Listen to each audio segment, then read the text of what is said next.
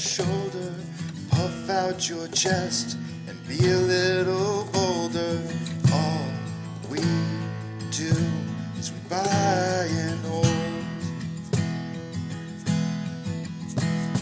There will be shills who wanna steal your thrills.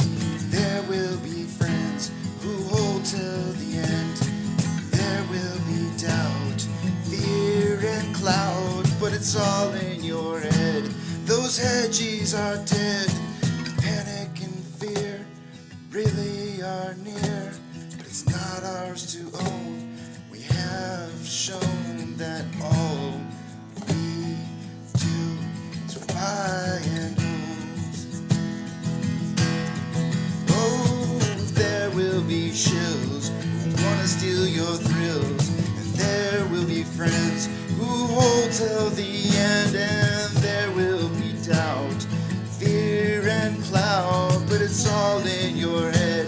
Those hedgies are dead. So when the night's getting colder and you're needing that shoulder, these apes got your back. We got each other. All we do is we buy and hold.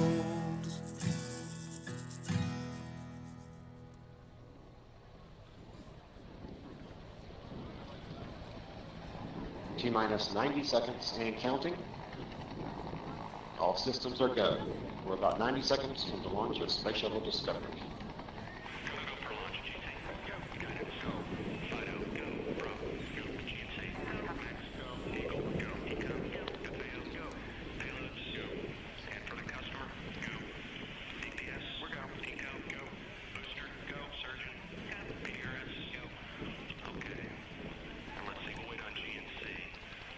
T-minus 60 seconds and counting.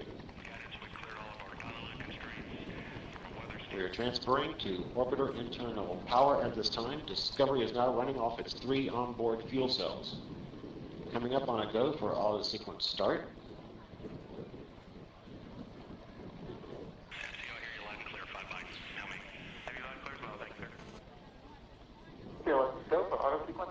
And we have a go for auto sequence start. Discovery's onboard computers have primary control of all the vehicle's critical functions. T-minus 17 seconds and counting. 15, 12, 11, 10, 9, 8, 7, 6, start, 2, 1, booster ignition, and liftoff of the Space Shuttle Discovery, returning to the space station, paving the way for future missions beyond.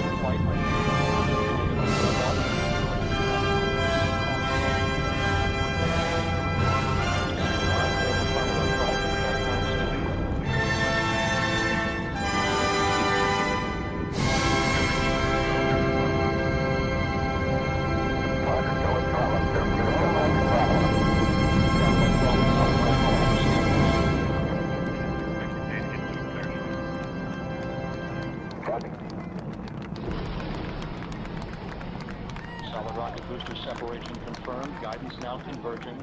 Discovery's onboard computers commanding the main engine nozzles to swivel, aiming the shuttle for its precise target in space for main engine cutoff. Should have a good forward leg now in S10. Okay, you sound good.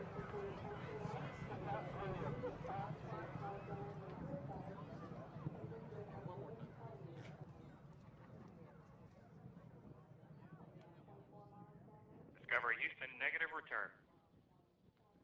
Copy, a negative return.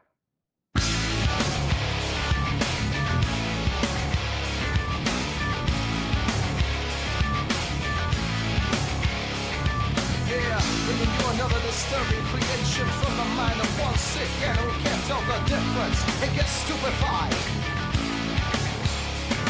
I've been waiting my whole life for just one rock, and all I needed was just one rock. And can you say that you don't give a rock? On myself stupefied, I'm back again. All I wanted was just one rock, one tiny little innocent rock. And when I feel like I'm shot out of luck, on myself stupefied, I'm back again. Why do you like laying around with my another scope on reality? I can feel it all start slipping. I think I'm breaking down. Why do you like laying around with my neuroscope on reality? I can feel it all start slipping away. See, but I don't get it. Don't you think maybe we can put it on credit? Don't you think I can take it, jump on, I don't let it. I can stupid mind. It's all the same as ain't living it, but I don't get it. Don't you think maybe we can put it on credit? Don't you think you can take it, jump on, I don't let it. I can stupid mind. I can stupid mind.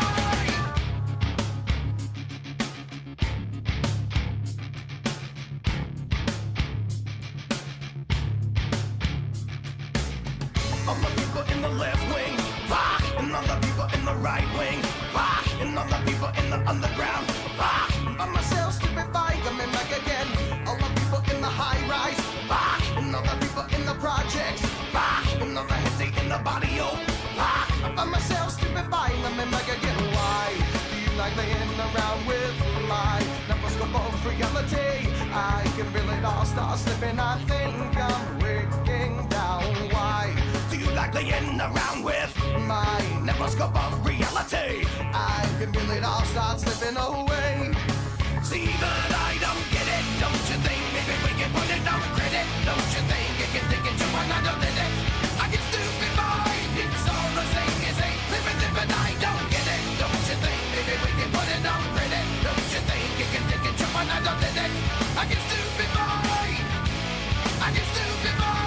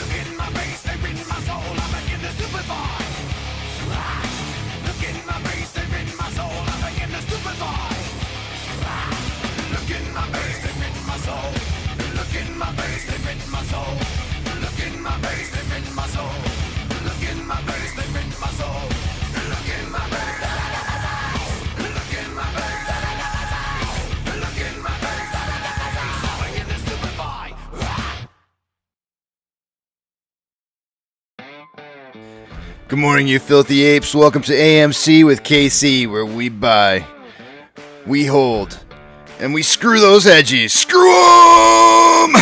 That's right. That's where we like to fling poo and eat crowns for breakfast.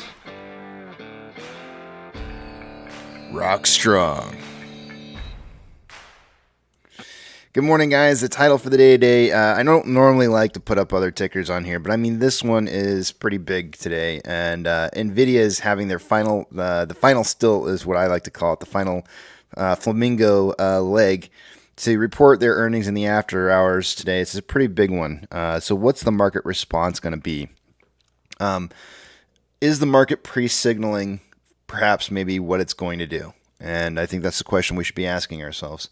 So if we take a look at the SPY, for example, here, and we move out to a 1 hour time interval, using our trusted indicators that we normally use to figure out what's going to happen to price, or where the market may be signaling for price to be moving towards, you can see we've already broken down through a green cloud here on a 1 hour chart. You can see lagging lines already broken through price line, conversions below base.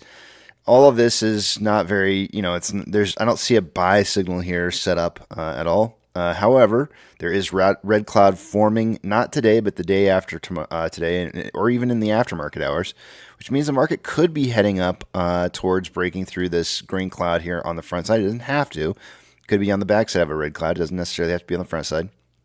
What are we seeing for other indicators on a 1 hour time interval here? We do have a low RSI, although it's still got some more room to move down. It is below average at 39.07. You can see the vortex indicator is showing that there's more buying pressure than selling pressure currently, but there has not been a divergence signaling a definitive switch or move to the other direction in buying pressure over selling pressure. So it's not showing the reversal yet. On a 4 hour chart, actually, let's go back to the 1 hour chart real quick here. On the 1 hour chart here, what is TTM squeeze saying? TTM squeeze is saying that there's more, that the bottom is looks to be in here and is showing signs of strength. So the TTM squeeze is kind of signaling that we may have seen some kind of bottom on at least the 1 hour time interval. On a 4 hour time interval, you see more weakness showing up on TTM squeeze, more selling than buying pressure, and RSI at 41.24, suggesting that there's still some more downwards momentum to be seen here. Now, what's going on with the chart? We've got lagging line below price line. Conversion is above base, but price has moved into the cloud, printing a TD9 over a 4 hour time period, which means that there should be some kind of short-term reversal in price movement going the other direction, but there is no buy signal here on the SPY whatsoever, so suggesting that there may be still some downwards momentum. Short-term, we might see this drive up a little bit, just enough to kind of cool off maybe a little bit on how hot it is moving down. We may see this cooling down. You see prices falling. Day-over-day volume is falling over the last few days as the price was falling, 2 trading days of the market. And so that is bullish, by the way. Price moving down with falling volume is bullish, and we may see a little bit of a reversal today. But maybe the aftermarket hours hit, and that's where we see the continuation down back through the cloud again here. So there may be a very temporary push upwards, but it's looking like long term, there's still some downwards momentum to be seen here on the SPY before a potential return back above the cloud. What does the daily look like? I'm just going to go out to the daily real quick here. Still well above a green cloud, and there's no sign of a thinning portion anytime soon. This obviously eventually has to break down through this green cloud here. When it does, it should be a significant move considering how far above the cloud we are at this point in time.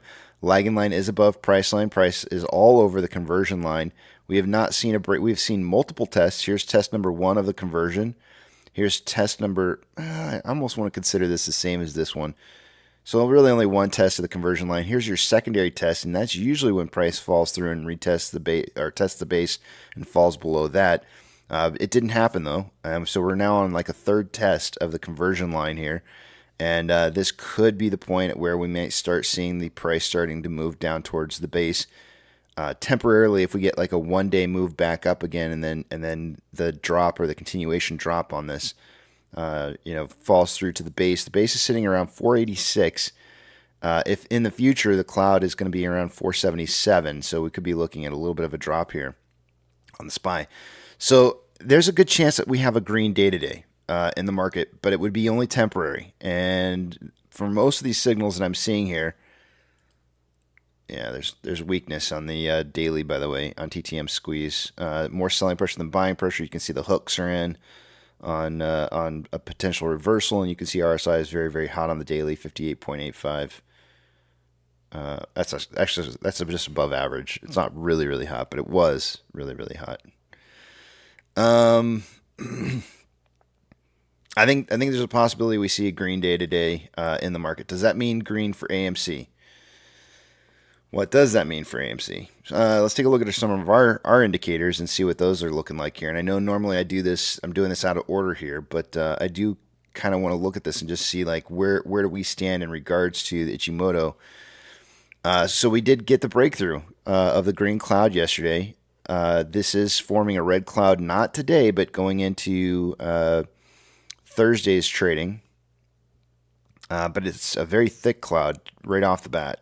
It's not thin like here. So we could see a potential breakthrough in the aftermarket hours or going into early trading tomorrow morning. We're going to be looking for signs of an upwards momentum move that's going to cause us to be getting ready to just break through this cloud easily tomorrow, which means that maybe we see like a 467 close, 466 close for the day today. There's nothing really positive about the setup on the signal on this. On the 4-hour cloud, yesterday I mentioned to you guys we needed to see a price close of 465 or better, 466 or better rather, as that's where the base was 465. We needed to see a close above 465, and we didn't. We closed 1 penny above, but in the aftermarket hours we went down to 462. So we're all over this base here. Lagging line is just fractionally above price line. We're really at this like moment here where this is signaling like looking like it's going to continue to drop. There is the only saving grace behind this right now is this: we are so far above a green cloud that it would drop. Like today, in order to get below the cloud for the day today, we would have to see a price drop down to 414. I don't expect to see that happen. Max pain is 450, so I wouldn't expect to see anything like that occurring today whatsoever. I think maybe we see a little bit of a rebound, especially with the TD9 printing here on a 4-hour time interval. Very much like the SPY, I think we'll see a little bit of a reversal going up, and then perhaps maybe trading out this week really close to that, like just slightly above 450 range, and which will put us just above this really thick green cloud that's coming up here. I'm thinking we stay above the cloud. It's looking kind of safe right now. I know the signals are suggesting more continued downwards momentum. This is kind of one of those weird situations here. Vortex indicator crossed over. We had a crossover on the vortex indicator signaling for more selling pressure than buying pressure. RSI is at 47.19, which is just slightly below average. TTM squeeze is suggesting more downwards momentum here. It's hard to say. Let's look at the daily. This is a tough one, man. AMC is giving off like a lot of mixed signals right now. A lot of mixed signals. 1 hour time interval looks way better than the 4-hour, and the daily looks better than the 4-hour. The 4-hour is one of the I feel like one of the few signals right now that's suggesting that there's more downwards momentum, but maybe not necessarily enough to push us down to the low $4 range. So we may see a bit of a reversal here.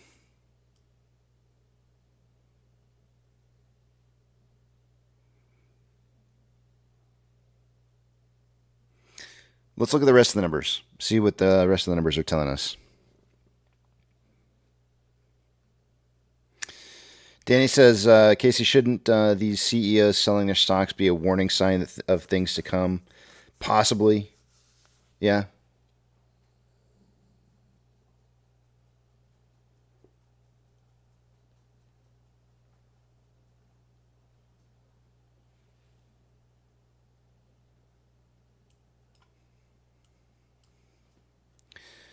Let's take a look at the bigger picture of the numbers. Now I know I really went over a lot of the things that I normally cover later on in the numbers, but we'll take a look at that one more time here.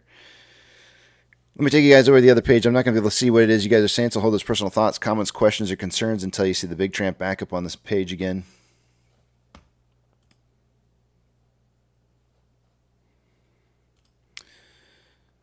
One last congratulations to Apex for his win last week on price predictions. Yesterday, we closed at 466, which is about 22 cents higher than what I had predicted.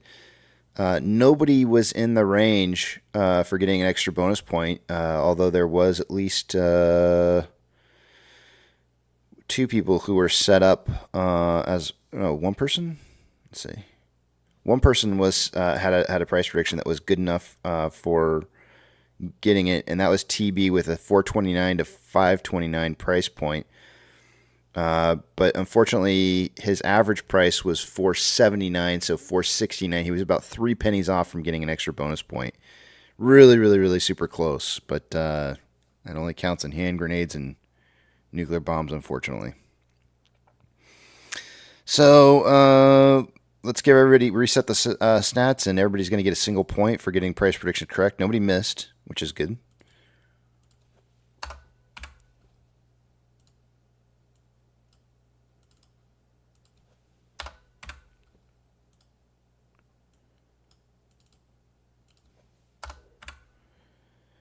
And of course, I spent all that time talking and not cleaning my glasses.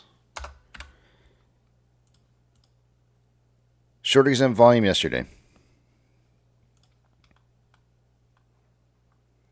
Ooh, that's nasty. That's not good. It's only 75.5 thousand shares. Due to the fact that we had such a low volume day yesterday, I understand why that would be such a low number. Very, very low. We were down 3.52%.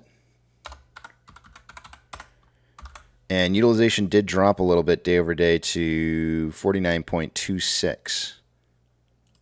So almost a 1% drop.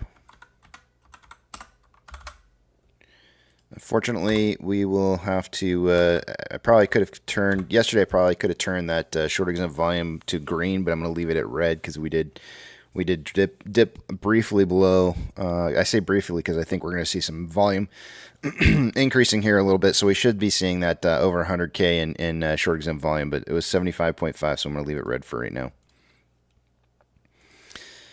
Let me clean these. I'm gonna spray off my glasses and try and clean and do numbers at the same time here. Hold on a second.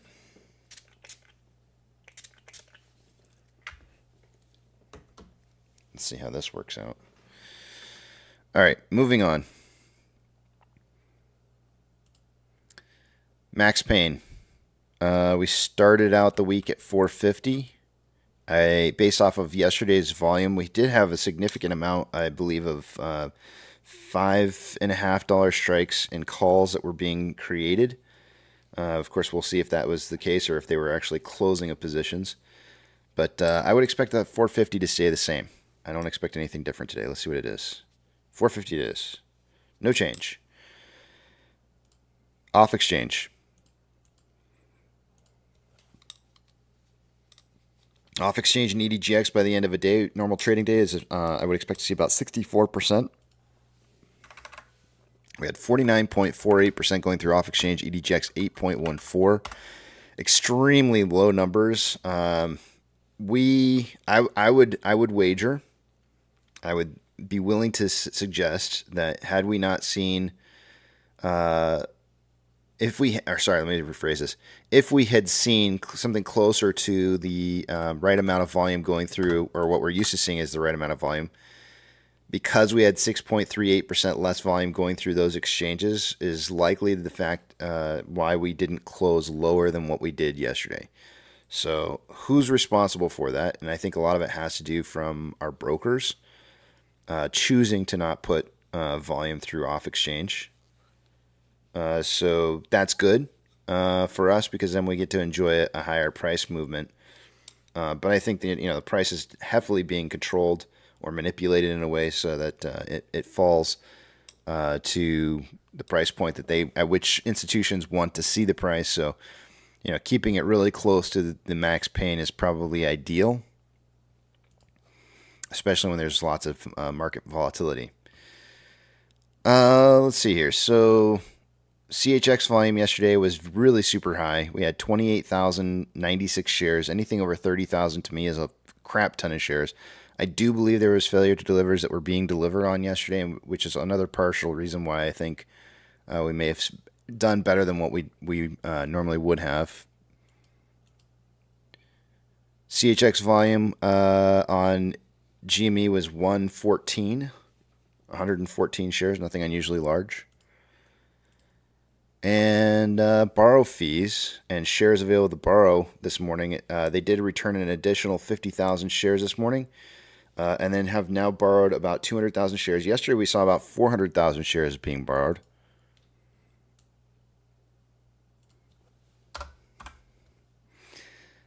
Fees are currently at 0.68% according to IBKR. Institutional ownership yesterday was being reported at 76.064 million shares owned by institutions. It is now being reported at 76.064, so no change. Let's see if these glasses are good. Good enough. All right. Not really. They need to be better. Moving on to options. Give me 1 second here. Make sure I'm logged in.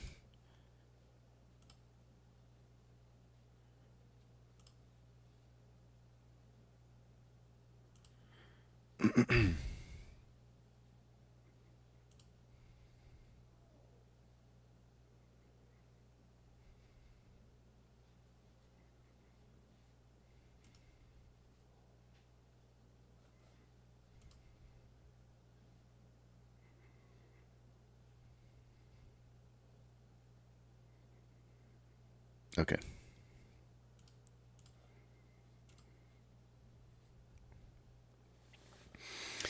Yesterday, the highest amount of call volume was for open interest was at a $5 strike with 14.1 thousand contracts in volume for the day.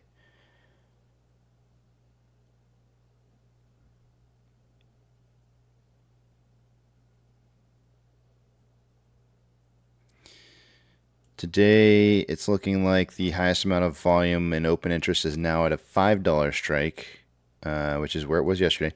So we went from 14.1 to 18.6. So there's a bit of an increase there. On puts, highest amount of volume yesterday was at a $3.50 strike with 8.4 thousand contracts. That value is actually still the same at 8.4. We have a new winner in open interest, and it's at a $4.50 strike. Which is $1 higher than where it was yesterday. And there's currently 10.8 thousand contracts, which is significantly higher than the 8.4 that we have at 3.5. The market is suggesting a closing price by the end of this week between $4.50 and $5. I just got done telling you that the signals that I'm seeing on the 4-hour chart suggesting that we close somewhere between $4.50 and $5. I mean, it's really looking like they're going to try and close out the week at like a 460 range. So there's a good chance here that maybe we see a little upwards momentum today, and then we maybe just kind of float around a little bit, really close to that price point. Now, I know every once in a while we will see a dip just before the end of a week underneath the closest strike point to wherever we're trading at before the price closes for the end of the week. So seeing a single dip down below 450 at some point to close out puts at 450 is right up there in the range of something I would expect to have happen. But as of right now, most of the open interest is suggesting that we will close the week above 450.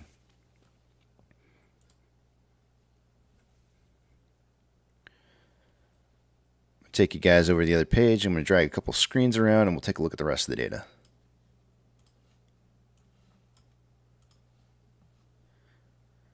Actually, look at this one too.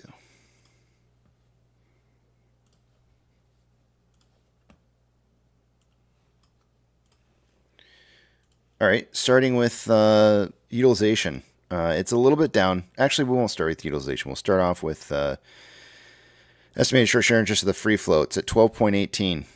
So that's going to be a little bit down day over day. We'll take a look at the numbers here. Utilization. There's our drop of almost 1% from 50.17 to 49.26. On loan amount decreasing slightly from 32.7 million shares on loan to 32.36. So we're looking at 3.4. So 340,000 shares returned yesterday.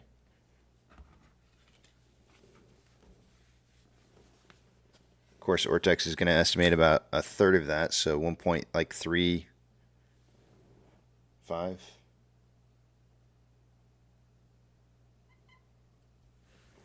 Let's see. They dropped the estimated short share interest of the free float from 12.23 down to 12.18, so 0.05.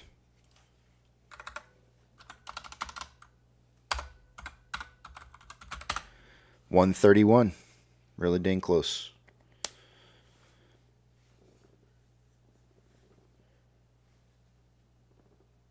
Those are going to be in closed positions.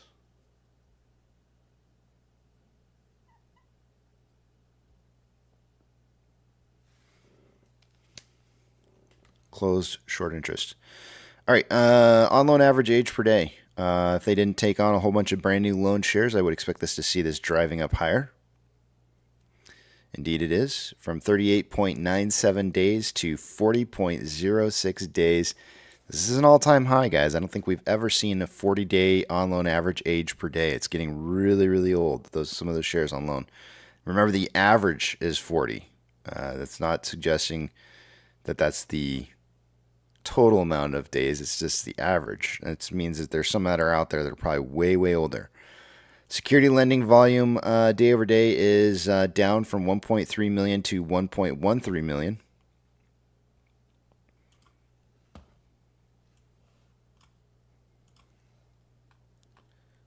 Currently, we have 56.2 thousand contracts out of the money on the calls versus 14.1 thousand contracts that are in the money.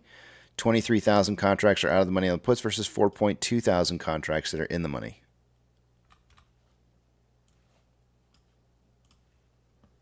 MMRI yesterday was at 276.37 when we closed out the day. It's 275.77 now. A little bit of a drop.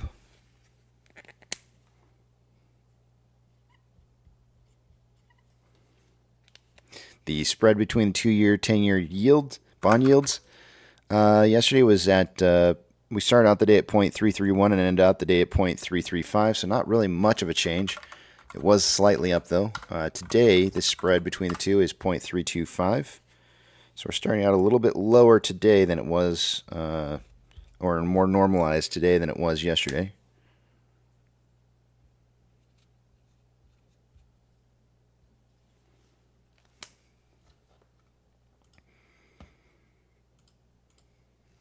I really don't think that we're going to see a normalization of the 2 and 10-year bond yields until we see a pivot by the Feds. That's just my thought process, which isn't until I believe June is the date now at which we're looking at. Let me just verify that here.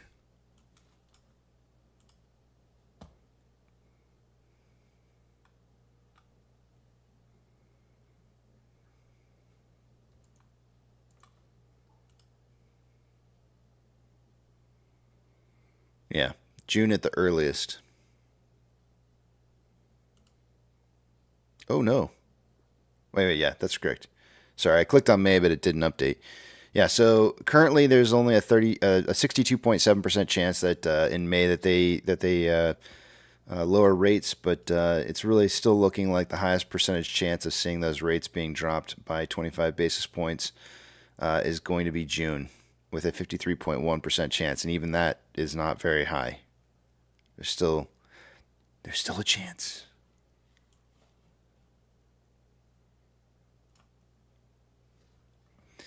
Futures on the VIX are showing up 0.02%, and as a result, we are seeing the futures on the markets down anywhere from 0.16 to 0.58.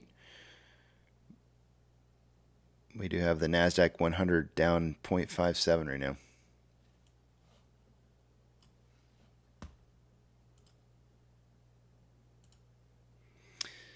Of the Magnificent Seven this morning, five out of the seven are red. 2 are green, 1 just barely. That's Apple. Financial institutions that are plus or minus 2.5% in the pre-market this morning. Coinbase is down 3.79. I'm only going to shout out the ones that meet that criteria. Holy moly. HSBC taking a hit this morning. Down 7.39%. Something going on there. It looks like they do have their earnings reporting today. So perhaps maybe not looking so hot as of right now.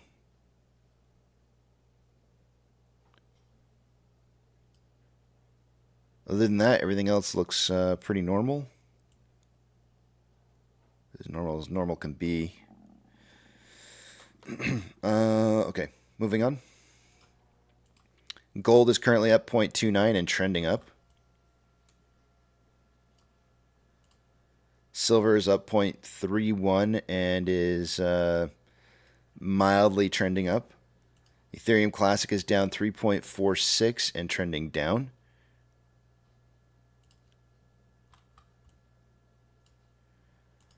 The US dollar is up 0.06 and has not broken into a trend up. I mean, the whole trend right now is showing down. Let me just check here. Yeah, that's on a 1 hour time interval that you're looking at here. The overall trend on a 1 hour time interval has not been broken. But on a 1 minute time interval, there's definitely a trend upwards right now on the US dollar. Oil in the pre-market is up 1.62 with 1 share traded so far. Whole lot of data. SPY is down 0.32 and falling.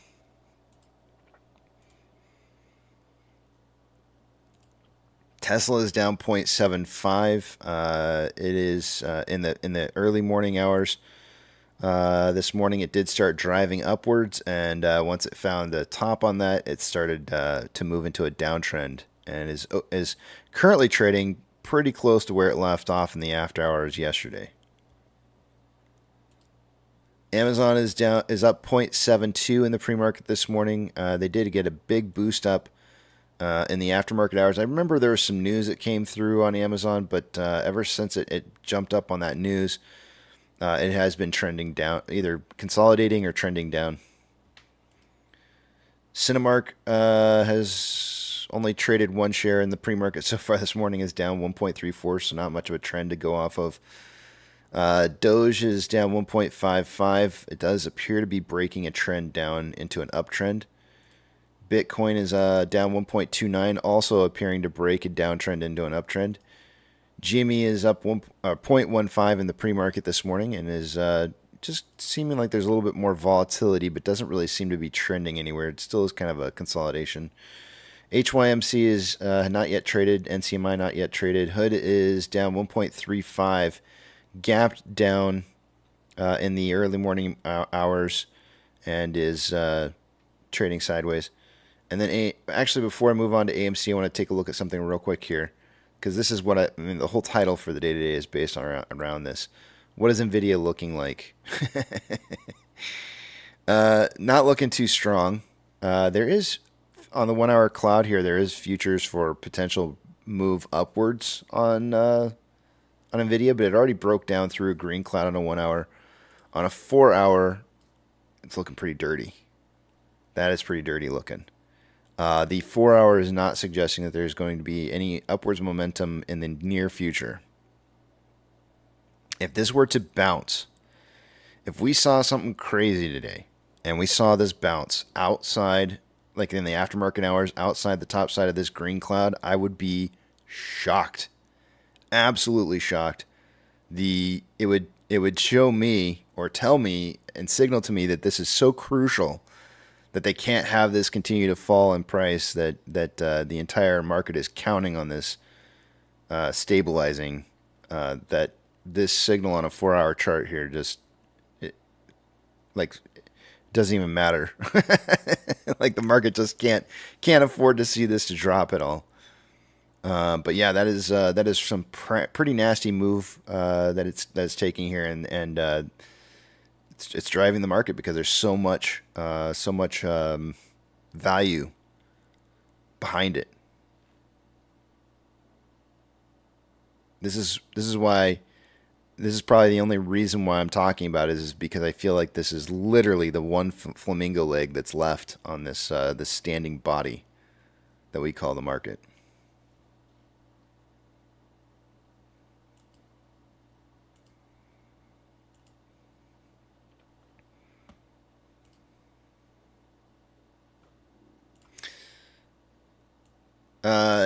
In the pre-market this morning, AMC is down 1.29% for the day today. We did get a little bit of a jump in the aftermarket hours last night, and then it cooled off pretty quickly. And in the pre-market this morning, opened up and trended down a little bit. Currently, I would say that it's consolidating after that trend down. Inflows versus outflows yesterday, we had approximately $500,000 more inflow than outflow. So far this morning, we've got 4,280 shares traded so far, with about 5 minutes left to go here before our pokey stick of volume. This is pretty low volume for a pre-market. Nothing unusual about this number. Yesterday, we only had 9 million shares traded for the day yesterday in total. It was very, very low volume. It was about 1.2 million less than what we had on Friday. On a 4-hour time interval.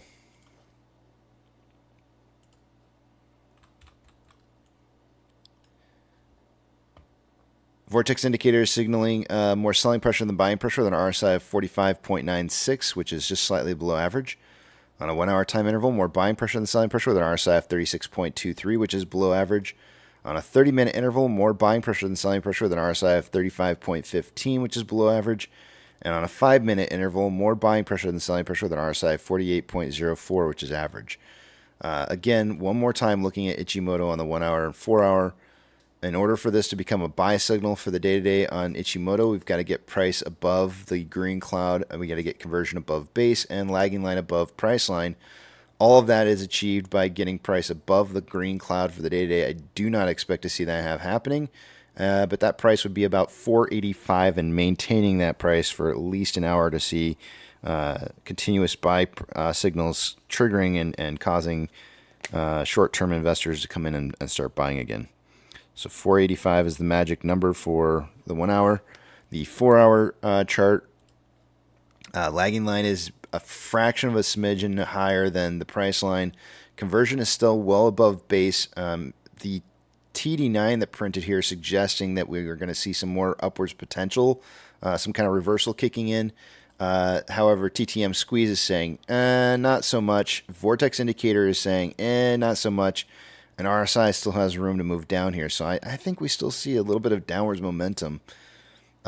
Maybe if we see a recovery in the market for the day today at some point, I think we see fireworks in the aftermarket hours today.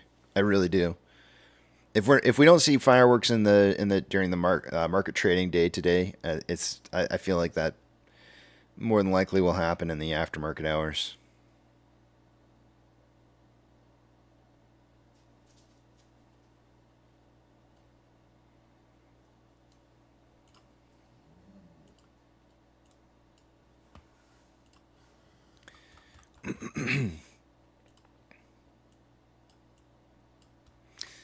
Bollinger Bands. Yeah, and I love this one. I had this pointed out to me last night.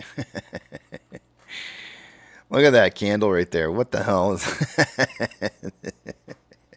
is this like some kind of form of it's like the ultra doji candle. Our pokey stick of volume's kicking in here. But that is like the biggest. That is the biggest candle I have ever seen or what am I trying to say? That's the biggest wicks I've ever seen that candle before. There is no candle. I feel like that's what that looks like, is no candle whatsoever. It's just craziness. It's absolute craziness. 322 shares traded during that minute. Pokestick of volume kicking in here with 76,000 shares. This actually gives us a boost in volume for the day today. So we are going to see significantly higher volume than what we saw yesterday, I would suggest. As yesterday we only had about 50,000 shares, I think, going into our Pokestick. or after our pokey stick, I should say. So we're about 30,000 shares more going through here. We should see something higher than 12 million or somewhere. I'm going to say 11. I think we should see more than 11 million shares traded for the day today. But again, this is still low volume in general. So 5 to 25 is going to be my normal prediction. But I'll kind of narrow it down a little bit here and say that I think that this is probably going to be somewhere between like 12 and 15 million shares traded. I think shouldn't be any problem with 80,000 shares in the pre-market beating out of an 11 million share traded day. So if we're going to see larger volume, we want to see price moving upwards. Raleigh Vermont says, what was with that spike in the after hours? In general, the whole move in and of itself, when I first saw it yesterday, it was I took down the time at 1936. And then I went and I started checking like a lot of different stocks to see where perhaps there might have been like some kind of something that may have occurred during that period of time where it would have added some kind of strain or pressure in the marketplace to have some kind of imbalance that would have occurred. Obviously, one of the first places that I went to was, remember the time was 1936. One of the first places I went to was NVDA in the aftermarket hours, and at 1936, it was right here, and signaled the beginning of a downtrend in price movement. Maybe it was just a few minutes later that the price really started taking this big downtrend on NVIDIA. So price was running right around 682, and then fell to 678 in a matter of minutes. I say minutes like it's a short time. From 1936 to basically it found a bottom at around the end of the trading day, 2000. So basically it just closed out the day dropping and then opened up. This is the pre-market. These two large candles here were pre-market this morning. That was probably one of the biggest ones that I saw where there was a shift.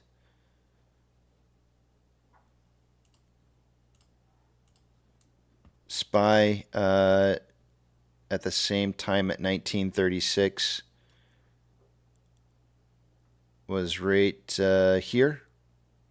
It was already starting to kind of fall, but not really moving quite as much. Let's see here.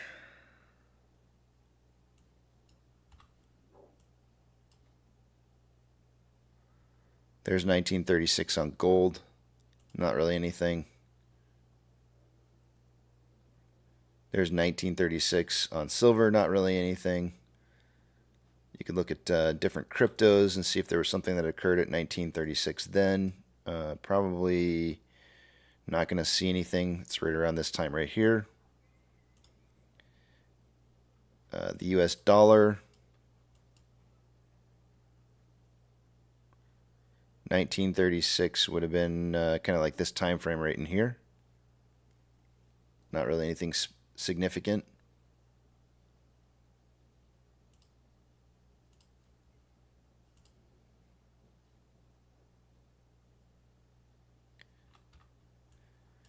Amazon had already jumped up significantly before that at 1717, so no correlation. There's 1936 right there. Let's see if Cinemark had a similar kind of move. Nope. GME.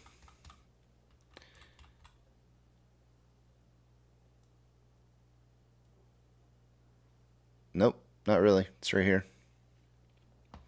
I don't know.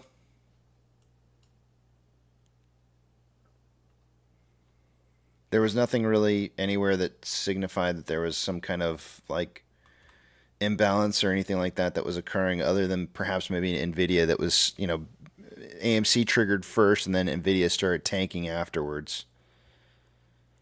So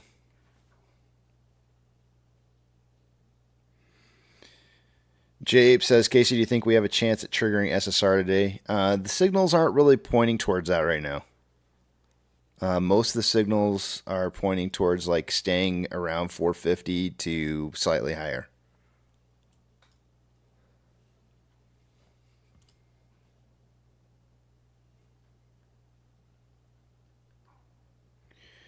Raleigh Vermont says, Casey sent a Discord image. That spike broke a resistance line, and then it pulled it right back into it. I've been seeing in the aftermarket hours a lot of price movement that would trigger perhaps maybe signals. So let me see what you got here. This is what Raleigh's sharing with you guys here. Hold on one second.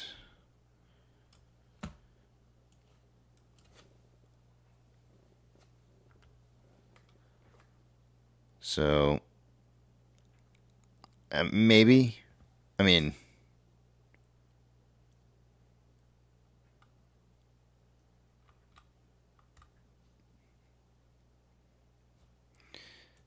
I know in terms of like this 1 hour time interval right here on the Ichimoto, you can see that it was definitely moving up towards the base, where base was at. On a 4 hour chart, you don't really see it as well. But I mean, it didn't really hit any of the flags that I would have that would signify anything specifically for me here. So I don't know.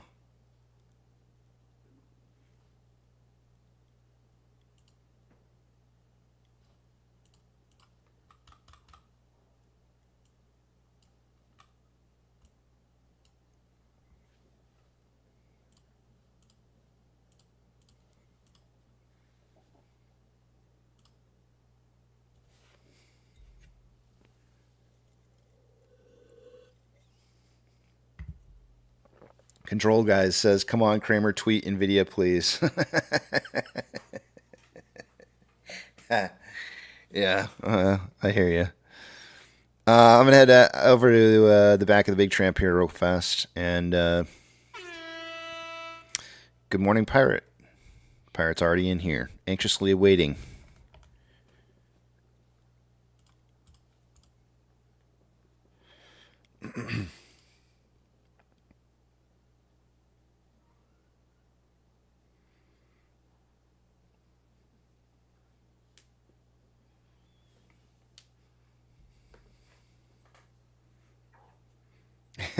Dr. Zayas.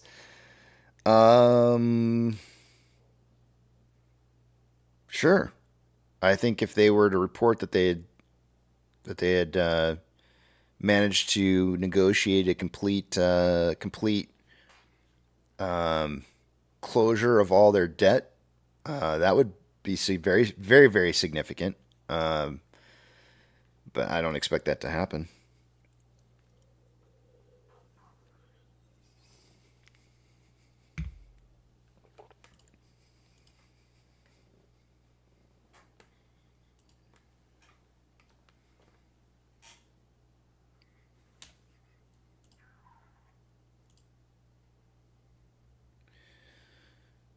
Let's see here.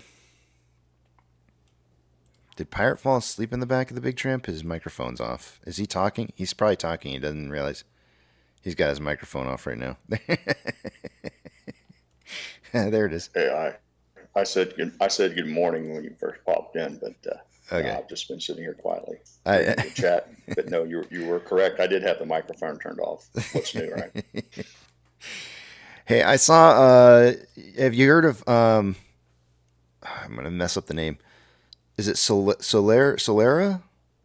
The new software that does AI animation or I guess I don't know what to call it. I guess animation. I guess it's all animated, right? So, Yeah. Sora. I think that's the name of it. Sora. There was a picture that I saw that they generated of two pirate ships battling it out in a cup of coffee. That was I wavy. saw that. Wasn't that cool? Yeah, that was really cool. Very cool. I thought that was awesome. I was like, that's cool. Pirate would enjoy that one.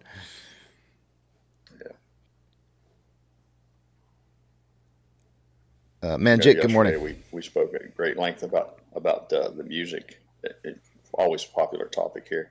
I think everyone might find it interesting if they haven't already heard that Christie's auction house in New York City is auctioning off Elton John's goodies today. They're going to sell the grand piano and some of his glasses, his shoes, a lot of his clothing, and not the least of which is his Bentley. I think the starting bid on his convertible Bentley is $30,000. That would be a nice little car to go to dinner in. Thank you for reminding me of selling, because we don't talk about selling very often. But I want to share with you guys real quickly. This popped up on my. I don't remember actually where I saw this. I saw this somewhere, but I think it was Reddit. Is where I might have seen it. If you missed out on one of your most favorite popcorn buckets that you really, really, really wanted to have, AMC has got certain popcorn buckets and different movie memorabilia available right now on sale. Like if you wanted to get Barbie's pink Corvette, I think it's a Corvette. Isn't that a Corvette? I think it's a convertible. I don't know what it is. Yep. Yeah. That's the Corvette. Yeah. So it's does it say It does say Corvette down here at the bottom. It's $24.49 down from $34.99. So it's a $10 sale for that. You've got your Aquaman both bucket and cup that's in there. They've got some cool ones in here that I'm thinking has to get that. It's only $15 right now. $15 for the Ant-Man hat when it was normally $30. It's half off. That might be a good opportunity for somebody who perhaps missed one of those. If they have a complete collection and maybe they're missing one or two items, they could round out their holdings. Yep. Dom's Charger popcorn container is half off also. It was $39.99, now $20. This Willy Wonka purse is, or they're calling it a crossbody bag, which I have no idea what the hell that means. But if you got kids or family or anybody who's really super into Willy Wonka, kind of a cool little item right there. They got the flash buckets there. If some of my kids are actually into the whole Wish stuff, there's some Wish I can't say the word. The Black Adam light up popcorn containers in there for half price, $15. There's some good sale items. I posted the link right now, pinned it to the top of the chat room there in case any of you all want to check that out. There's some cool sales that are going on though for anybody who's interested in any of those items. Pretty neat things, half off right now. I really want the Ant-Man helmet's the one I probably want the most out of this whole group here. Yeah, those are heavily discounted. Those are some deep discounts. That's a good deal. Yep. Fun little early birthday presents for somebody that might want that.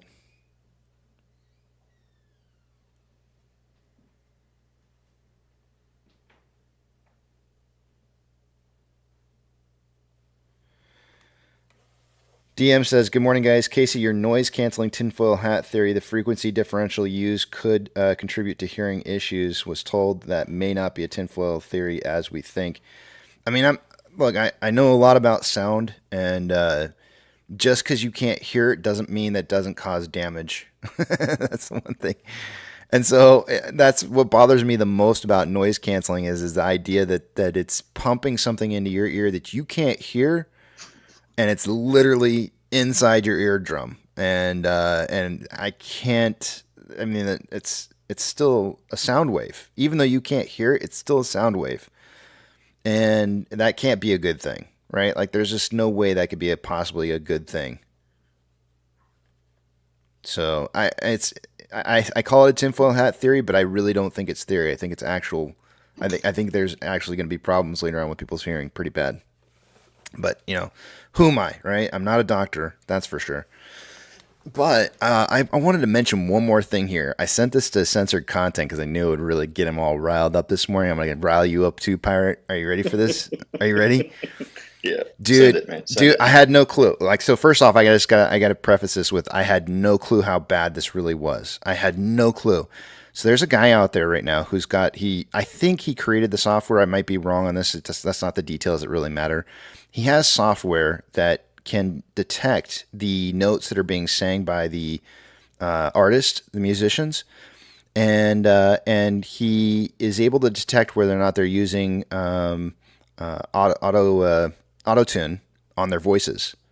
Because what it does is it's just detecting the pitch on the voice, right? It's singling out the pitch of the voice, and you can see when it snaps to the correct exact pitch. And so he's pulling apart, like people are sending him requests, and he's going through and he's checking to see who's doing auto-tune and who's not doing auto-tune. And he is finding out crazy stuff. Like there are some people out there you wouldn't. I like it. Yeah, I like it. He's a little snitch. He is. He's being a little snitch. But you guess there's some crazy ones out there.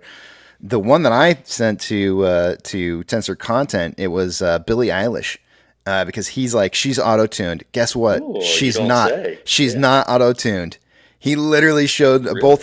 He showed both a live recording. See, that could work both ways. Both ways. That could out people who are cheating, and at the same time, it could serve, like you just showed as an example, of people who are the real deal. Yeah. And that's why I think I really like her voice, because I've always felt like it was very natural and she's got this really wide range and vibrato in her voice, that if you were to try to throw auto-tune on something like that, it would screw it all up. It would make it sound horrible. And so that's why they can't do auto-tune. I think they can't legitimately do auto-tune on her voice because it's so, I want to say pitchy, but it's not really pitchy. It's just vibrato that she uses, wide range of vibrato, and it would mess with the technology that auto-tunes. Right, so that's how do you use the word vibrato 3 times in a sentence and not summon yucca? I don't know, but I have no idea. But he's just asleep right now. That's how. Okay, all right. Yeah. But there's other ones that he's been doing that are people that you would not think are using that kind of technology. One of them, Eric Clapton, using auto-tune. Crushes me. Yep. Oh. On Layla. On Layla, as a matter of fact. The way back in the day? Yes. All the way back in the day? Yes, or just recently on remixes? He's finding his back. It's one of the earliest ones that I've seen him do so far is back into the 70s. And I'm like, dang. But so here's the deal. They're doing it on post-production. I wasn't even aware that the technology existed. It probably didn't, right? I don't think it did. But they're doing it on post-production. So anything you're listening to now somebody's gone back post-production and re-edited it, tuned up, and tuned it up. No pun intended. Yeah. And this is what I was talking about with you the other day about what producers do. This is exactly what they do. They go in and they go like, "This is good, but it can be better. I can make this better." And then post-production, they retune it. So what you actually saw in the live performance, like if you actually went and saw Eric Clapton in a live performance, he didn't have auto-tune in his voice. But if you go and you listen to the recording afterwards that everybody else sees and not you because you went to the live concert, everybody else sees the polished turd. the polished. Oh, you're going to go there. No. Okay, fine. It's not a polished turd. It's polished. It's polished gold, right? But it's. But yeah, I was so shocked. I was sitting there watching it. My mouth was just like hanging open, going like, man. Yeah. I was like, that's crazy. I don't remember the name of this guy. I sent it to Censor Content here, but this guy is going through, and it's so, I mean, from a technical standpoint, when I see what he's talking about in the software and I hear it with my ears, I go like, this guy's right on. I can hear it. I see what his software is picking out, and I can hear it, and I know what he's talking about. He's a guy, and I'm sure he's right on this. Like, there's no doubt in my mind whatsoever that he's right, but his name is his YouTube is called Wings of Pegasus, and but this is the interesting thing here that I wanted to talk to you, and this is where I'm going to throw you for a loop here. AI technology really isn't any different than auto-tune. It's just a form of an algorithm that's being used it's gonna be to early change in the something. day to start this fight. But I'm game if you are. But I'm just saying, if Eric Clapton, who many people have heard over the years, millions have heard saying, both live and recorded, if he chooses to use some sort of an engineering trick to polish up maybe a glitch here or there, I would argue that that's one thing. But to use the technology to generate the entire song is another topic altogether. Yeah, well, Yeah, no, I totally agree with you, and that's why I wanted to emphasize that a lot of this was post production, right? Like it wasn't that they were using it live, because I don't even know. I mean, I'm sure there's probably a way to use auto tune live, but it would be, you can get some problems. I have limited knowledge on auto tune. I've never actually used it myself, but I have a theory. I have an idea of how the theory works, and I think it would be difficult to use live. Not entirely difficult. Like I'm sure Cher's done it on multiple occasions. In fact, Cardi B, yeah, ass pussy. There might be. Is she all natural? Is it all natural, or is she using lube? Yeah. I have no idea. That's a good question. I haven't checked this guy's YouTube page entirely because I just, they pop up on my YouTube feed and I just watch them when I see them. But some interesting stuff though. Well, really, really interesting. Do you want me to link? I give a post game briefing to Mrs. Pirate over what we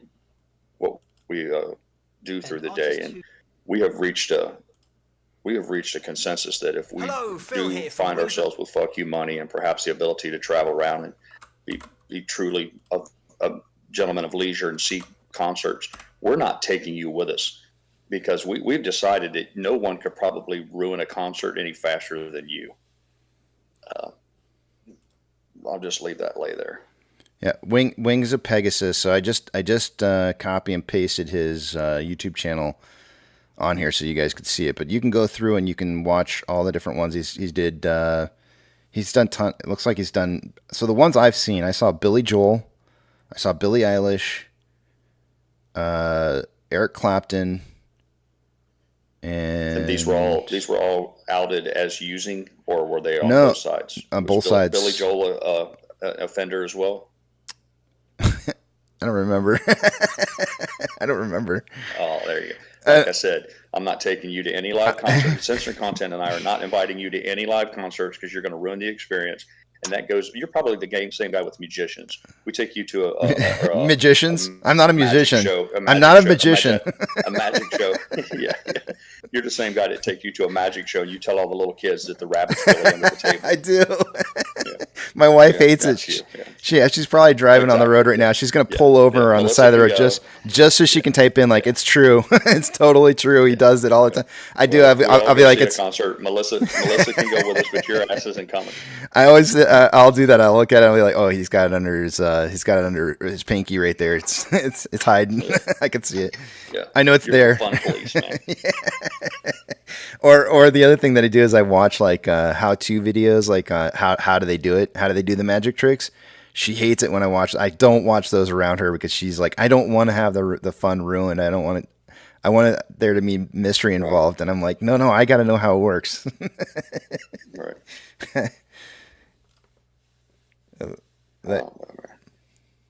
We take you as you are, man. We accept you for your warts and all. Yeah, thank you. I appreciate that. There you go. Thank you.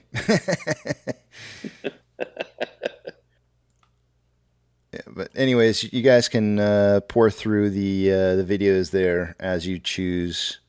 So was Elton John on the list? Is he an offender? Let me see here. I'm scrolling through the list here. He's done a lot of them. I read somewhere that in live performances he has sang the song Rocket Man like no fewer than like 200,000 times or 20,000. It was some astronomical number.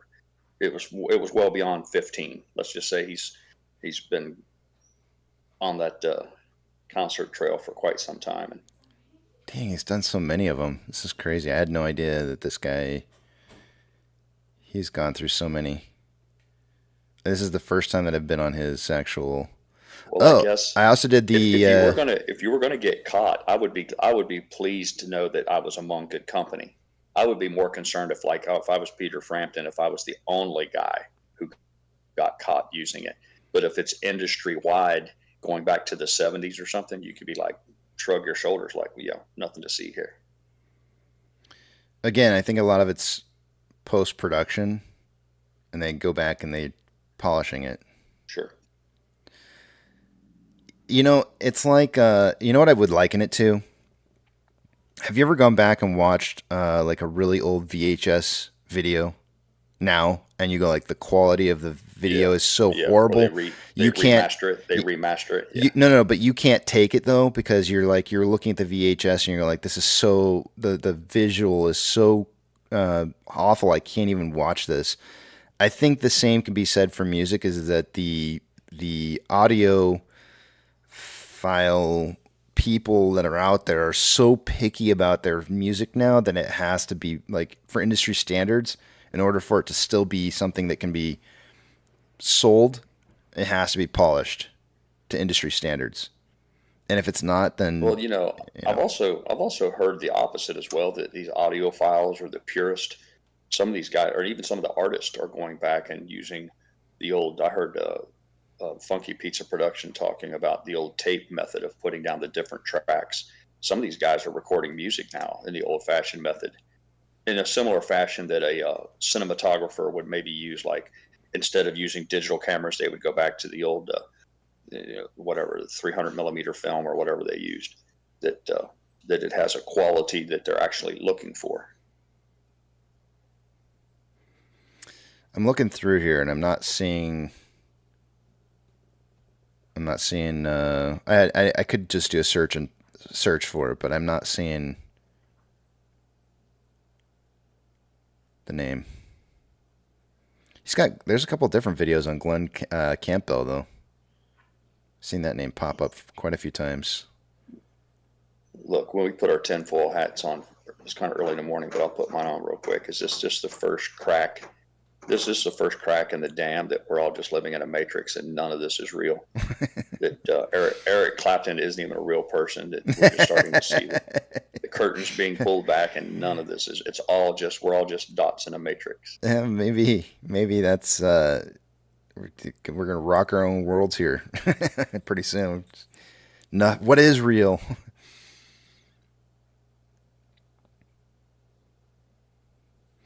I used to jokingly say that like all the supermodels weren't really real people, and that they were just they were manufactured and held in captivity, only to be used for photo shoots. Because you never would see them like out in the real like nobody saw these people in like the public, and Right. and part of the reason why I think that might be a little bit of the case is because nobody recognizes them in the real public because they don't look like what they look like when they're a supermodel.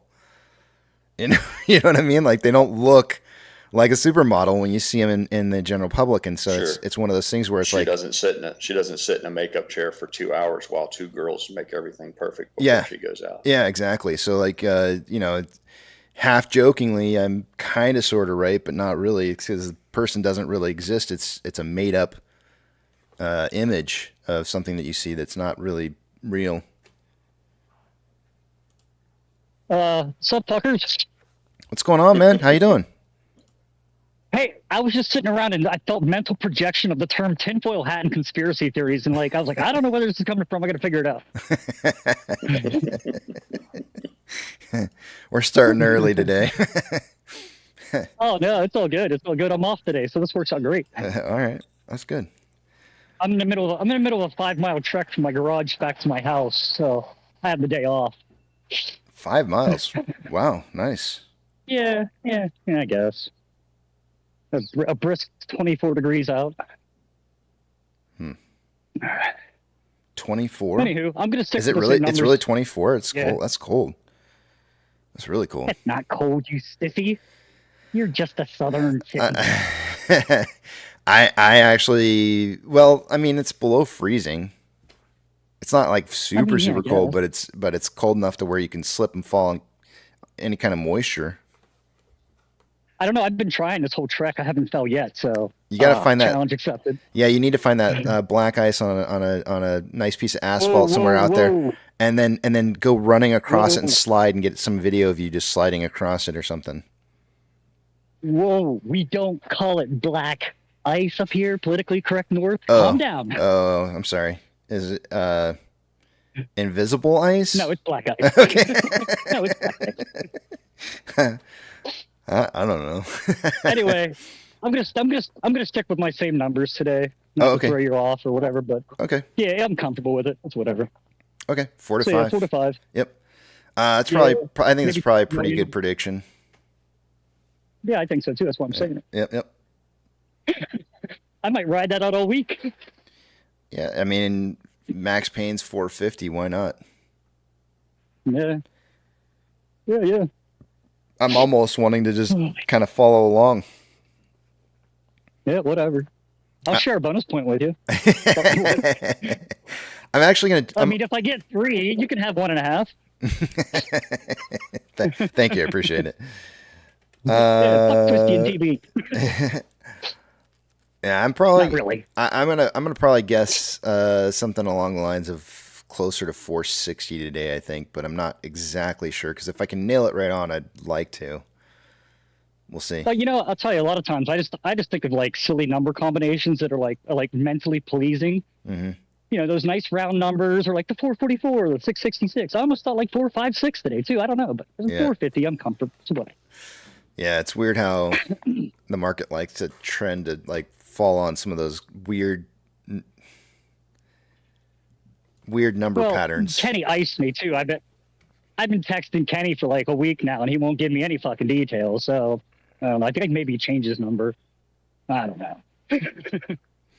Well, usually the guys have Twisty and TB have their numbers in usually by now. Let me just check. I know TB's is in, but I don't look at it. Does not. No, I get it. I get it. Twisty, I don't think he doesn't have his numbers in yet, but that's okay. Yeah, I So, prefer to wait until later in the day, but that's when I'm at work, and Yeah. I can't always be at a computer looking at shit. So yeah, I'm gonna wait too. I think here I do notice that it's break time here, so I'm gonna go ahead and take off for break. But let's see. yeah, same here. Like if I decide I'm going to change it up, I'll let you know in 45 minutes. But as of now, I like where it's at. Okay, sounds good. All right. Yeah. Good. Twisty says he's here and he's waiting. That's perfectly okay. Yeah. That's what the Yeah, I time get is it. for. All right. I will see you guys back in the back of the Big Tramp at Aftermarket Open. All right. So let's see here. Let me put the message up on the screen. Oh, I didn't realize I didn't have you guys on the right page there. My bad.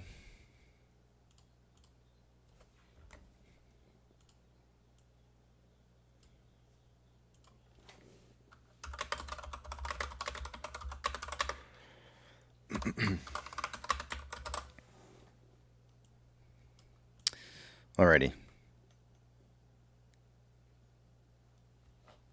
I think that's we're good here. All right. I will see you guys in a little bit.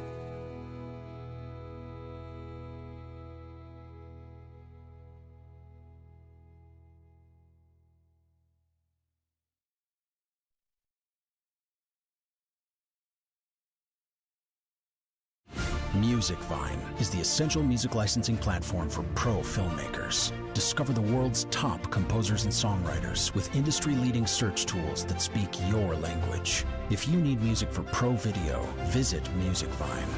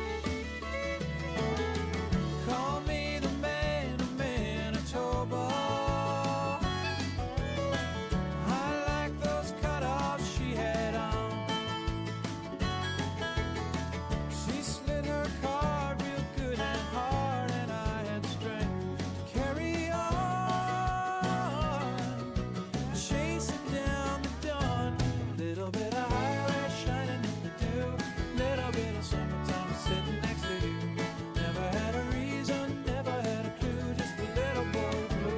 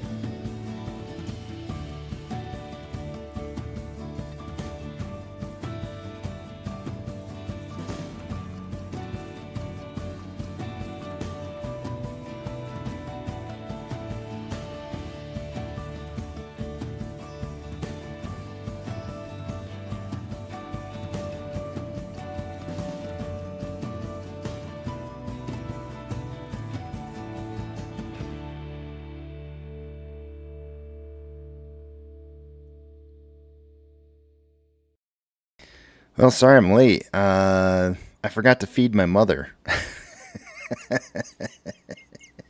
I had to feed her real quick. Let's see here. So let me take a look. Some people don't understand what that actually means. My mom's not here. It's not my mother. Well, I mean, it is my mother. It's my doughy mother. Anyways, she's fed now.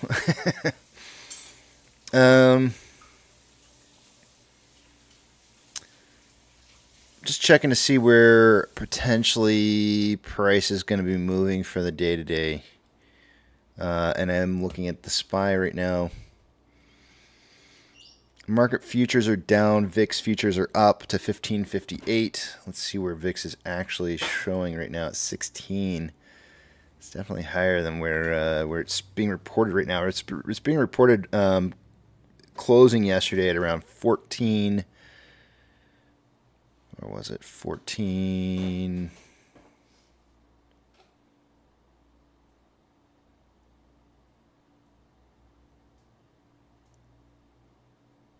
Two 14.24, and now it's showing it open for 16. Oh no, I'm sorry. I was sitting here going like something's not right. I'm clicking on holding on this. Okay, so I'm looking in the past here. All right, we're looking at a 1543 opening up, gapping up to around 16 for an open on the VIX, which does mean that the market's more than likely going to pull back a little bit here. The question is will it be temporary or will which I am kind of expecting perhaps a turnaround on the SPY.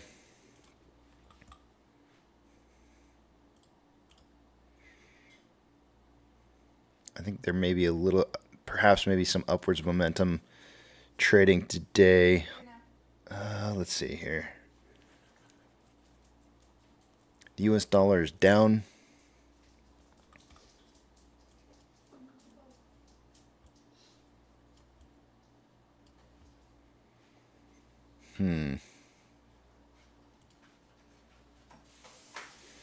Money is being withdrawn from crypto.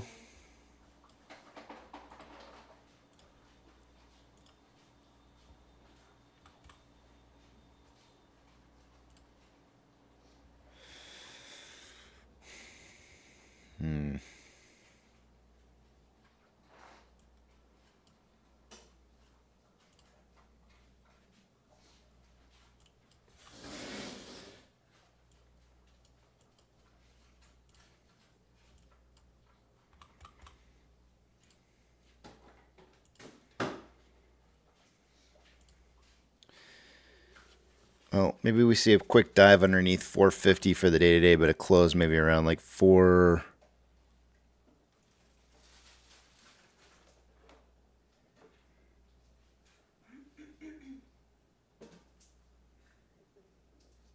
I think I might stick to this. I might stick to my same numbers I had yesterday.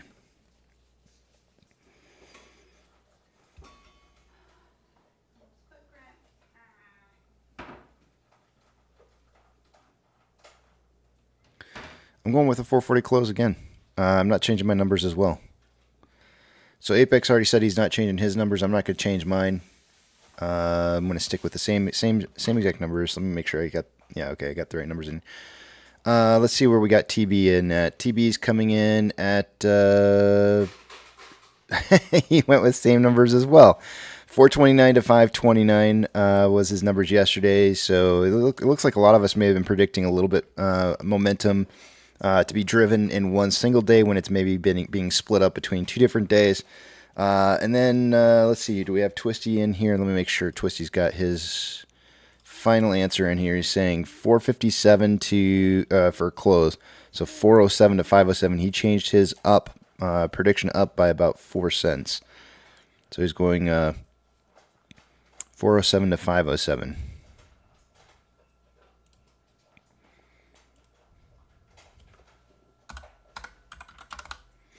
All right, those are our numbers. So I've got the low end of the totem pole here with 394 to 494.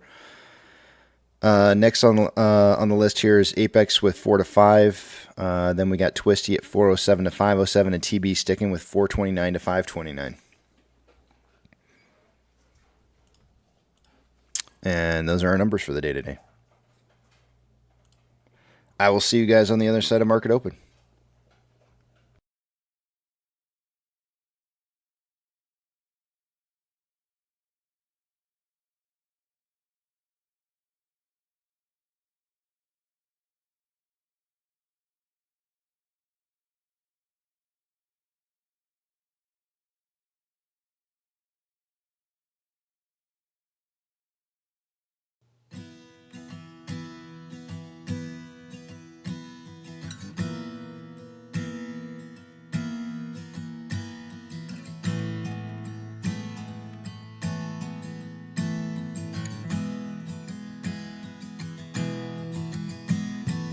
When the night's getting cold, you're needing a shoulder. Puff out your chest and be a little bolder. All we do is we buy and hold. There will be shills who wanna steal your thrills. There will be friends who hold till the end. There will be doubt, fear and cloud, but it's all in your head. Those hedgies are dead. Panic and fear really are near, but it's not ours to own. We have shown that all we do is buy and hold.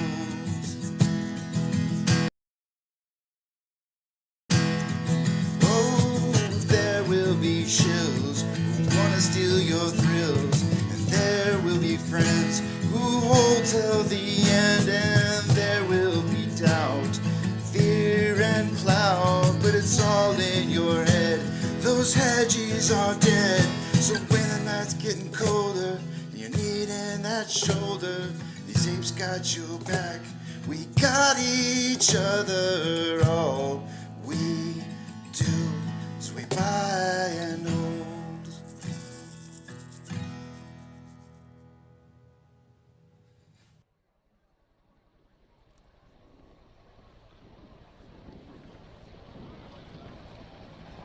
T-minus 90 seconds and counting.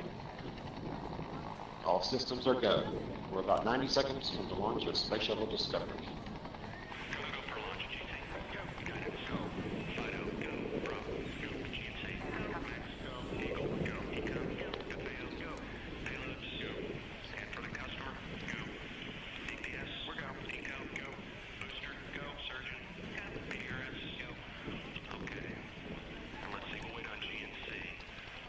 T-minus 60 seconds and counting. We are transferring to orbiter internal power at this time. Discovery is now running off its 3 onboard fuel cells. Coming up on a go for auto sequence start.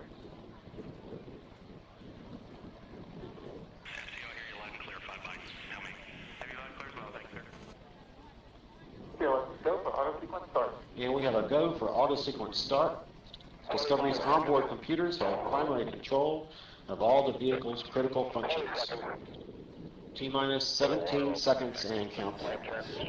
15, 12, 11, 10, 9, 8, 7, 6, 5, start, 2, 1, booster ignition, and liftoff of the Space Shuttle Discovery, returning to the space station, paving the way for future missions beyond.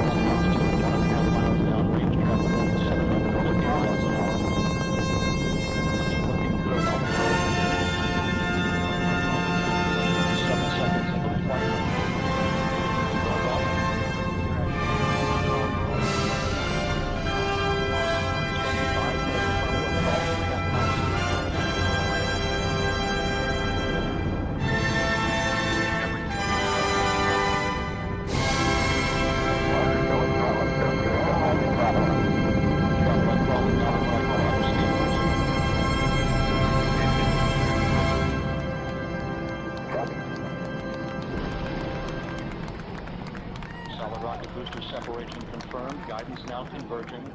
Discovery's onboard computers commanding the main engine nozzles to swivel, aiming the shuttle for its precise target in space for main engine cutoff. Should have a good forward leg now on S10. Okay, you sound good.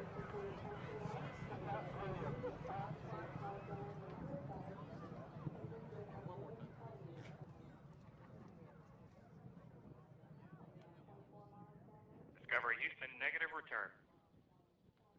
Copy, a negative return.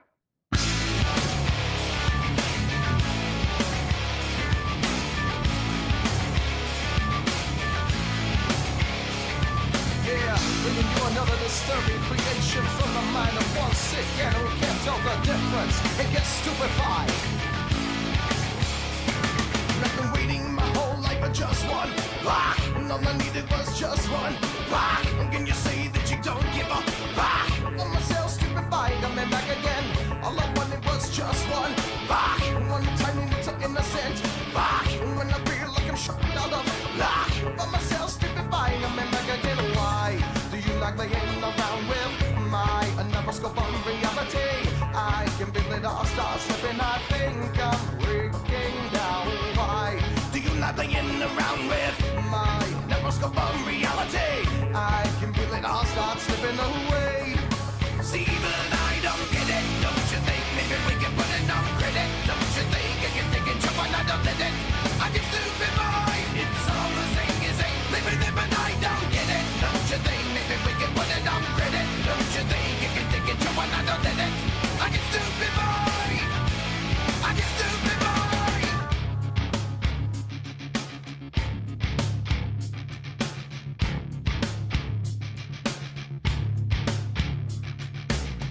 All the people in the left wing, rock, and all the people in the right wing, rock, and all the people in the underground, rock. By myself, stupefied, coming back again. All the people in the high rise, rock, and all the people in the projects, rock, and all the heads in the body, oh, rock. By myself, stupefied, coming back again. Why do you like laying around with my neuroscope of reality? I can feel it all start slipping. I think I'm breaking down. Why do you like laying around with my neuroscope of reality? I can feel it all start slipping away. See, but I don't get it. Don't you think maybe we can put it on credit? Don't you think you can take it, jump on, I don't let it. I get stupid mind. It's all the same as ain't living it, but I don't get it. Don't you think maybe we can put it on credit? Don't you think you can take it, jump on, I don't let it. I get stupid mind. I get stupid mind.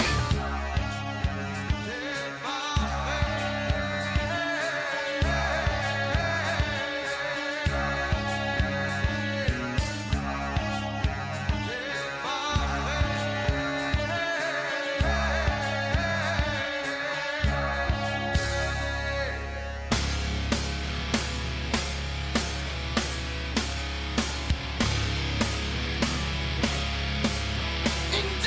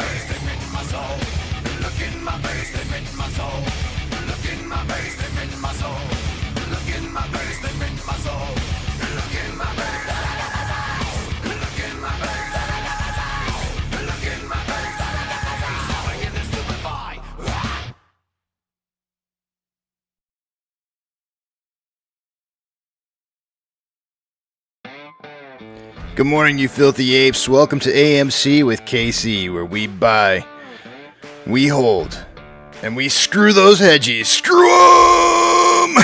That's right. This is where we like to fling poo and eat crowns for breakfast. Rock strong. All right, well, I don't really like talking about other stocks. You know, that's kind of the case. But NVIDIA is a little bit of a different story here. It is probably one of the final stilts holding up the house, or the body of the flamingo leg that's left standing. And they do their report, their earnings report in the after hours today. And so what is the market response going to be to that movement? Is the market potentially throwing signals in advance, letting us know which way it's going to be moving? I know AMC is getting a little bit of a price bump here, but let's take a look real quickly, if we can, at the SPY and see what kind of signals are happening right now at a 1 hour time interval. I'm going to take you guys over to the chart here. We're going to put up the Ichimoto cloud on here, and we're going to see that lagging line is below price line, conversions below base, and price has dropped down through a green cloud as of yesterday in the market trading hours, in the move that it had yesterday downwards. You can see that it printed a TD9 on the way down here, and but a red cloud forming very, very soon thereafter. It's a very small green 2-day green cloud that showed up here, and we've already had 2 days worth of momentum. Price went downward, so we may see a reversal here. The question is that going to show up in some of our indicators? We already have Vortex indicator reporting a crossover, more buying pressure than selling pressure. RSI is a little bit low, meaning it still does have some room to move down, but it is on the low side. It's below average at 38.38 right now. Taking a look at TTM squeeze is also saying, yeah, there is a little bit of bullish momentum going on here, and we may see a reversal setting in. So most of this is kind of pointing towards perhaps a short, at least I'm going to call it a short-term recovery on AMC or on the SPY. And the reason I'm going to say short-term is because when we go to a 4-hour chart, not looking as good. Lagging line has already crossed over price line several days ago. Conversion is now touching base and getting ready to cross over, and price has moved down in yesterday's price movement into the green cloud here. It did print a TD9, which means there may be a temporary short-term rise in price as well on this, but I'm kind of thinking this is going to kind of drop through the rest of the cloud for going into maybe today, or maybe in the aftermarket hours after seeing a little bit of a reversal today. Right, and that would coincide with the earnings report coming out for NVIDIA, and guess what? The 4-hour chart is saying, yep, still more weakness, more of a sell-off to come. So if there's going to be a sell-off on that, and the market as a whole is going to be trending down, because guess what? NVIDIA is one, like I said, that last pillar, the flamingo leg that's left standing holding the body. What is the greater market going to do, and is AMC going to be inverse to that, or is it going to follow the market? That's the question, right? And I'm still seeing some downwards momentum here. Maybe not necessarily during the trading day today, but I think maybe that comes in the form of aftermarket hours, perhaps based off of NVIDIA's numbers. If we see price movement on the SPY suddenly start rising outside the cloud, and this turns back into a buy signal on the SPY, it will be pretty crazy. Everything here on this chart, everything on the indicators here, I see more selling pressure than buying pressure. RSI is at 41.5. It's still got plenty of room to move down. There's more weakness on TTM. Everything, all the indicators here are all suggesting more price movement downwards. It is, however, signaling for a bullish move to on a rebound on this, because we have falling price and falling volume day over day. That should see some kind of bullish momentum at some point when it breaks out of whatever channel it's in right now in this downwards trend, which I haven't fully tried to look into to see what it is, but that's not the point. The point is that that everything's pointing towards some more negative momentum and pressure on a long-term scale for the SPY. And I think perhaps that comes in the form of aftermarket hour trading today. So we'll watch it. It's gonna be an interesting thing to see happen. As it stands for AMC right now, we're doing pretty decent, and getting a little bit of a move to the upside here. We are still underneath yesterday's closing price by just a penny, as it stands right this second. But it is that's where we're at right now. Let me head back over to the back of the Big Tramp. Hunter likes the new buy and hold version that's got the pause in the middle of the song there. He likes the dramatic pause, apparently. Here he is. Yep. So anyhow, like I was saying, if you call Child Protective Services, Uh-oh. and you let them know that you're being abused. Hey, KC. He's we're back. We're he's live, an people. adult Good to see you. now. He can't call CPS. Whatever could you mean? Whatever could you be talking? What could you possibly mean? Oh man, are you okay, Hunter? He's not over here in my house, so somebody else is abusing him. If that's the case. No. All good. Okay. Just making sure. You've been japed. We weren't even talking about. No, of course you weren't. Of course you weren't. I know that. Look, I told him everybody burns their kids with cigarettes when they misbehave. It's no big deal. It happens all the time. Hunter, do you know how I feel about coffee and being around you? Are you aware of that story? What? No. No, you're not aware of that? Okay, yeah. So my dad burned me with hot coffee on a beach when I was younger. I think we might have been grunion hunting or something like that in San Diego.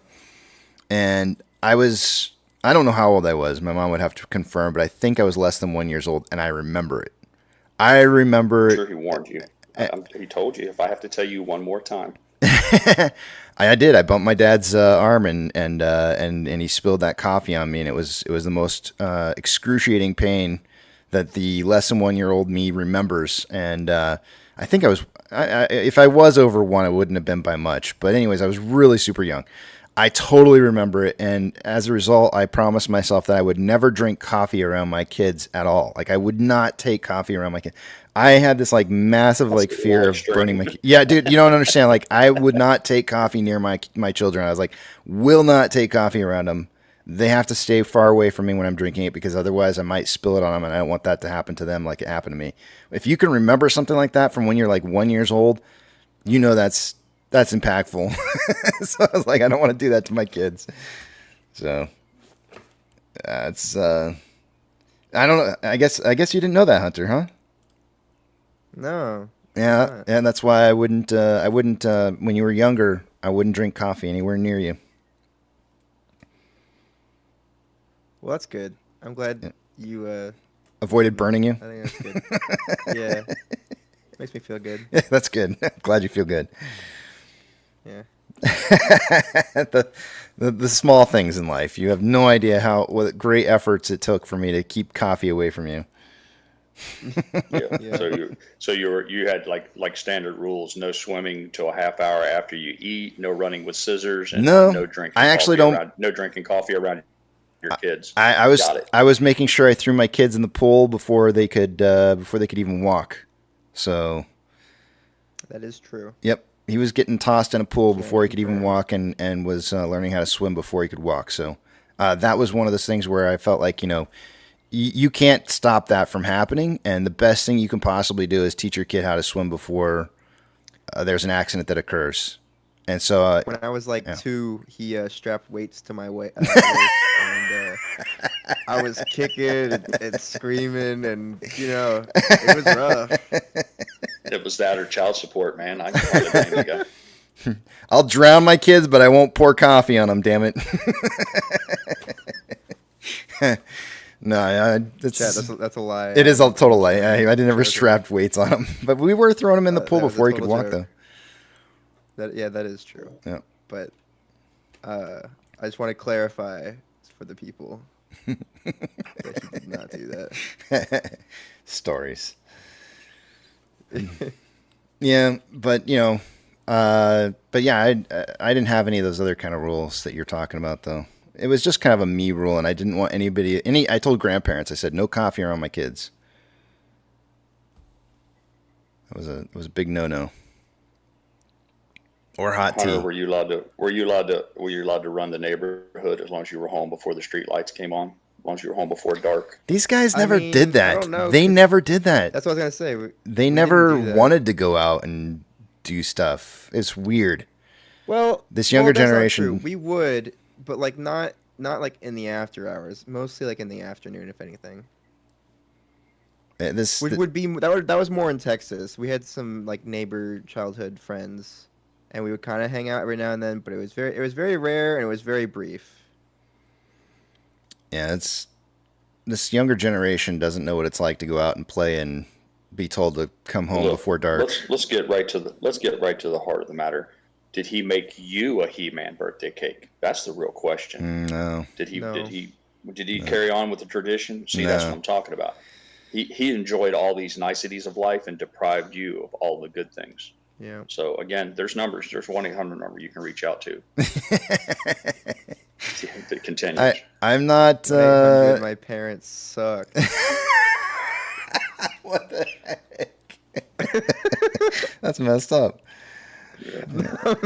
That's messed I'm joking. up. But I've never been I sit here and I'm like, yeah, I'm making sourdough right now, and it's like I've never really been a baker. In fact, Hunter, have you ever seen me grow anything besides the plants that I'm growing right now?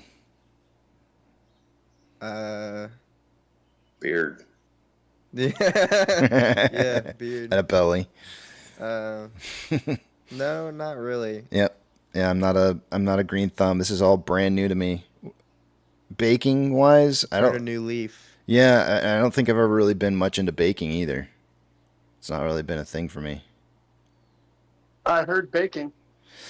Dude, that was a good loaf of bread. Comes your bread buddy. Yeah, yep. I'm making 2 loaves right now. I did 2 more loaves last night. Yeah, I got 2 sourdoughs going right now. I'll be cooking them this afternoon. I'm so envious. I'm just doing the hard wheat. Yeah, but you know what? You shouldn't be envious. It's actually a labor of love, honestly. Like the sourdough is not. It's very time consuming. Yeah, it's better than what you buy in the store, though. It is. It's time consuming, but it is nice to eat it, and What do you two guys do while it's baking? You guys knit like an Afghan or something, or? For pirate, I've never heard such bitching. Yeah. It's pure yellow. I don't know. I'm just curious. Like when it's in the oven and you're waiting for it to rise, how do you while away the hours? Do you cross stitch? Do you do needlepoint, or you guys put together a little Afghan? I'm just curious as to what you do with the rest of your time. Mrs. Pirate would see you in a whole nother light. I double as a range shooter.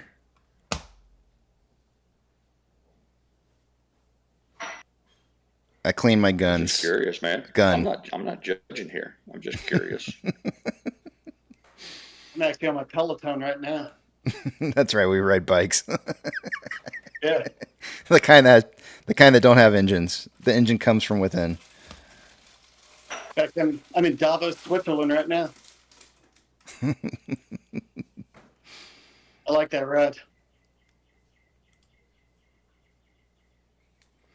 Let's see here.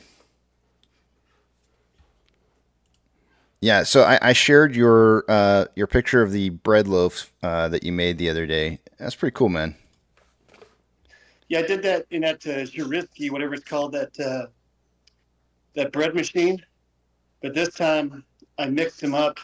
I let the machine do the kneading, and I split it in half and just put it in 2 Pyrex baking pans, and came out a lot different. Experimentation. Yeah.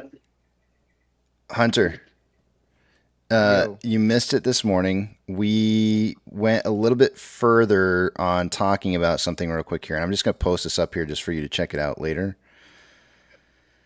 But there's a guy who I'm not sure if he developed the software or if I'm not sure where the software came from. I was under the impression that he may have developed it, but anyways, the software that he has, snitch list. Yeah, his software basically checks out to see what notes are being hit by artists in songs.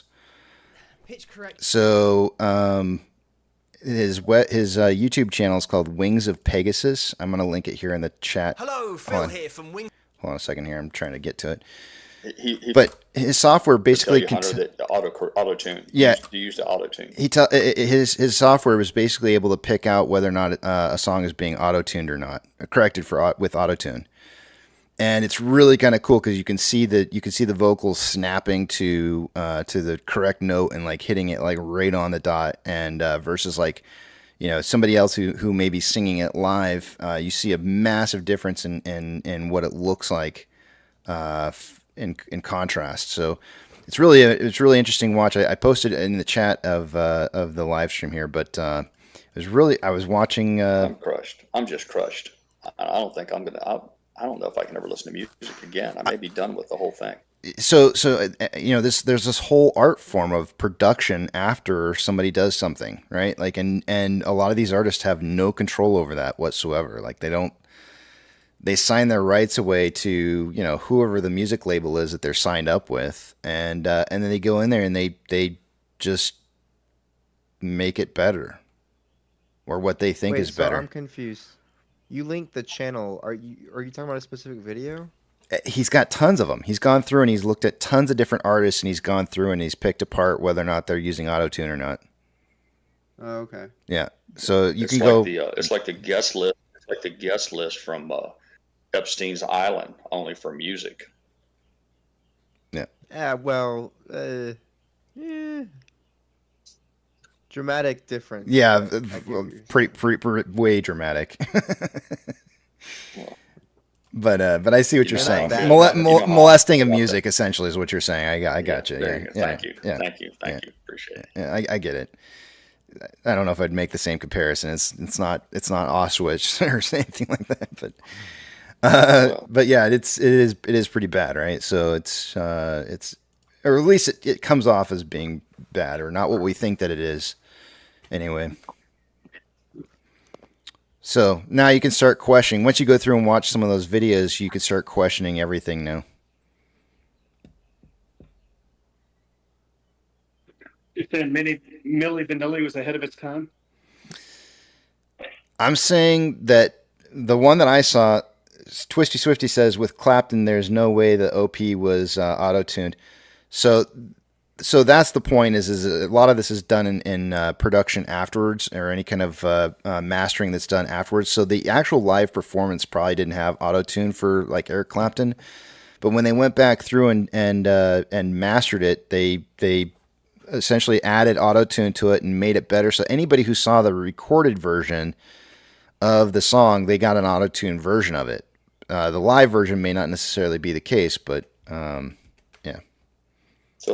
If I'm understanding you right, it could be as much as years later. Many years could have passed from the exactly. I think original recording to the time the little polish job was done. Right. And I think one of the earliest ones that I think I saw him do, he was doing some Led Zeppelin, but I think some of the earliest ones he was looking at was like 70s. So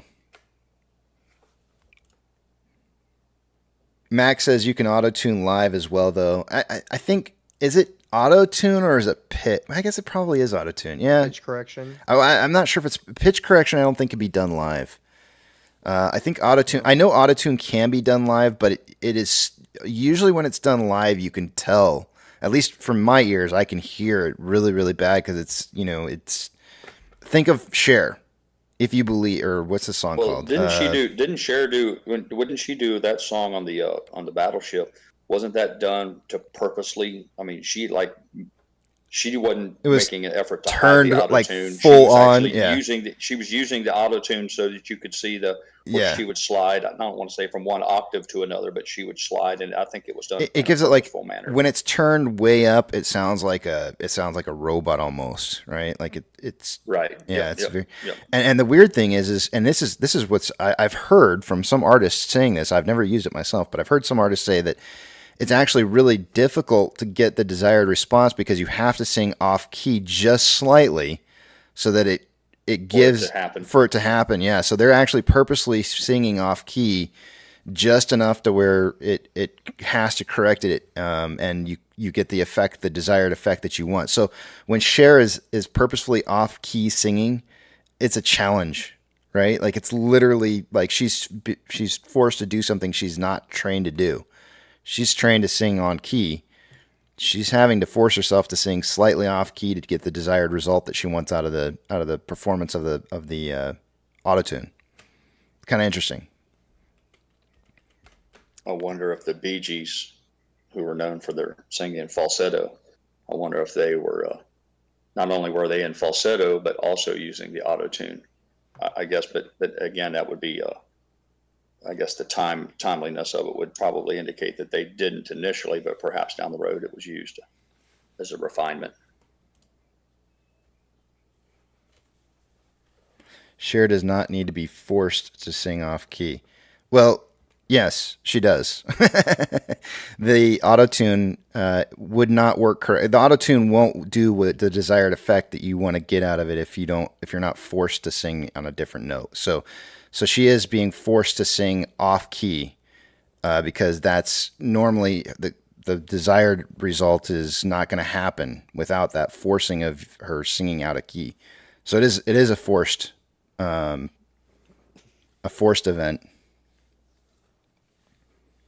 Is her song, doesn't she have a song called A Half Breed? Is that cultural appropriation? Did they cancel? Is that song no longer played because of the whole cultural appropriation thing? I have no idea. I think that was the title, Half Breed. I know she had Half Breed was a big hit song, and then I think she did one called 110 Soldier Rides Away. I might be wrong on that one, but I know she did Half Breed. Yeah, I have no idea. I'm not up to date on. It was before you were. It was before you were born, obviously. Yeah, it's probably something I don't know anything about. Let's see here. Dynamite says Cher is in Mask. I think he meant to say Cher in Mask was outstanding. I think that might have been I don't know how many movies she's been in, but that might have been the first movie I ever saw her in, and she was really good. That was a good movie. Yeah, I agree.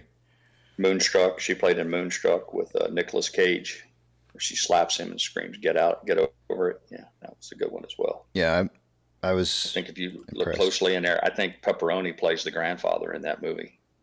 I felt like when I watched Mask, I felt like we were witnessing like a real life mom and son. Like, I mean, I felt like it was real. It felt really real. Everything felt authentic. Yeah. How a mom might really be like for a kid, you know? It was just real.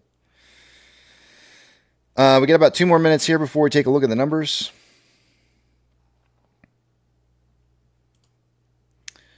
What went on with Britney Spears' voice? I don't know. Maybe he's got some Britney Spears in there, Ice Cream. You can check it out. See what you did there, Z-Wade.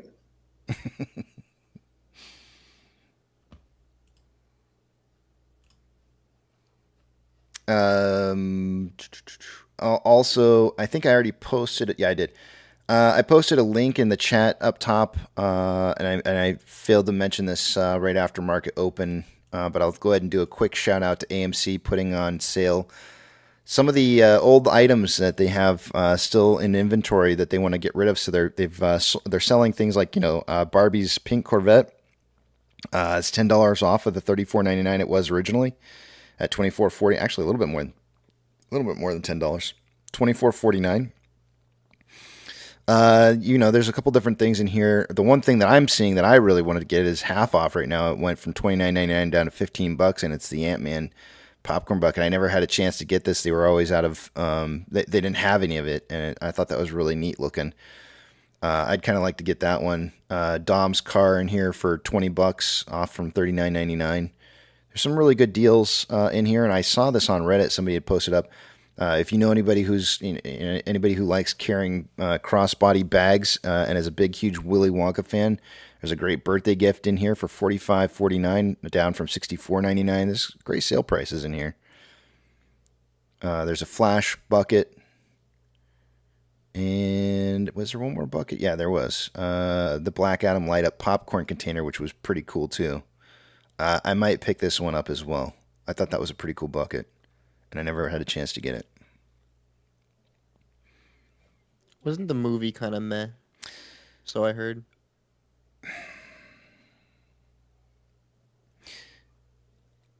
It's going back for me, so my memory's a little bit sketchy on it. But if I recall correctly, I felt like I was sitting there thinking to myself, like, he could have ended this right here. He could have ended this right here. He could have ended this right here. He could have ended, I kept thinking to myself, like, he has the opportunity to end this right here. and because essentially, you've got Marvel characters that are coming in and assuming that he's a bad guy, right? And all he had to do was just one little thing to just change their minds or do something differently or act a different way in order to just end it right there, and it didn't. And it kept pissing me off, and I was like, you could have stopped this right here. And I kept thinking in my head, like, it was frustrating. But I didn't not like the movie, though. I thought it was still decent. I'll tell you what I did like the most about it. I didn't think I'd ever see a Marvel movie that was, besides Deadpool, that would be as violent. So it had a little bit more violence than most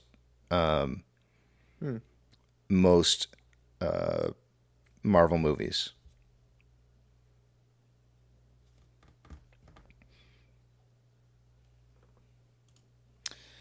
Let's see here. Numbers? How you doing today, Hunter, by the way? Good morning. I'm doing pretty good. Had a nice work night. It was good. Slow? Yeah. I mean, it's normally pretty boring, but I give myself things to do. Well, that's good. Keeping busy is not bad. All right, let me take you guys over to the other page here. And good morning, Marvin. Let's take a look and see what we got going on here. I remember I'm not going to be able to see what it is you guys are writing, so hold those personal thoughts, comments, questions, or concerns until you see the big tramp back up on the screen again. Let's take a look at what we got going on. Price prediction tally points. Everybody got a point yesterday. A lot of us were predicting the market was going to head down, or AMC, not necessarily the market, but, well, I think a lot of us would have assumed the market as well, but we were predicting AMC to go down a little bit further than what it actually did. Nobody got any extra bonus points, but I think a lot of us stuck. There's only one of us that didn't stick with our price prediction here, and I think a lot of us are kind of figuring that the remaining portion of that downwards momentum is probably going to occur today. So we'll see if that ends up panning out or not for us, but that's what we're kind of looking at for the day. Price predictions. Remember, these are just not financial advice, just four apes trying to figure out what we think price is going to be by the end of the day. I've got the low end of the totem pole from 394 to 494. Apex has 4 to 5. Twisty has 407 to 507, and TB has 429 to 529. TB is the only outlier here that would be eligible for an additional bonus point for the day today. Taking a look at short exempt volume. Yesterday we only traded like 9.2 million shares. Very, very, very low volume. So that ends up putting us, in fact, it lowered our average 3-month volume quite a bit to 16.78 million shares. Short exempt volume ended up as a result being super low, 75.5 thousand shares. Utilization was dropped almost 1% to 49.26%, and day-over-day price increase was a decrease yesterday to 3.52%. Max pain for the day today is at $4.50. There was no change to that. Off exchange, by this time of the day, I would expect to see about 44% going through off exchange, and EDGX to be somewhere between 10 and 11%. Off exchange currently is at 43.49, which is almost right where it's supposed to be, and EDGX is 8.84, which is a little bit on the low side, giving us about 1.67% less volume going through those exchanges than I would expect there to be normally. CHX, and that could be partially why we were seeing price moving up as fast as we were this morning. And then CHX volume is at 100 shares. Nothing unusual going on there. CHX volume for GMEs coming in at 100 shares as well. Also nothing unusual. IBKR is reporting borrowing fees at around 1.29%, which is actually jumping up from 0.68. It's doubling the borrowing fees right now. 50,000 shares or 200,000 shares were borrowed earlier this morning when we checked the numbers last, and it looks like they did return 50,000 shares of that 200 and then borrowed those, returned them, and then borrowed them again. So we're in total now looking at 300,000 shares borrowed so far this morning. Yesterday it was 400,000 shares, so we're just about 100,000 shares less than what it was yesterday. Moving on, institutional ownership showing up this morning is the same as what it was yesterday at 76.064 million shares. I just refreshed it and still showing the same value, no change. Taking a look at options, highest amount of call volume yesterday was at a $5.50 strike for calls, and on puts was $4.50 strike.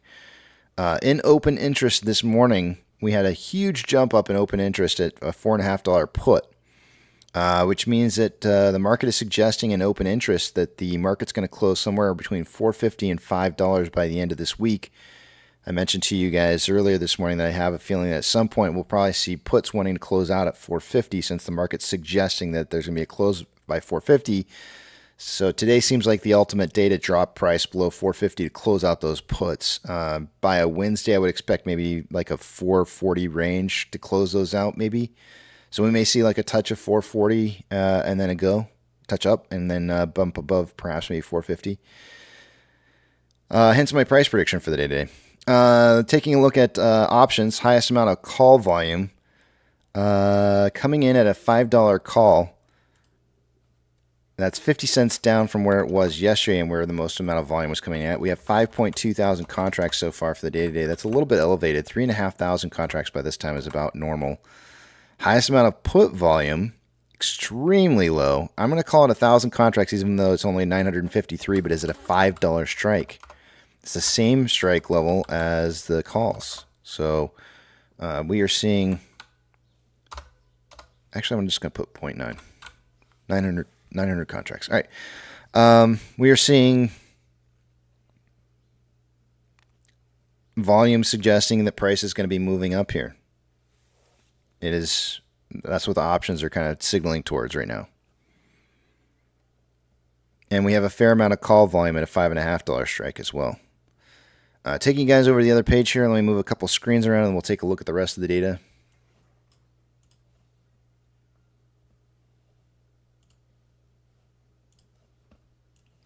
Starting with Ortex.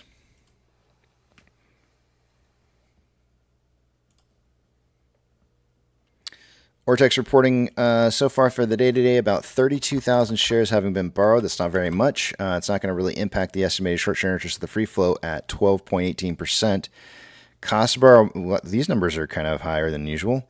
Cost to borrow min, max, and average are all the same, which means that there's only been one borrow for the day today, but it's at the min is at 2.72, average is 2.72, and max is 2.72. They're all the same.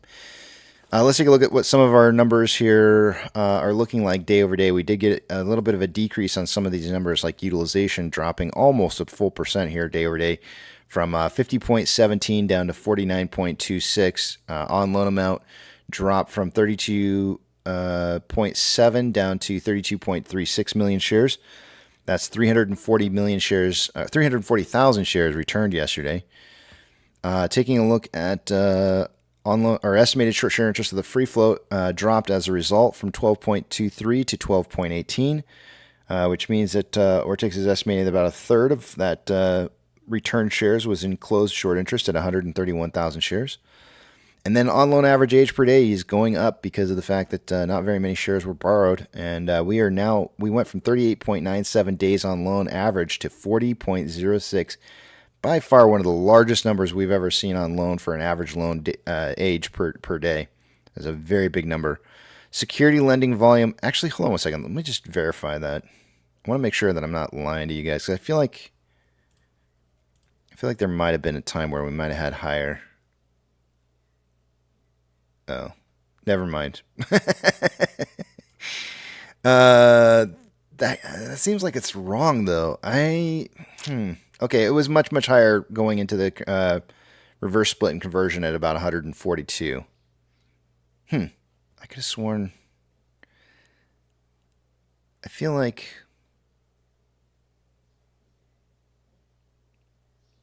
I'm going to go back in the live stream and see in July if that's really the case, because I don't remember it being that high, but maybe it was. Okay, well, it's a new high since the reverse split and conversion. How's that? And it's been doing nothing but trending upwards for the most part. Security lending volume day over day dropped from 1.3 million to 1.13 million.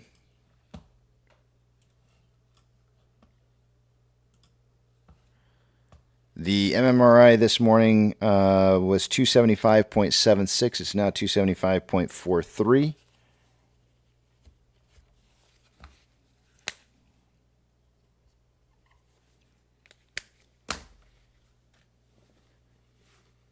The spread between the 2-year, 10-year yield this morning was 0.325.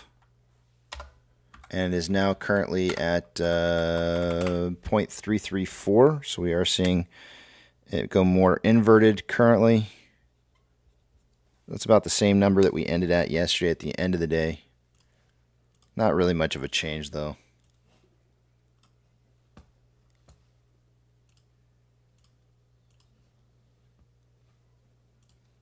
NASDAQ is down 0.42, Dow Jones is down 0.1, and the S&P 500 is down 0.15. We have 3,082 decliners to 2,066 advancers. The market's more declining than advancing currently, but it's not on fire right now. Not yet. It's close.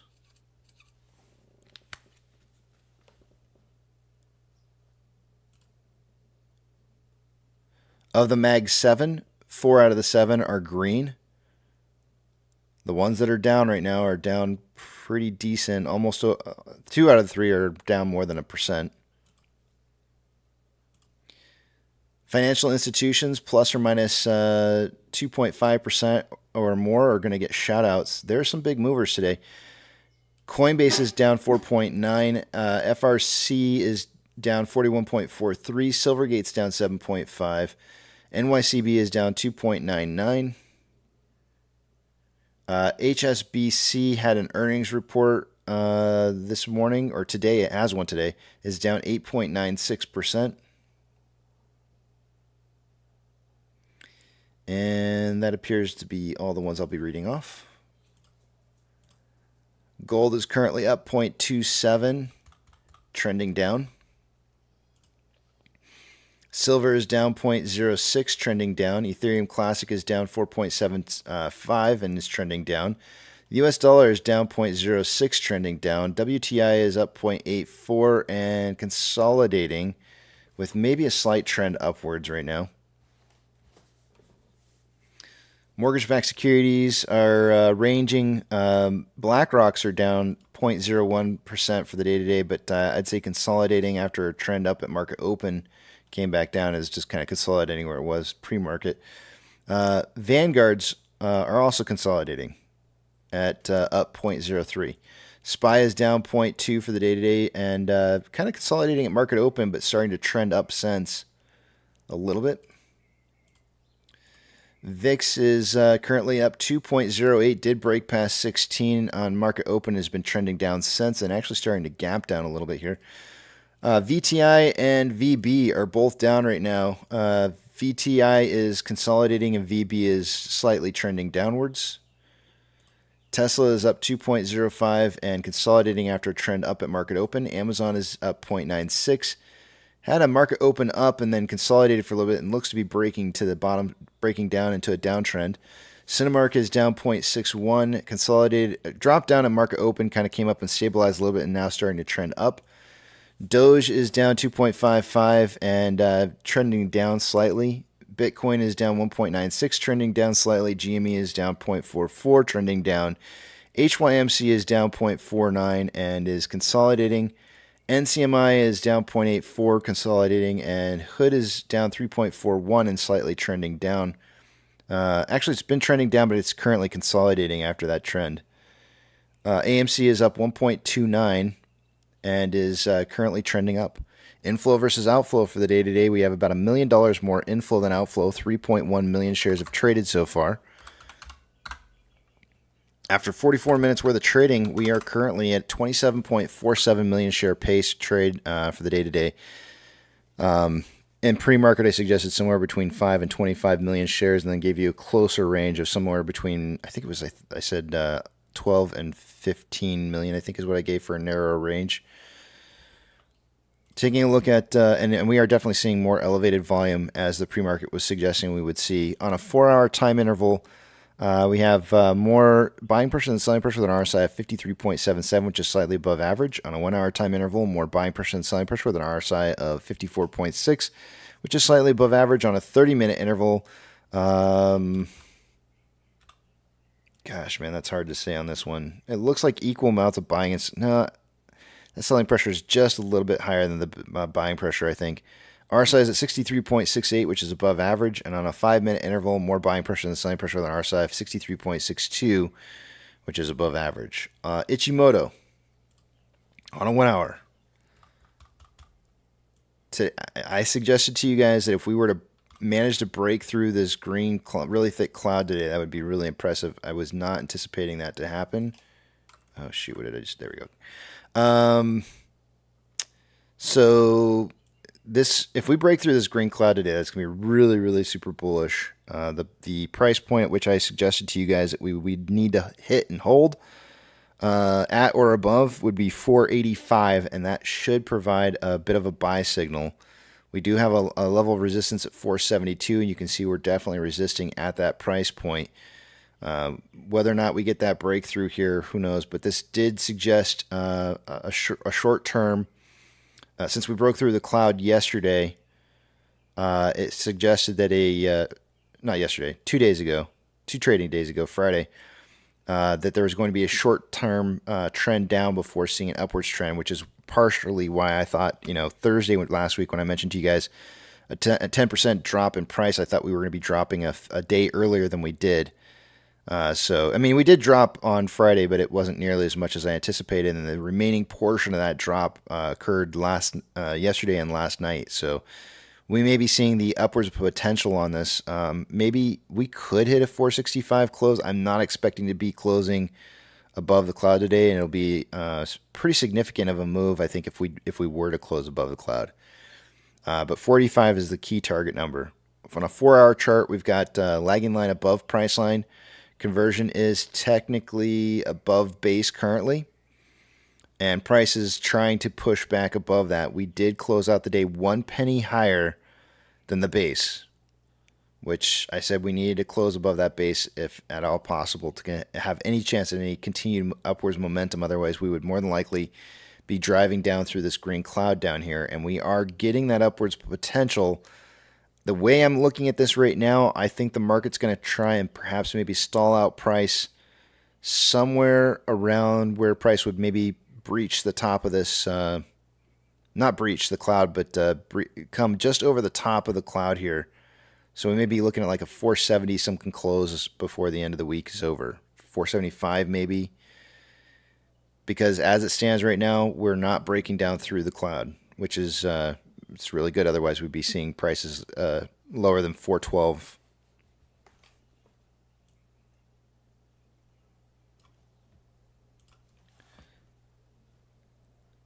I did not give you guys a value on this one. What do we need to see for a buy signal for the day-to-day on this? Keeping the lagging line above price line is going to be crucial. Going into tomorrow, that's going to have us closing at about 487, so I would say 490. It's 485 on the 1 hour. I would say 490 on the 4 hour, so those numbers are really darn close. Somewhere in that range closed today would be absolutely crucial for seeing more buying potential going into tomorrow. And with that, I will yield the rest of my time to the back of the big tramp.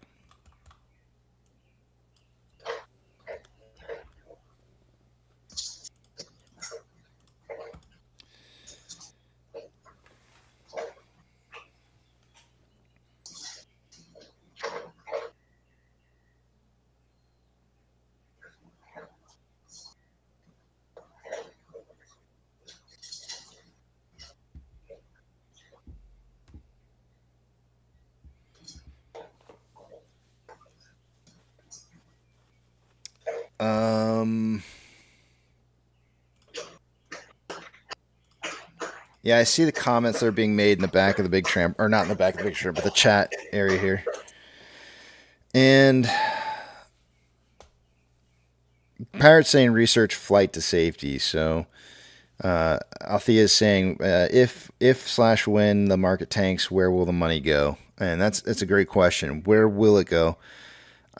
Historically speaking, commodities is probably one of the safest places to go when you have a major recession kicking in. Bitcoin or cryptocurrencies in general are kind of an interesting topic because they're different than anything that we've really kind of seen, I would suggest, since a major recession in the past.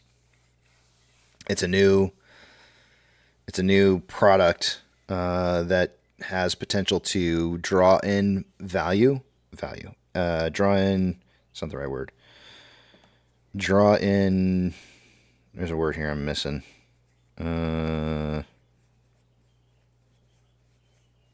Attract investments. I don't know. I can't come up with the word right now. You know what I'm saying? It's going to attract money. And so the question really becomes is it stable? Is it stable enough to be able to afford financial institutions to take risks with putting their money there? And I don't know. Cash is a position as well, wouldn't you agree, Casey? I mean, for the short term, I understand the whole concept of inflation and the erosion, but for a short period of time, being all in cash can be a position. I think the market would be more willing to invest in like in bonds or sure some kind of something that's going to yield some kind of return long term, like something safe, right? Like a sure dividend bet, royalty. Yeah, something really safe that's gonna yield returns over, because the recession's gonna. I mean, once you move into like a full blown recession, you're playing the long game at that point, where you're looking for some kind of returns over time. No matter, like, you can just bank on it, like it's gonna happen, right? So that's some of the money will probably drive to foreign markets, I would imagine, where there might be growing markets, potentially, because I would imagine that in a full recession in the U.S., you're going to see those other markets crashing with the United States markets, and might be some of the places that might recover the quickest. Maybe, I'm kind of guessing. One of the big areas where I think you see recoveries first, though, is energy. It always has been, and I can't imagine that it won't be this time as well. So that'd be something to be watching out for too, as well. Because what leads to what not leads to what is I guess I could say that. What does a recession lead to? And I hate to say this, but historically speaking, time and again, it always does the same thing. What does a recession lead to? War. Yeah. And if you know that, if smart money knows that, because you know it, then what does that mean that they start investing in?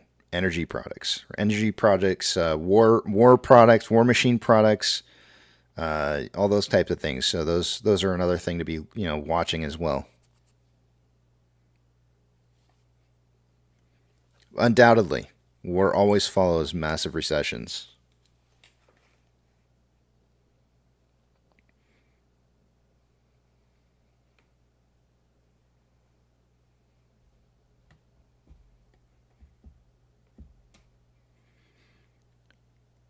DM says movies and war. Talk about, I think, I hate to say this, but movie theaters have historically been used as a form of propaganda. Movies in general, like not movie theaters, because movie theaters are just simply a distribution for people to see, but movies in general have been used to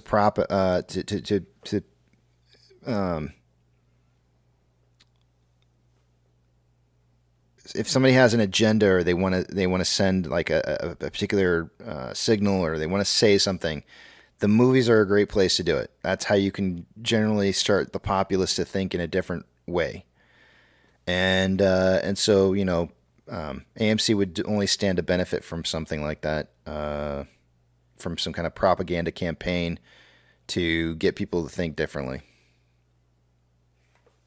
There was a time when the sin stocks were considered, it was a bullish move during recessions and bad times.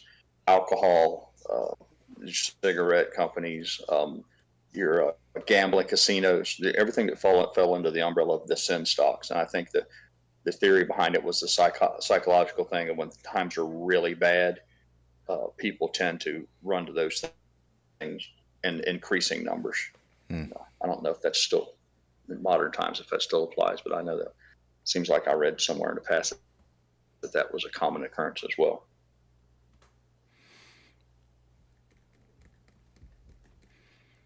I'm trying to think.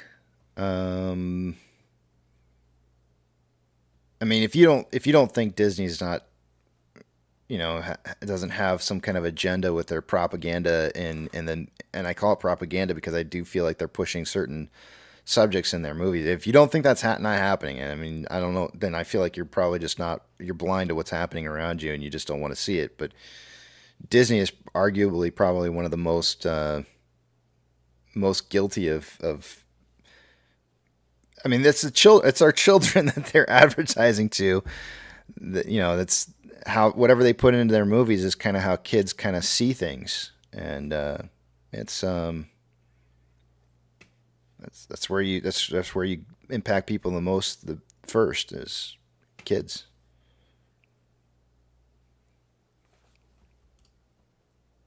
I'm trying to think of a movie though that would be a subtle form of propaganda. I mean, Civil War's coming out. I don't know. I feel like there are some movies lately that are kind of pointing in certain directions to kind of suggestively in a very subtle kind of way of saying certain things to the populace. And we have Civil War coming out, and when does that come out? Next month? I think it comes out next month.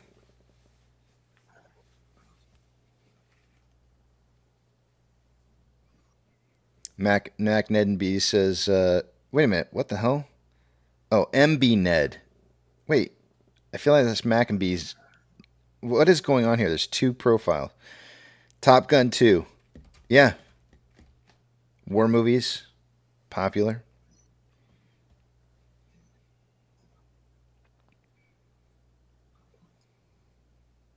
You can look up the data on this. You don't have to take my word for it, but every time a real big military movie comes out that's a big hit, they see a huge bump in the enlistment in that particular service.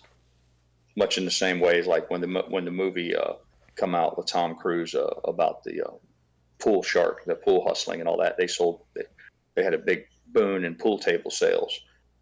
Movies do move markets, and when Top Gun first come out, they saw a giant bump in enlistment in the Air Force, and you see it in all branches of the military, depending upon which branch is depicted, and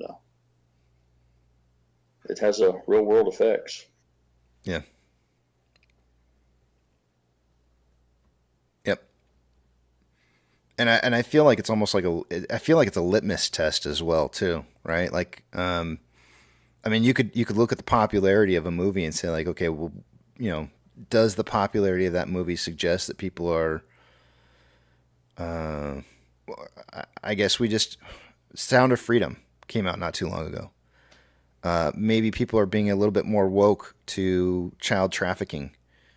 And so when a movie like that comes out and then it gets so much support from the general populace, that could be a litmus test being sent out by,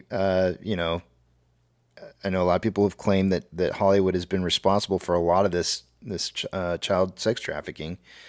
Maybe they're trying to see if I know it sounds really weird, but maybe they're looking at that and going like, ooh, yeah, maybe we need to get this under, we need to rein this in a little bit here because obviously people are becoming aware of what's going on around.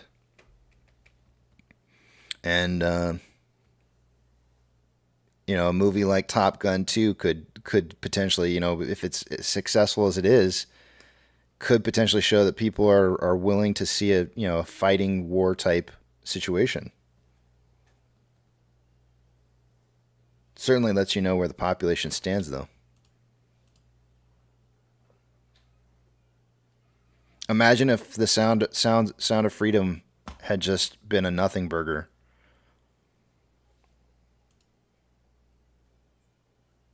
Well, I don't think anyone would argue that there is an attempt by some out there to normalize it. Oh yeah, normalizing to it. normalize all Yes. this. I'm gonna say this without passing judgment. To normalize what would previously be considered abhorrent behavior. There was a time where homosexuality was frowned upon, and then now it's accepted. There was a time where beating your wife or making her submissive. There was a time where women didn't enjoy equal rights, and now we've seen some of these religions are trying to bring that back. So some facets, some cultures want to go back to a place where that it's okay to physically abuse women. So I see in many examples of things being normalized that in the past were considered taboo. And I think this whole concept of child sexuality, sex with young children is the last big hurdle for them. They've just about made everything else more or less acceptable. Even if people find it distasteful or repugnant, they have been taught that, well, that's just the way it is. You have to live with it, or else you're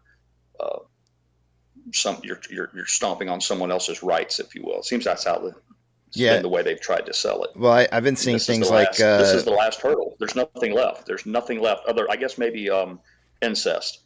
I guess the only thing that would be left would be sex with children within your own family. That would be the final. After that, there's nothing left other than maybe murder. You could say, say that it's okay to murder. These are touchy topics. Yeah. So, but yeah, I'll put it in reverse, man. I'll pull back on that a little bit. But it is crazy though. I mean, I'm seeing a lot of really weird stuff happening, and yeah, I agree with you. I feel like they're trying to normalize it. They're trying to say like, oh, it's just people. It's they can't control their feelings. That's the one that drives me nuts. Like it's like. They can't control their feelings, so we just have to accept that it's okay. No.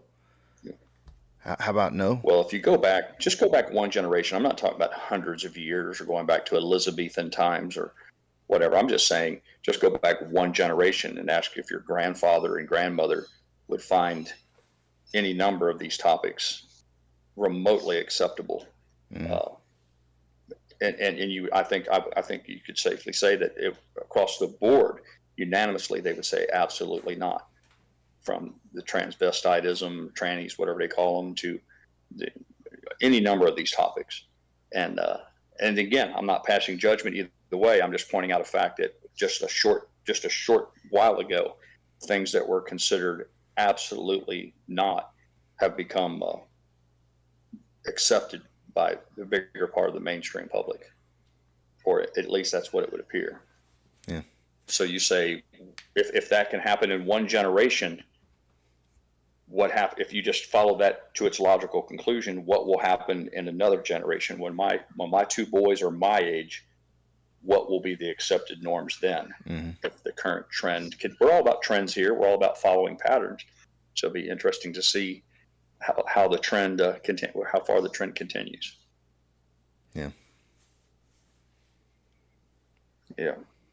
I don't like this either. We need to go back to talking about fart jokes or butt drugs or something. This is no fun. The sad part about it is that it's the unwillingness to want to talk about some of these issues that makes it.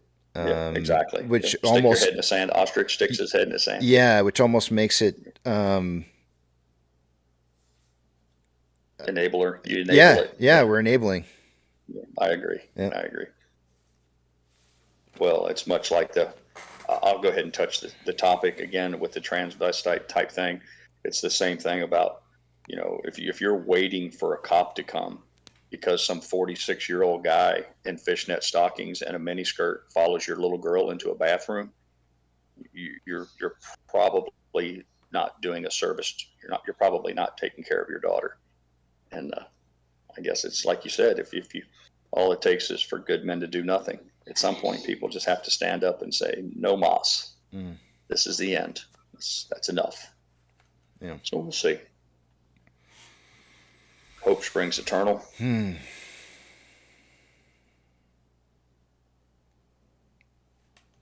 Fart jokes. Good morning, Hunter. How's it going, man? Morning. Yeah, he's like, man, it's he rough. got off work. He got off work. He's like, I gave up sleep for this, man. I was telling him earlier how much we I'm enjoy hell having diving right him now. along, and I'm like, man, it's so cool having you here. We have so much more fun when you're around. And he's like, Jesus, listen to this shit. Hunter's over here saying, I'm hell diving. Yeah, I'm gaming right now. I'm on the grind. Good for you, man. Yeah. Yeah. You know, yeah, those games, they'll keep you busy and not focused on some of the hot topics. Well, no, distractions. I normally have something in the background when I'm doing something. So you guys are basically just like my podcast. Yeah. Well, it's your noise. Yeah. Yeah, I feel like you guys that I can interact with. Which is fun. You guys have like this interesting thing where you guys have to have like multiple media sources like impacting you all at the same time because you guys are like multitasking multiple things. It's kind of it's cool that you guys have that ability to be able to do that. Me, I'm more of I got to focus on one thing and that's it. So yeah, I can't play. I have like Spotify music going on. Preacher falls into that cohort as well. I can hear Preacher tapping away, and it's frequently I ask him, "What's that sound?" He's like, "Oh, I'm gaming." Yeah. So he'll be with us for literally hours on end, and he'll be playing games the whole time. So I cannot hold the conversation while I'm gaming. I just can't do it. There's no way. My brain doesn't work like that. I'm not holding a conversation. I lose my train of thought if I have to fart real bad.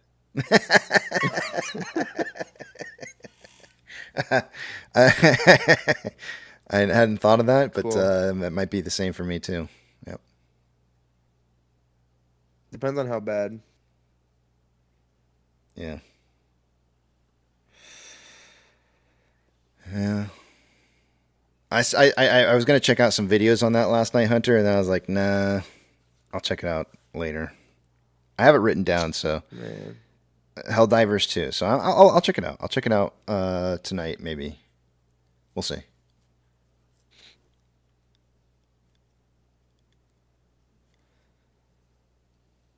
It's fun.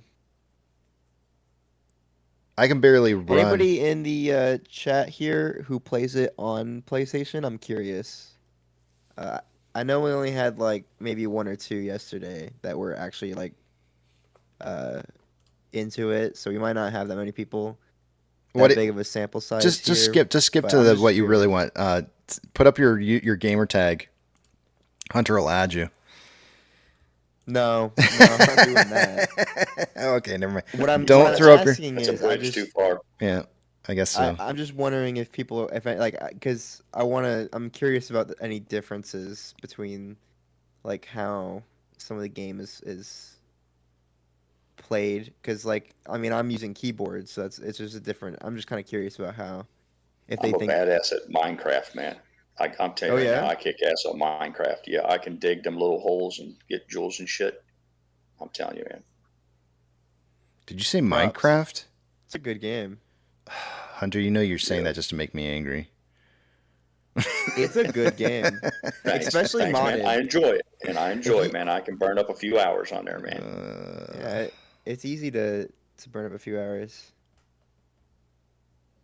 Hunter knows that I feel like Minecraft ruined gaming. What I know is gaming. Surprise, surprise. You're a gaming elitist. Yeah. Who would have ever guessed? Yeah. Why? Elitist. No, it's just that I don't believe in going backwards. Don't say no, it's true. I don't believe in going backwards in technology. Minecraft is not going backwards. It is this is the debate. This is the debate we have. This is the debate we have. You know what goes backwards is Call of Duty. It's not art. When they it's not art when you just exact when you program 8-bit or 60. Call of Duty is not art. It is if it's getting better. But it's not. That's the problem. I know, but that's because of Minecraft. The most recent one, they had no campaign. That's because of Minecraft. It is not because of Minecraft. The money says we can sell crap and people will buy it just as much as if we make something beautiful. But Minecraft isn't considered crap. That's the thing. All right. Well, I don't want to have this debate now. It's so frustrating. We can go back to talking about pedophiles and no. Those are your choices, man. It's just so upsetting. How how Minecraft destroyed the gaming industry, or predators after children. Those are your choices for the day. Yeah. That's so far on the spectrum here. It's not even funny.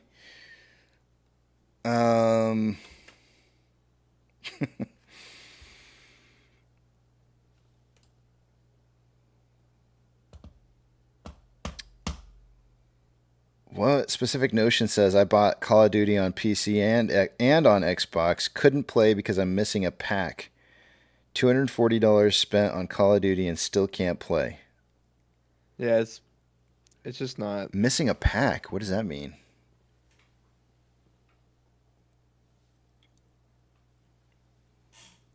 What does that mean, Hunter? I know that with my children, I used to chastise my children for playing too many video games, not going out in the woods and quote unquote, go play Army. And they said it's not the same. And I agreed that it wasn't the same once I saw the games that they were playing.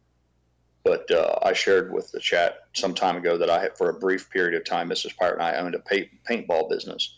And I can tell you that the kids who came out and engaged in the paintball, they found it far superior to playing the first-person shooter games, because getting stung in the back or the leg or the ass with a paintball added an element to it that you don't get through a video game.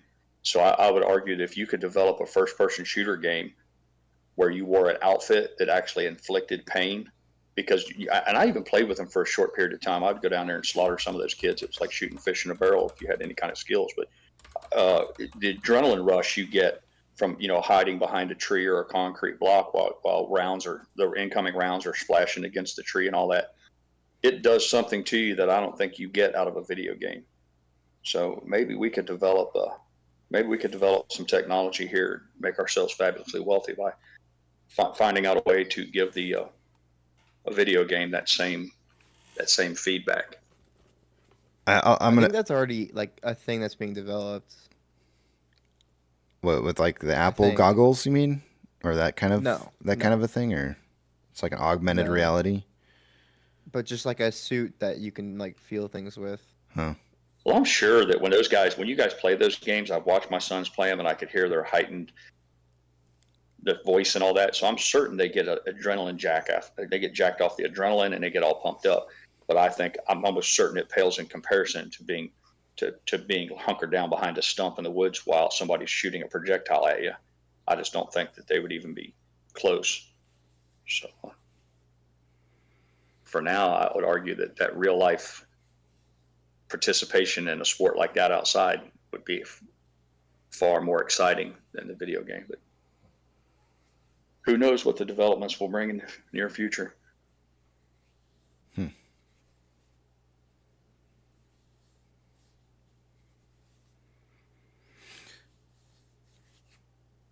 I remember one specific time you made me have a flashback. I remember one specific time that I played paintball, and I had, right at the beginning of the game, I advanced far forward enough to where a lot of the opposing team didn't see that I had gotten to a certain hunker down spot that I had found. And so a lot of the guys were crossing a certain point in the field, and they were directly in my line of sight, and I was basically able to shoot them in their backs as they were running by. And their team had no idea where it was coming from, and then I heard behind me somebody come crashing down into the area where I was hiding, but on the opposite side of the I think there were tires or something like that. And so I jumped up, went around the corner, and pulled the trigger on the gun the rental piece of crap gun that I had, and it did the whole, like how it's when it's running out of the tantamount to having a slide lock in the rear position. Oh my gosh, the word! And I knew, and I just it was that moment of like, oh, you got to be kidding me! Yeah, he just popped me twice real quick right there at point blank, and I had the draw on him and everything. Many games. It was terrible. It was the worst thing. Capture the flag and all that kind of stuff, but we found that everybody wants to be the shooter. Nobody wants to be the shootee. And oftentimes we bought all these giant concrete. They didn't pass quality control from a concrete manufacturer for giant sewer pipes and things. And we used a piece of heavy equipment to scatter them throughout the woods. So we had, as opposed to using wooden things that would rot like pallets to hide behind. but guys would get down inside of those concrete culvert pipes and stuff, and they would hunker down. They wouldn't come out. So we instituted a new rule. It was kind of an honor system that every 15 minutes or so, I would blow an air horn. And now upon that air horn going off, you were honor bound to move your position. No matter where you were, no matter what your position, you had to flee. And that way we stir up the hornet's nest periodically. But cool. I just know that compared to playing the video game, where again it's first person shooter, I think you guys call it, I would argue that it was far more exciting for those young kids to actually be shooting at each other. Yeah. Yeah, I've never had that same experience or feeling playing a video game as I did trying to unload on a guy as I was turning the corner and my gun not working. That really sounded bad the way I just said that. but yeah, it was one hell of an experience. I mean, if the closest thing you want to get to it right now is definitely VR. You can get pretty worked up playing VR. We had a section of the woods that was predominantly cedar trees, which Christmas tree type of tree, and they were really low growing to the ground, and it looked like a Christmas tree farm. So unless you lay down flat on the ground and look and could see boots, it was hard to see people, and they could get really close. And we initiated a game called Last Man Standing, where there was no teams. You just put 20 people inside of that 1 acre plot of trees, and the last man to come out was the winner. And that was always a big hit from those guys. No friends, every man for himself. There's 2 times that I think that I ever regret. One of them was paintball, me and Hunter. I think wasn't it me and you and Hunter? Or was it Bradley? What, you shot me in the face? Yeah. You mean when you shot me in the face, Dad? Yeah, that. Well, so hold on. Let's rephrase this. It wasn't an attempt to try and shoot him in the face. He just peeked around the corner when I shot at it, and and it got him right smack dab like where the mask meets the tip of your head, forehead. So it was like so much for no headshots, right? Right. So, but more or less, I knew he was there behind the wall, and I was trying to put cover on the area by hitting the wall. So I was tagging the wall repeatedly over and over and over to allow other players to come in to be able to take the base that he was in. And I think he was the last man standing. And yeah, I think so too. Yeah, and he so I was just putting cover on it so that somebody else could come flank and one of my shots missed the wall, and it just so happened to be when Hunter was going to poke his head around to see if he could get a shot on me, and nice. Yeah, I nailed him, and that was luckily not the last time that he ever went paintballing, but I thought for sure he wasn't ever going to want to do it again. He did not like that. We had another little issue along with the good giant concrete culverts. I mean, some of these things were as big as like a minivan. You could get 5 or 6 guys to hide in them, but guys would hide in those and refuse to come out, and then they would use it as a sniper, a murder hole to shoot other people who were moving about. And Mrs. Pirate had built a little snack bar there to sell snacks and drinks, and we would refill paint guns and sell balls. But she called up the distributor where we bought all the rental guns from, and he said, I got just what you guys need.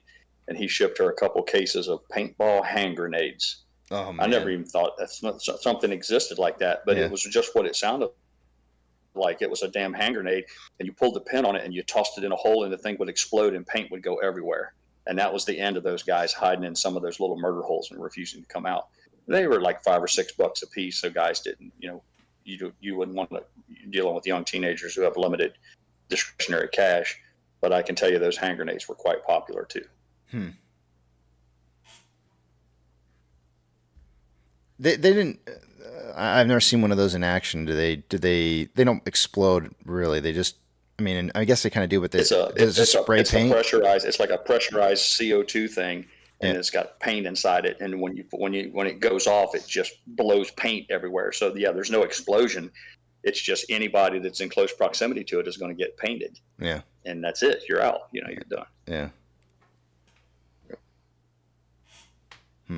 That would have been preferable. We failed. It was one of the few businesses that we didn't lose our ass on it, but it was a failure because I didn't dedicate enough time to developing it. But I did do some research on it. There are some huge paintball parks throughout the country.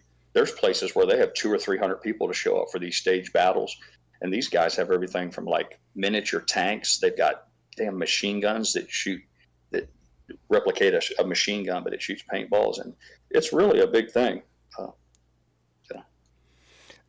I think now they have this thing called airsoft. They shoot these little tiny pellets. They look like a plastic BB. Yeah. And I think they have a longer range. They're more accurate, and they're cheaper, and you don't end up with paint everywhere. And I think that's become the new thing. The only problem is they need to make those little balls biodegradable. I don't know if they are or not, but something that like ours were. Yeah, ours were. Yeah. Dissolves from water. Because we had cattle, we had cattle and all that stuff, and farm, and I was one of the first things I made sure that it was all biodegradable. Yeah. Shoot, there was something I was going to say.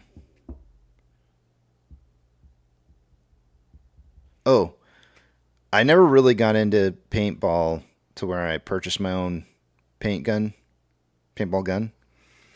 Right. And I feel like in this day and age, like whenever you go to one of these paintball fields, you can buy that, you can rent a gun, but they're nowhere near the quality of some of the guns that some of these guys have on the field these days. No. Yeah, you're going to be. It's like anything, guys who take it serious, they're going to have superior quality. They're going to have superior equipment. It almost makes it not worth playing, honestly. Like I just don't. I enjoy playing if I'm playing with people who have equipment that's equivalent of what it is that I have. But playing against these guys that have these like long barrels that can snipe you from the other side of the field, and you can't even shoot probably more than like 20, 30 yards without seeing your ball curve off like 10 yards to the side. we did a lot of stuff like baseball teams, high school football teams, church youth groups, and they were almost solely rentals. We had an entire set of rental guns, and you'd be lucky if there was a church bus full of people if one kid brought his own gun, and if he did, it was something real similar to what the rental guns had. But yeah, you're right. Some of those guys that go into it real deep, they upgrade and gives them an added advantage. I don't like that. It's really frustrating. And it doesn't matter if they split the team. Like, and a lot of the times the refs will try to split the teams up so that there's an even amount of good guns on each side. But it really doesn't make any difference. Like, it's going to come down to like the last few guys remaining on the field are going to be the guys with the good guns, because they're just basically picking. It's a matter of attrition. How many guys can they pick off on the other guy's team before the other guy does? And so you're just cannon fodder at that point. You're running around trying to distract people from hitting your good team members that have the good guns, and you're just cannon fodder. And you're lucky. You're lucky if you get to take out a person or two before you're taken out. I don't know. When the adults would play, we'd get a belly full of beer, and we would challenge each other to duels. They'd stand out in the parking lot in front of my barn, my tractor barn, and it was really fun to watch, man. We'd all gather around, and you watch two guys like an old-fashioned duel. They'd stand back to back and step off 10 paces and turn and fire, and that was always pretty funny to watch. Huh. Good for creating a lot of welts. Oh yeah, black and blue welts. They make biodegradable. I remember the airsoft worst person to get shot was in the hand. If you got shot in the fingers or the knuckles, that was the worst. I could take a shot to my fat ass or my back, but man, if you caught a round in your hand, whew. I always wear gloves. Yeah, helps a little bit. Yeah. Gloves. You want to dress well, even if it's in the summertime and you're hot. You want to wear thick sweatshirts and all that kind of stuff. I seen a guy show up one time to play in shorts, and I thought, you really don't know what you're doing here, dude. In shorts? Yeah. Who told him? Who told him? He's like, just, you know how kids nobody are. Man. will. Somebody drug a buddy along. I'm sure he was a last minute invite. Nobody will see me with my pasty legs out here on the field. Nobody's fooled him on, hey, dude, at least wear some Levi's or something. Oh man, that's classic.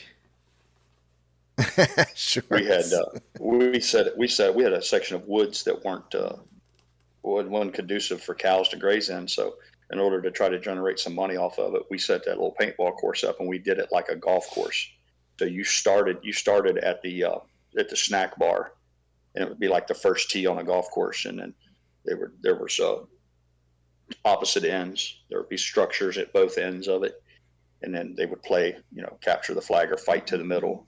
And then once they were done, instead of starting again, you moved on to the next hole, and then another group could come behind you. And that allowed me to cycle more people through without having one team on the field at the whole time. Mm. Yeah. We combined it with camping. We let them camp by the lake, and it was if you played paintball, for 2 days, the camping was free. Otherwise, we charge for the camping, similar to what Preacher does. His family has a campground as well. Yeah, it was something. It was kind of wholesome fun. We saw a lot of families that would show up. We saw a lot of people who were involved in groups. Like I said, the Boy Scouts or whatever. They already had a common social thing that they did together, and they were looking for something to do, and we'd see them come frequently. But I figured out real quick that one of the pitfalls of the business was you're dealing with children, young men and women who don't have a lot of discretionary money, but more importantly, most of them couldn't drive. I figured out that once kids learned how to drive, they weren't as interested. They had other things on their mind. So you always had to have like a soccer mom that would bring them out, or a bus driver or something. And that was one of the big problems I couldn't figure out a way to get around. But enough of that. I'm just trying to make conversation. So yeah, no. That's actually really interesting. I never thought about that. I know most of the time when I go there, I feel like the more advanced players that I see there, I feel like they're old enough to drive, but maybe I'm just misaging them. Well, yeah, there is, and there's a lot of that, but it's a small population. Seems like to me the ones who enjoy right, Yeah. the older guys, Yeah. they tend to take up golf and other things. There's like that sweet spot. We even knew that kids that wanted to come out, like the little brothers wanted to go play. Even my youngest was too young to go for the longest time. We just didn't want to go down there, But that was another thing too. So there was a sweet spot to where they're just big enough to go down and not be sacrificial lambs. And then from there on up to the point to where they realized that they could date and do other things now that they had a car. You had to try to capture that market right in the middle there, and it was a challenge. Yeah, I had a friend. I shouldn't really call him a friend. I had a coworker that in Arizona that put together his own paintball field that had included a hollowed out airplane, like a small Nice, airplane, nice. and yeah. You simulate air crash and all that. Yeah. Nice. He had Well done. a bunch of different items that were on the fields, to kind of give some, make them kind of interesting or whatever. But he bought a piece of property though. Bought a fairly large piece of property in a rural part of Arizona. And, you can it's a profitable business if you're willing to dedicate yourself to it and really get after it. You can make a buck and run a family business out of it. I found that Mrs. Pirate generated more income from the snack bar than I did running the park, because if you charge them $30 to play all day, all you can play from dusk till dawn.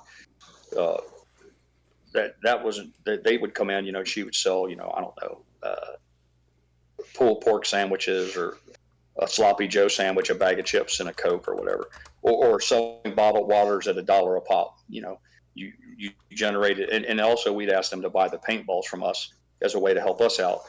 Frequently you'd have people, they'd want to go to like Dick's Sporting Goods or one of the big manufacturers, and they'd buy the cheapest paintballs they could. So one of the rules that we instituted was that if you brought your own paintballs, well, then you had to pay your course fee was a little higher. Yeah. But yeah, it can be profitable, and it's like anything. You dedicate yourself to it. I'm looking to see if I can find his. I think I found it right here. I'm looking to see if this is it. There's some big parks out there. There's parks that have they got like a little town, like a Wild West town, where they have the front of the buildings like you see a Hollywood set. They got, like you said, there's guys that go by old Huey helicopter carcasses and stage them out in the woods, and there's some big ones. Let's see. They have tournaments and battles and.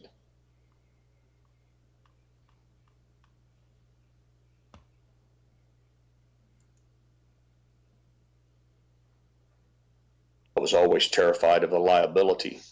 We had real strict rules. You had to have a safety. You had to have a muzzle plug in the end of your gun if you weren't, quote unquote, on the field playing. It had a red flag that hung off of it so everyone could see the gun was safe. And you had, absolutely had to have eye protection and face mask on while you were in play. But even despite of that, I was always in the back of my mind that if a child was to lose an eye or somehow or other get hurt real bad, that I was going to be on the hook for that.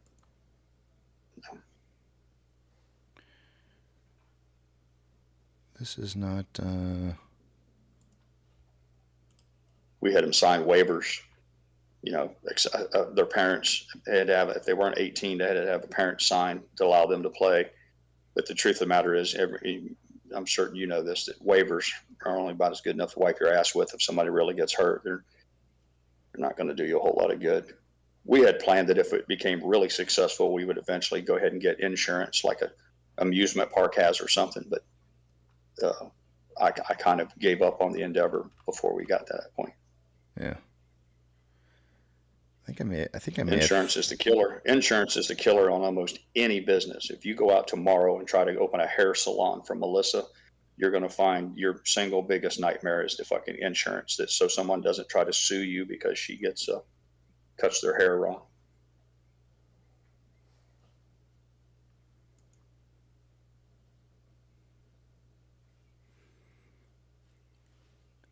I'll have to check into this later and see if this is right. But it is time for numbers. I'm looking to see if I found his. This kind of looks like it might be it, but I can't recall the name of the place though, so I'm not sure if this is it. And unfortunately, this website does not show who the owner is, so I can't verify if it's his or not. Oh, it is. This is it. I found it. Is this it? Henry Ruiz. And it's his. Cool. It's called Fightertown Paintball Airsoft in Peoria, Arizona. I used to work Nice. I used to work with him with Henry. Let me see here. And I think this picture, the overhead picture, you can see it doesn't have the wings. Nice. It doesn't have the wings on it, but that's the real deal. Yeah. No, that's the real deal right there, though. Yeah, that's there's some guys, they got 2 acres and they got a couple old telephone cable spools and a few wooden pallets scattered around. But that guy there, that's the real deal. Yeah. You can see he dropped in some black. It looks like he got a couple of different Blackhawk frames now. Yeah. I don't think he had those before. Yeah. Very nice. Yeah. It looks like a fun place. Yeah, ours was called Two Pistols. We had the name of our ranch was Two Pistols Ranch, and so we kind of helped this. We just played off of that. And ours was called the Two Pistols Paint Park. That guy right there, yeah, he's got his shit together. Very nice. Yep. I guess that's a shout out to him. I don't know. Yeah.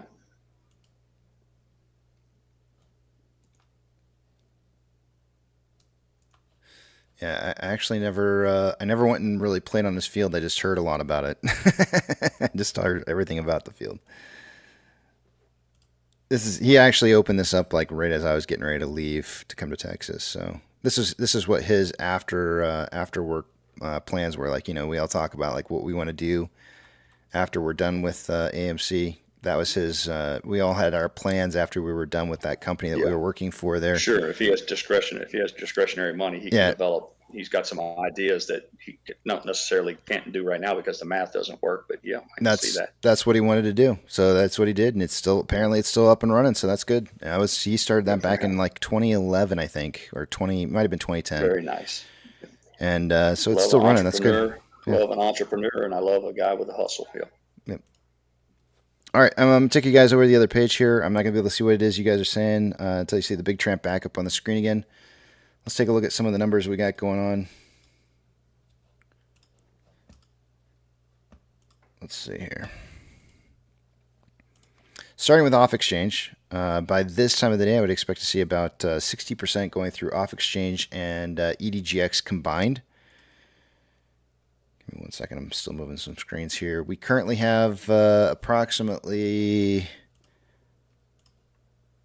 52.06% going through off exchange, and EDGX is at 6.45%. The combined total, and that's 58.51%. We're still low for the day-to-day, about 1.49% less than what I would expect it to be. CHX volume is 200 shares. Nothing unusual going on there. GME CHX volume for the day-to-day is coming in at 100 shares as well. Nothing unusual. IBKR is reporting no change in shares having been borrowed. Fees are starting to drop from 1.29 to 1.07%. In total, IBKR has reported about 300,000 shares having been borrowed so far for the day-to-day, while Ortex is stating that there's only been 40,000 shares borrowed, which could mean that we end up seeing some return shares here. Estimated short share interest of the free flow is at 12.18%. No change really, since 40,000 shares is not a whole lot. Cost of borrow numbers are a little bit more elevated today than they have been recently. Min is at 1.45%, average is 2.28, and max 2.72. Shares on loan for the day-to-day is at 32.36 million shares on loan for the day-to-day. That is approximately 340,000 shares less on loan today than there was yesterday, and Ortex is estimated that about 131,000 of that was in closed short interest. Taking a look at options, highest amount of call volume as of an hour ago was at a $5 strike for both the calls and the puts, interestingly enough, which means the market's suggesting a closing price by the end of the day around $5. Let's see if that's still the case. We're still getting the highest amount of volume at 5 for calls. It was 5.2 thousand contracts an hour ago, now 8.8. Highest amount of puts coming in now at a $4 strike. That is down from the $5 strike that we saw earlier. There's currently 3.1 thousand contracts in volume for the day-to-day at a $4 strike. That means the market is now targeting a $4 to $5 close by the end of the day today, not 5 plus or minus 50 cents. So we're back down to that 450 possible close or around thereabouts. MMRI an hour ago was at 275.43. It's now 277.21. We're seeing a little bit of a jump there, and you can see it on the numbers as well. There's been a tad bit of an increase. 277.19. The spread between the 2-year and 10-year yield an hour ago was at 0.334. Currently at 0.341. That is rising.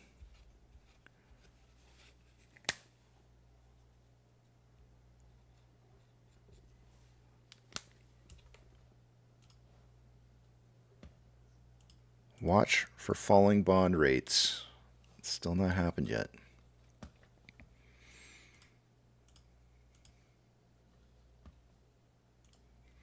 NASDAQ is down 0.48. Dow Jones is down 0.15. S&P 500 is down 0.14. We have 3,304 decliners to 2,127 advancers. The market is more advancing now than it was an hour ago.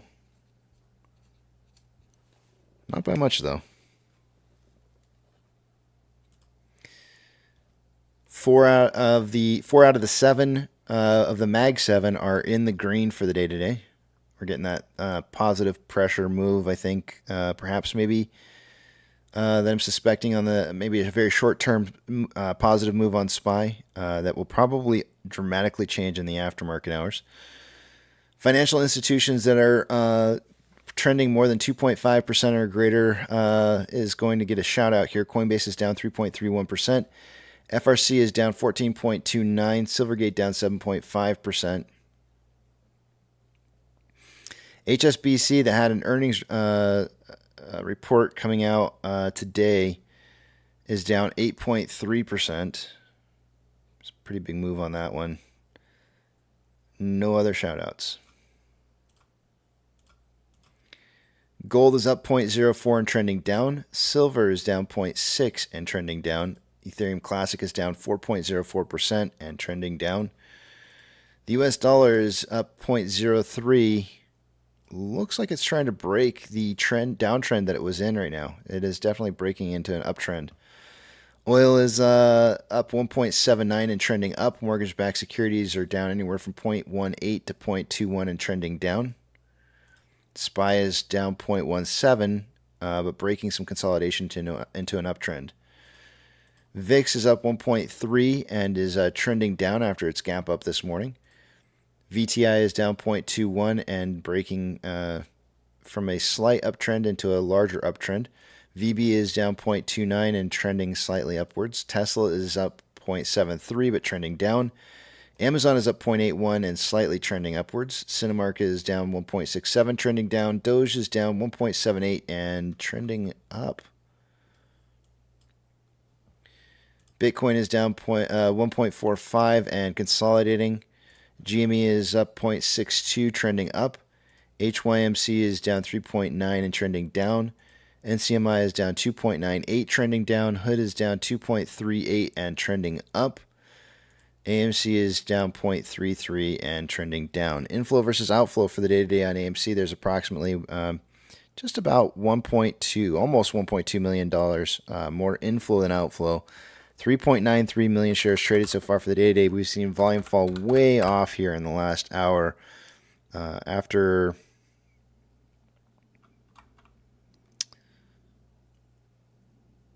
101 minutes worth of trading.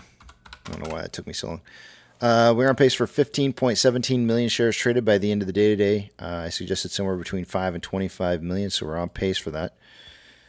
I also gave a narrower volume prediction of somewhere between 12 and 15, and we're actually already hitting 15 right now, and that kind of makes me believe that either we're going to see some large volume towards the end of the day today, or there's a chance it will be much lower than that 12 million I was suggesting. On a 4-hour time interval, we have more buying pressure than selling pressure with an RSI of 49.87, which is average. On a 1-hour time interval, more selling pressure than buying pressure with an RSI of 46.93, which is slightly below average. On a 30-minute interval, more buying pressure than selling pressure with a divergence on the vortex indicator occurring multiple times since market open, but ultimately more buying pressure. Our RSI is at 51.65, which is average.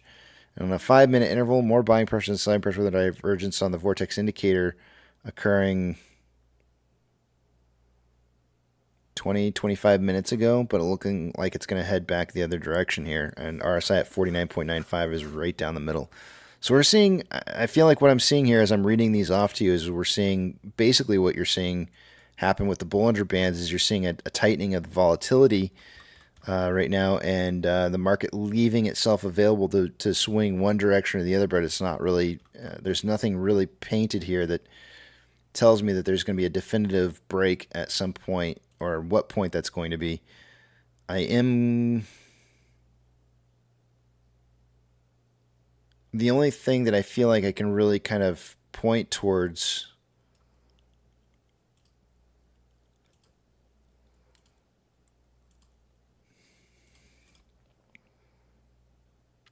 it could be soon.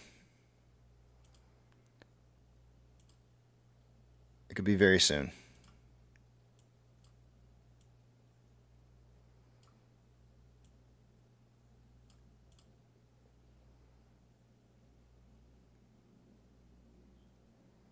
We might see that volatility kick up here in, I don't know, 5 or 10 minutes or less.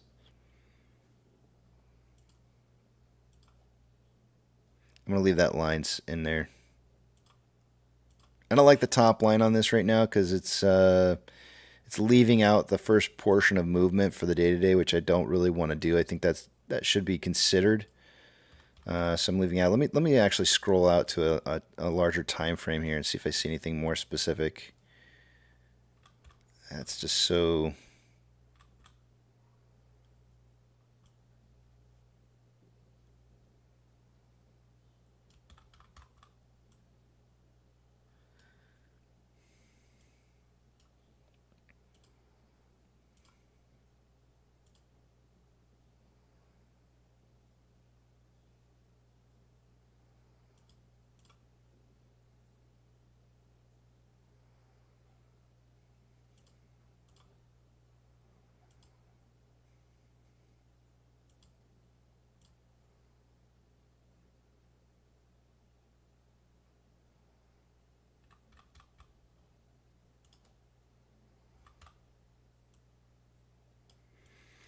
It could be a little bit longer from now.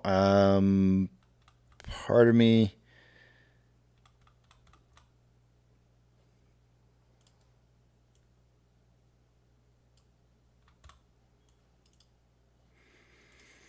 Man, this is tough.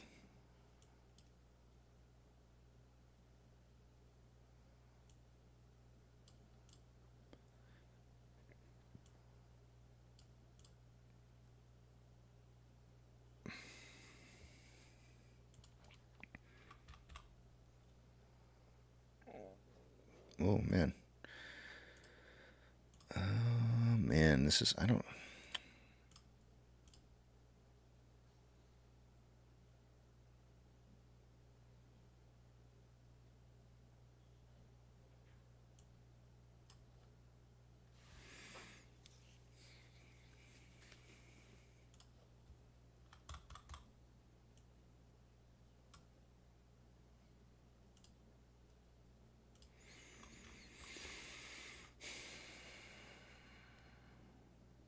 I feel like this is gonna break out to the top side on this, but it's really hard to say though. There's too much noise.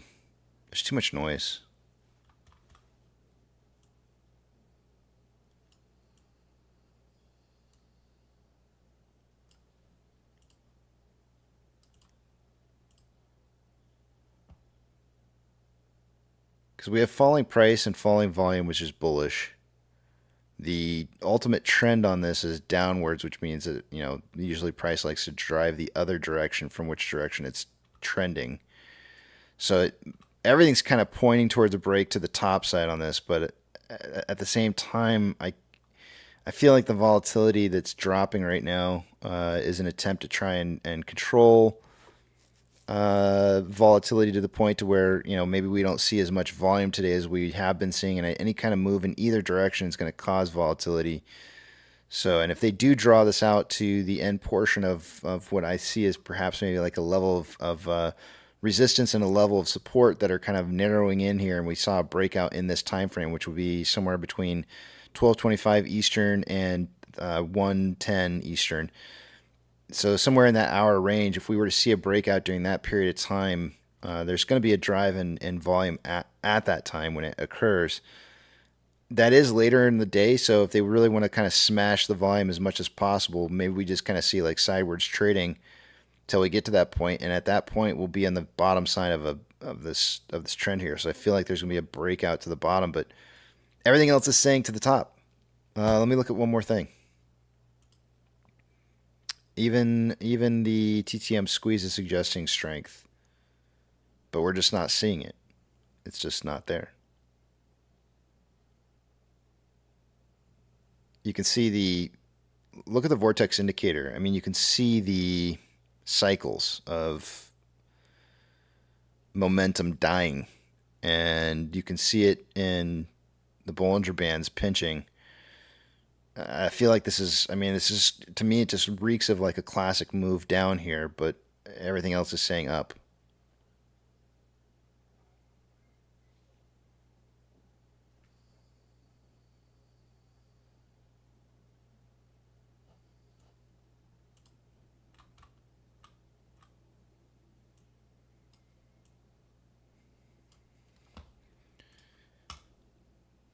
All right. With that, I'm back on the main page here. Good morning, Funky. How you doing today?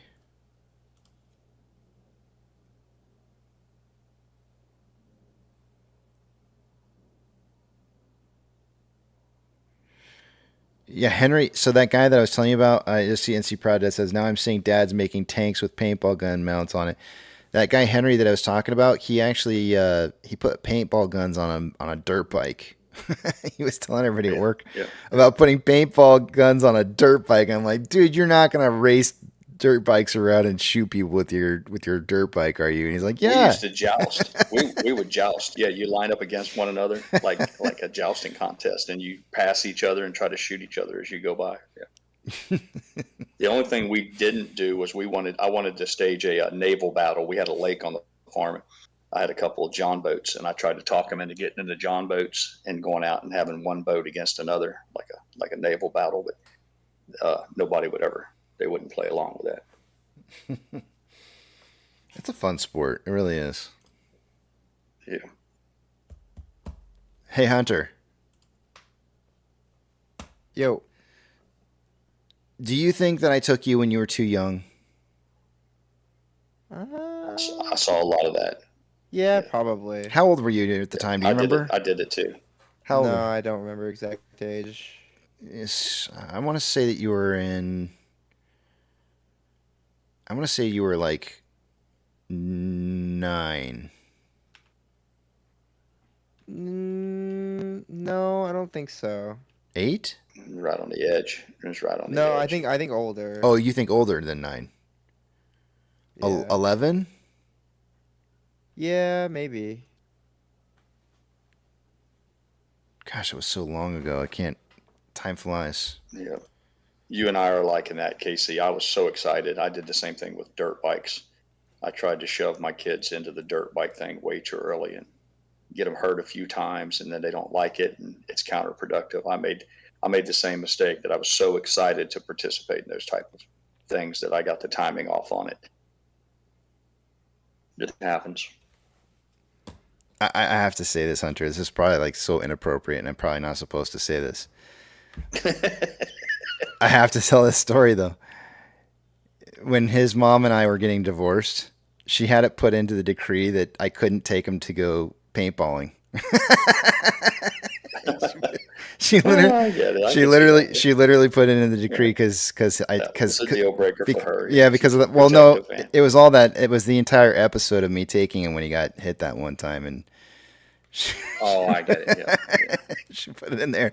Yeah. She put it in there that was a stipulation that I couldn't take him paintballing. And I was like, man, I was like, what? That's normal. Yeah, we had a family function one time, and we went my cousin, who was he's a real accomplished driver. He drove these rock crawlers on TV, but he had my oldest son in a little side-by-side go-kart, just your run-of-the-mill Tractor Supply, Home Depot go-kart, and he didn't have a seatbelt on him, and he went flying past all of us at the fire pit and did a big turn and flung my son completely out of the golf cart.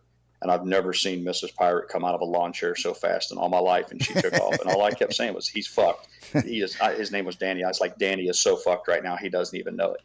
But that's the way women are, you know.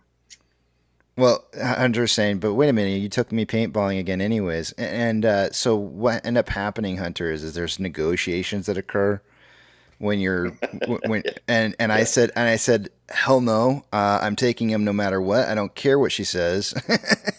Nice. And so in the negotiations it was removed, but originally it was in there to where I was not going to. Yeah, it was a line item that I was not going to be able to take you to paintballing, and I fought that one, and I said no.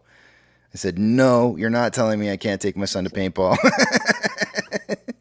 War of the Roses. It's like one of those things. It's like the stupidest thing to fight over, and it's like, wait a minute, I'm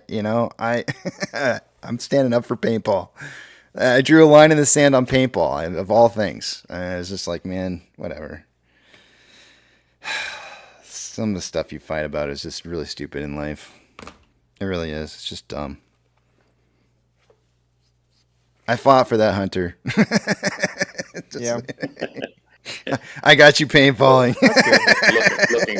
looking back on it now, wouldn't you agree that it was pretty plain, pretty vanilla, considering some of the things that they're fighting about in divorce court today? I mean, they're going to war over whether they should give these kids sex changes and whether they should dress these little boys in girls outfits.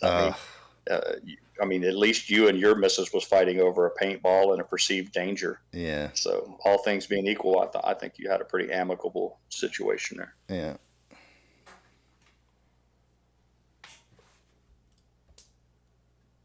They got somebody, I can't remember who it was, and I know I'm beating a dead horse here, but it kind of sticks in my crawl. I can't remember, someone will refresh my memory, but there's a celebrity, I guess that's what they call them. But they have not one, not two, but 3 little boys, and all of them are being raised as girls because miraculously all 3 of them feel like their gender needs to be changed. Now, what are the odds that a woman gave birth to 3 little boys, and not one, not two, but all 3 of them happen to suffer from this affliction where they're really a woman trapped into a male's body?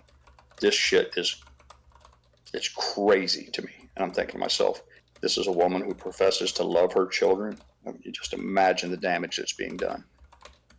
But hey, you know. Sorry, I'm changing subject on you here. Sorry. You should, man. I need to get a gummy going or something. Put me in a lighter mood. Johan, I think I'm going to say his name wrong. I'm going to say Johan says, if NVIDIA tanks later, wouldn't that crush some crowded liquidity, which could lead to some short covering? And what I would suggest to you is it depends on, and I wrote this, I said it depends on how the market prices it in advance.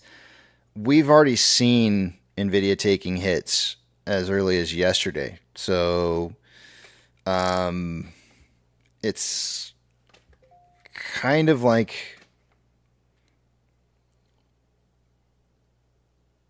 I'm trying to think of like a good analogy here. If you were a coach for football and you were the offensive coach, oh man, I'm so bad at analogies. If you were an offensive coach for a football team and you knew that every time you saw this other team setting up for a defensive move that it was going to be a blitz, don't you think you would do something in advance to warn your team or make a change in how your team was going to play the situation in advance, knowing that that was coming? So just realize that it all really depends on whether or not they're planning on results becoming exactly what they were planning for or not. That's what it comes down to. And I would wager to say that there's likely a 99.9% chance that they already know what earnings are going to look like and what the results are going to be, even though that's not supposed to be happening. My guess is that they probably already know, and so they're pre-planning which direction they're going to move prices in advance so they can avoid any kind of surprises whatsoever. That doesn't mean that a small firm couldn't get hit, though.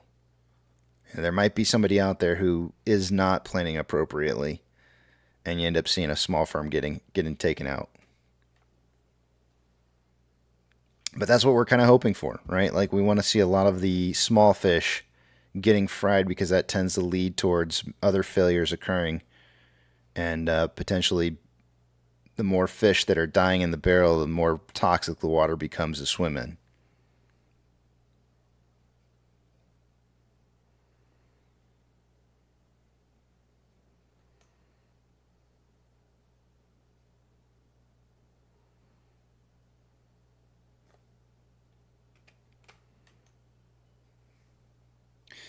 Yeah, it might be. I don't know. We'll have to see how it plays out. It'll be interesting to see. I don't have the answers, unfortunately, for you. I wish I did. If I had answers for you, if I had these kind of answers for you, and I knew for sure what was going to happen, then I probably wouldn't be sitting here talking to you. I would be relaxing on a beach somewhere in some remote location that costs millions of dollars to be in. Pirate says 10% pullback after a little head fake up, and I'll bet it happens within the first half an hour after hours. Do we know at least a 10% rug pull? Do we know, is it 5 p.m. Eastern that they're doing their? No, that would be 3. It's got to be later than 5 p.m. What time are they doing their earnings call? Do we know? Let me pull it up here. Unfortunately, I don't know. I know it's after hours. I know it's after the bell, but I don't know the time. Hold on a second here. I will pull it up,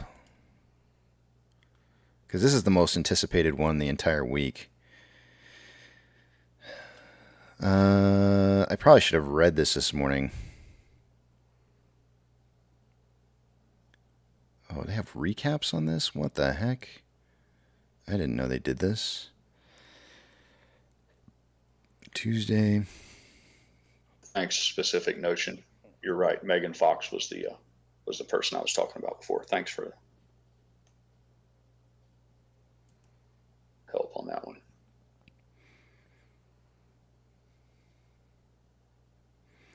Doesn't say.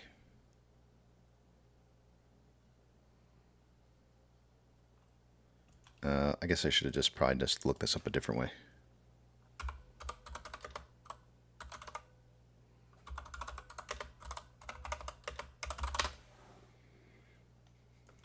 Yeah, it says 5 p.m. Eastern. I was right. So that's 3 p.m. My time. 4 for us. Sorry, 4 p.m. No, my time. Yeah, that's so it's right at market close. So that should be interesting. And I'm going to say that the word leaks out because there's always somebody that knows. There's always a front runner. Yep.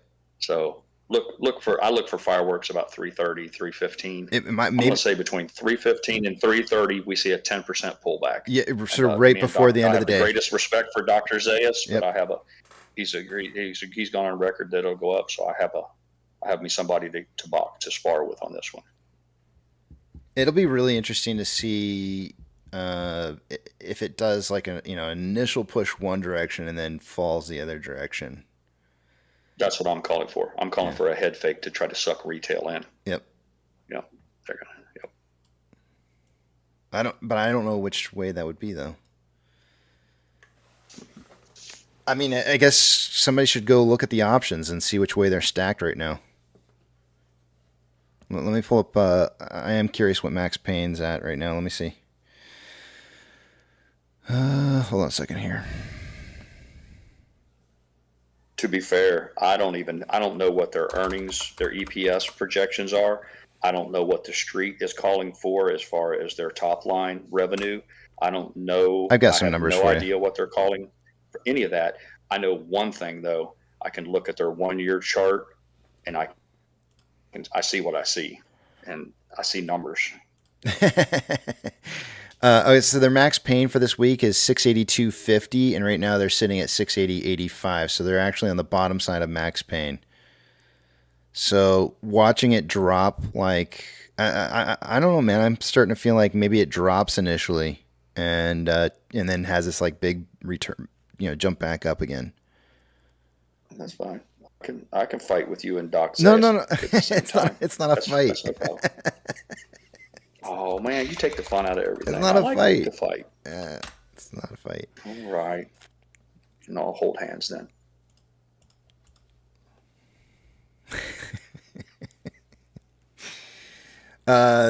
In regards to the news that we were just talking about here, hold on a second here. Why is that opening? There we go. Because you're saying you didn't know what some of the numbers were for that, so let me read them off to you real quick here. NVIDIA is arguably the most eagerly awaited company on the earnings calendar, with the chip maker set to release its fourth quarter report on Wednesday close. The semiconductor stock has been blazing a path to the price charts over the last 16 months or so, surging fivefold since October 2022. The company's financial results have been just as impressive thanks to insatiable demand for all things generative AI. Last quarter, NVIDIA reported top and bottom line results that tripled year over year, but these Q3 figures are hardly one-off event for the street's favorite AI stock. Indeed, the fourth quarter, analysts expect NVIDIA to report earnings of $4.56 per share, up 88 cents per share in the year-ago period. Revenue is forecast to jump to $20.4 billion from last year's $6.1 billion.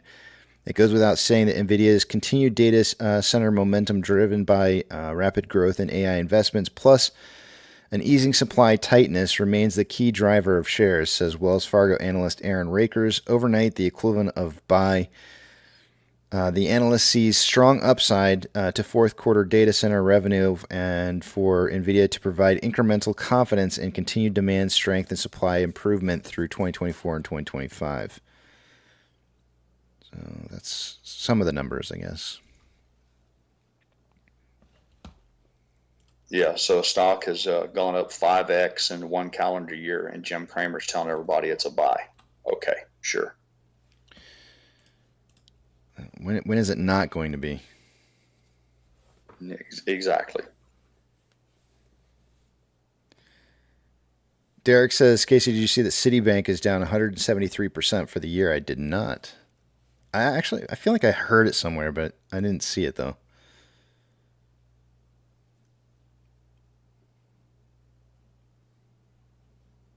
Yeah, Jay, I wasn't sure myself. I know that's going to sound really strange, but I'm just expecting to see fireworks. And I'm not suggesting whether that's up or down. It was more just letting you know that there's going to be some extreme volatility. I think there will be some fireworks. Doesn't matter. One way or the other, it's going to be pretty. The only number that I saw, and it was just through reading through something on Twitter, and I don't even know if it's factual, and if it is, it means something, was that their delivery of product was, they had, I guess, like an 11-month lead time, and they've just adjusted that now to a 3-month lead time. So that means one of two things. Either the orders have fallen off a cliff or their production went through the roof. So I already know the answer to that. Their orders fell. Go, man, go. Yeah, I already know their orders fell. Thank you. There you go. That's bearish. A lot of the semiconductor news that's been coming out just recently has been talking about how orders of that the chip shortage is gone. So that alone right there tells me. Don't get me started on the rumor. There's a rumor, and I don't know if it's true or not, that there's a rumor that NVIDIA was financing small companies to buy their chips and providing them with the money to do it. So it's tantamount to Ford going to a dealership and saying, here, buy 10,000 of my Ford trucks, and by the way, I'll give you the money to buy them, and then claiming that their sales are up. Mm-hmm. It's not exactly cooking the books, but it's not exactly organic sales like they're claiming it to be. And if that is true, they can only do that so long before, they can't do that quarter after quarter. So we'll see. We'll see in a couple hours here. We're going to see. It'll be fun. And then I believe Apple's recently announced some pretty large layoffs as well. I think it was Apple. I'm looking it up.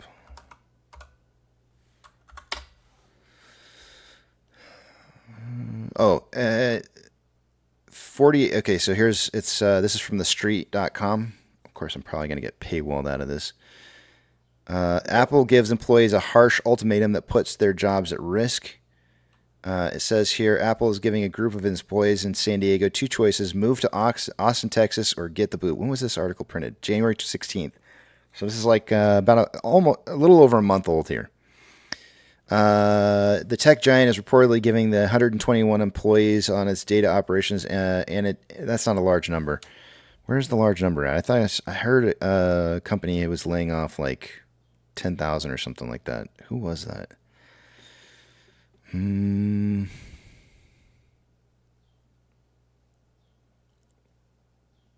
looking.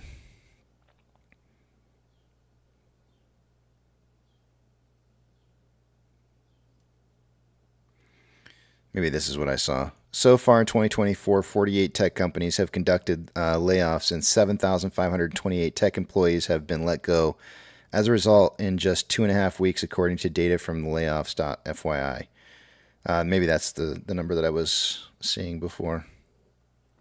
So that was the first 2.5 weeks of January. 7,528 tech jobs lost. Those are the first place, and I can't even tell you how many times I've told you guys this before, but that is the first place you see it. When you see tech jobs getting cut, that's when the recession occurs. Last week's show or the week before, you said that exact thing on the live stream. They always precede everybody in terms of layoffs. It's such a cyclical industry. It's not even funny. Has every time predicted that there was going to be a recession coming. Every time. And I've been fortunate to be through two of those events before, and been a part of seeing that happen.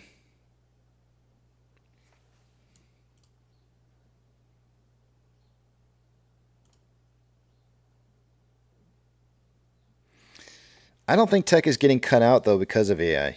I think that's not necessarily the case here. I don't think that's where we're at in semiconductors. Semiconductors is, if you want to talk in terms of like lost jobs to AI or automation, that happened years and years and years ago. So I don't think that I don't think any tech jobs are being lost due to AI currently. I think that probably more of what it is more of a supply versus demand issue. At least that's what I'm hearing Wasn't it from my somewhat side. of an arms, Casey? Wasn't it some kind of an arms race between Meta and NVIDIA? Am I wrong, or I don't know why I got that opinion? I don't know. Am I wrong on that? I don't know. No. I know that in AI. I mean, as far as the terms of AI. Yeah. Yeah. It doesn't that AI can program. I have not been seeing anybody talking in my industry of layoffs due to AI at all. Zero. I don't think that's where we're at yet. Yet. I like the yet part. I give you credit for saying yet. Yeah. It's not there yet.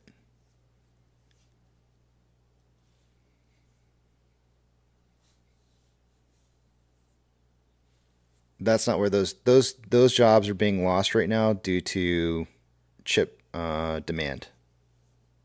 Semiconductors is my industry. Chip demand is where it's at. That's where the jobs are being lost from.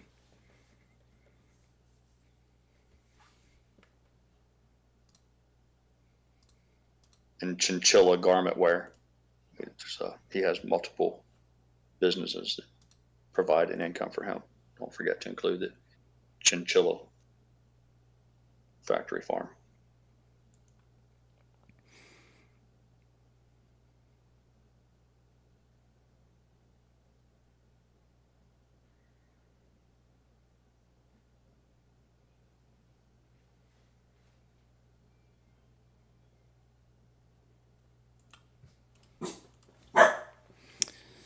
We're watching Avocado. So if you hear a strange dog barking in the house, it's not Bruno. In case you couldn't tell. Yeah, I thought that was Tuffy. That sounded like Nana's dog, Tuffy. Yeah. Little fucking ankle biters. I'm not sure what Avocado is. She's definitely smaller-ish. She's an ankle biter. There you go. I didn't want to say that. She is. Well, she doesn't bite ankles though. But Barely big enough to make a good sandwich. She would.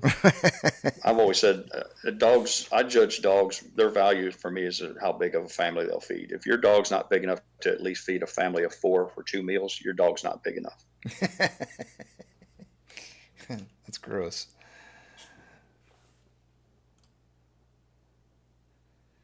Yeah, but Dr. Zayas, I think a lot of the tech jobs that I'm talking about that are being lost here are all related to the semiconductor industry. So I know what you're saying, but a lot of these, if you read, I'll post the article up for you, and if you read the article, this is all tech related to semiconductor. So, and that's not a good sign.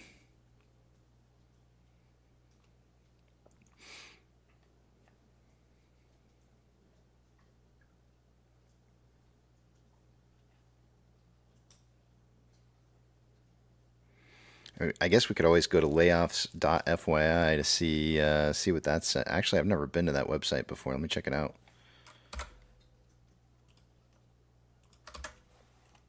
Casey, would you go to a dentist if it was half the price you normally pay, but the dentist was a robot? Wait. If the price was half, would I go to a robot dentist? Right. If it was substantially discounted, like say a dental visit, like say go get your teeth cleaned was $300, would you go and visit a dentist if it was a robot, but you only had to pay $50 for the cleaning if the price was right? I guess what I'm saying is I think most people would prefer a live body as a dentist, but if the money was substantially discounted, would you allow a robot to clean your teeth?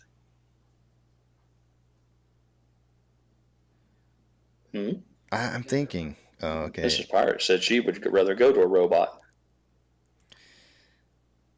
I would let. So again, I'd rather talk to somebody. Yeah. So again, having working in around robots, automation before, there's a lot of things that are not done in the everyday world in regards to calibrations on tools like that need to be done.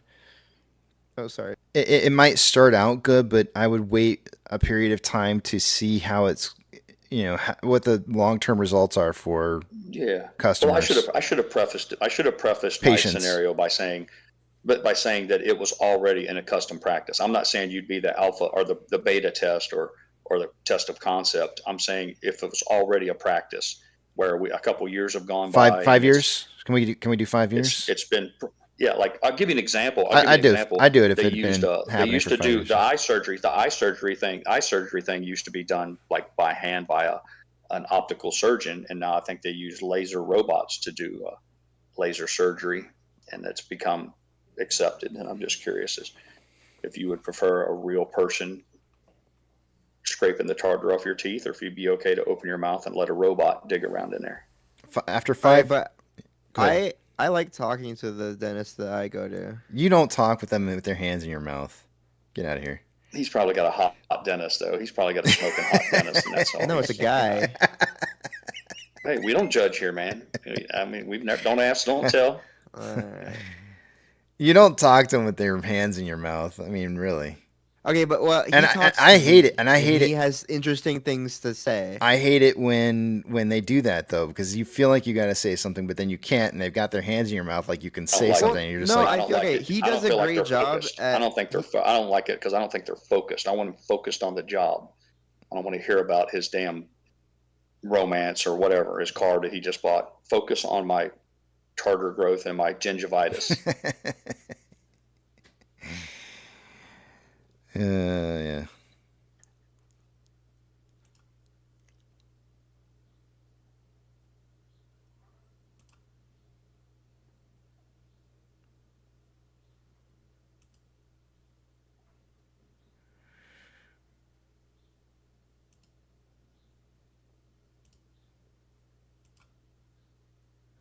This is not. That's funny, Sam. That made me laugh. This website is not. So this website's kind of like cool but lame at the same time. It says 159 tech companies with layoffs is now showing 41,793 employees laid off in 2024. I just read you the number a little bit ago. It was less than 10,000. So in less than a month's time, we've gone from just underneath 10,000 to 41.7 thousand people laid off in 2024. This is around the world, it appears, because it does have locations outside the U.S. listed.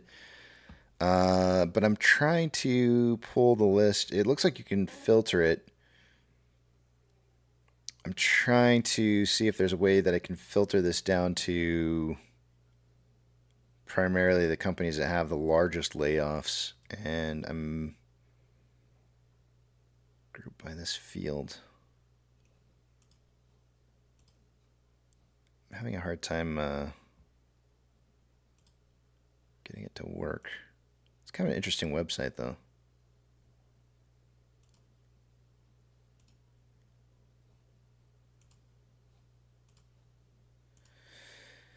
Look, Sam, I don't know if it's just dorks who want to screw the robots.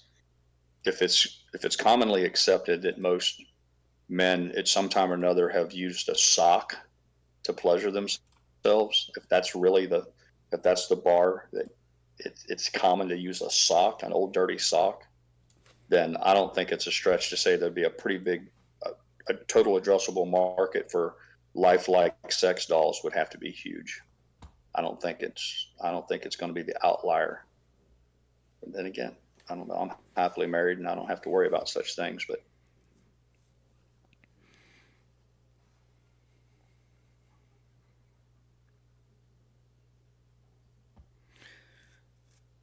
Micron's got 4,800 so far. IBM's 3,900 so far this year. Ericsson's at 8,500. The top 7, top 10 are. Some of these are actually all part of the what's the word I'm looking for here? Mag 7. Google, Meta, Amazon, Microsoft, and Meta. Meta's in here twice. I don't know why they're in here twice. They got two different categories for Meta. Amazon's in here twice. See, I don't know how much. It looks to me like they're just going based off of articles that, I mean, they have a source for the information here on the right hand side. So I'm wondering if every time there's a new article that comes out, they just document the number that was given and then the date that it was given. So who knows if the article is a repeat article for the same value. I mean, it could be for like, because Meta's 11,000 in one and then 10,000 in the other. And the years, okay, I'm seeing the years are different. It's not just doing 2024 here. Hold on a second. Let me see if I can filter this by field. Hold on. Filter by this field.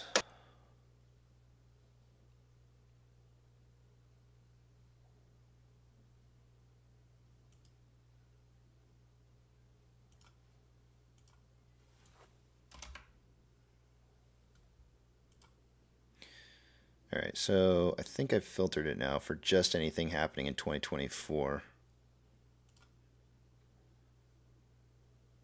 So you got SAP, Cisco, PayPal, Farfetch, Microsoft, Unity, Wayfair, Flipkart, Citrix, and Google are the top 10.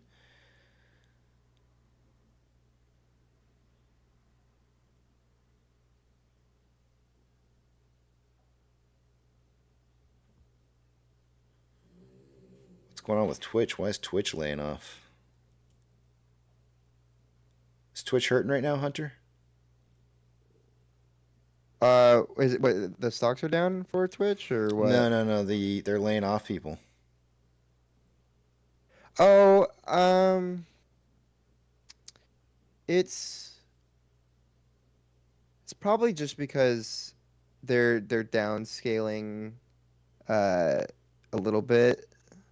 How many does it say? How many? Yeah, it does. It says 500, but it also says a percentage, and I think it's the percentage of employees, and it's saying that's 35% of their employees are being laid off in the San Francisco Bay Area.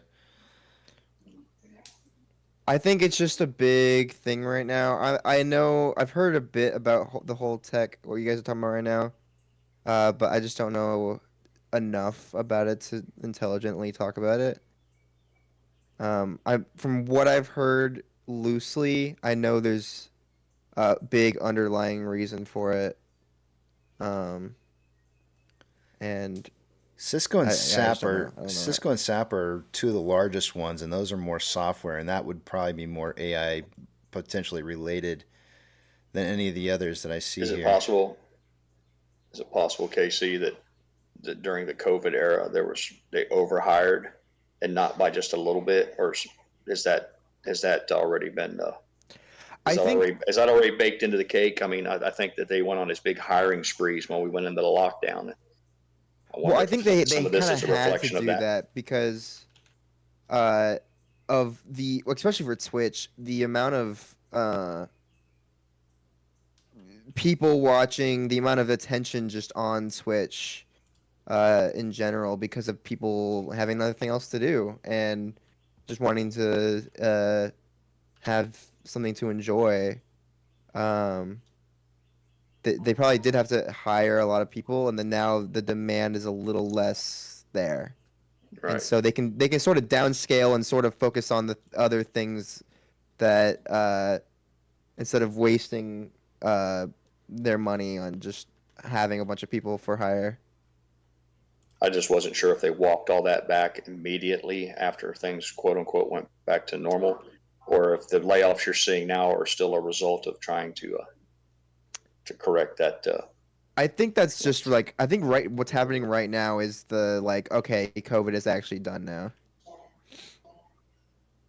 At least in terms of like a social break from the norm.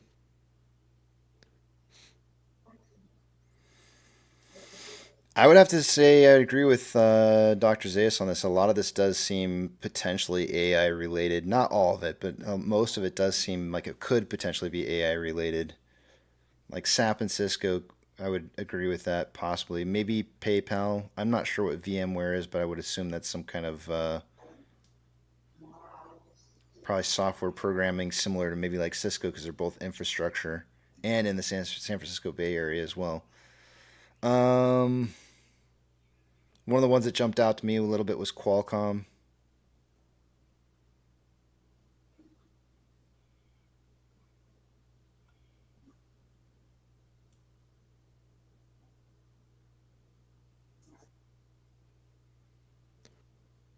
Intel in December laid off 311 people, but that's not very many.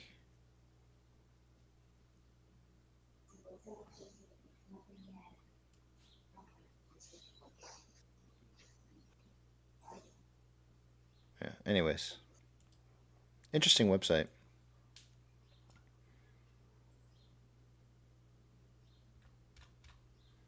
For those of you who want to check it out, it's layoffs.fyi. And the way it appears that they're pulling their information is they're just simply finding articles and plugging in the date that the article was written and the amount of people that was announced in the announcement. And so each one of every time that there's an entry, they get a new entry. So you could see a company listed multiple times in here. Each one is a different layoff.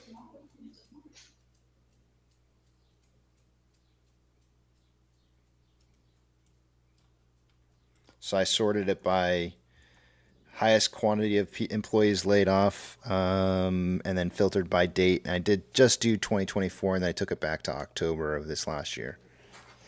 So we got about almost 6 months worth of data. Actually, it's less than that. It's like 5 months. Anyways, interesting website. I've never been there before.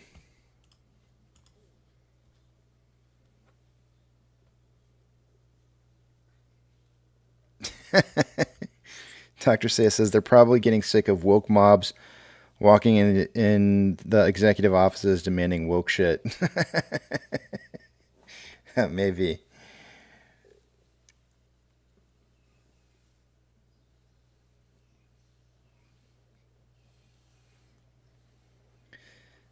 What about Sam Altman's call for the $7 trillion in investment for chips? I think a lot of people are having a problem with the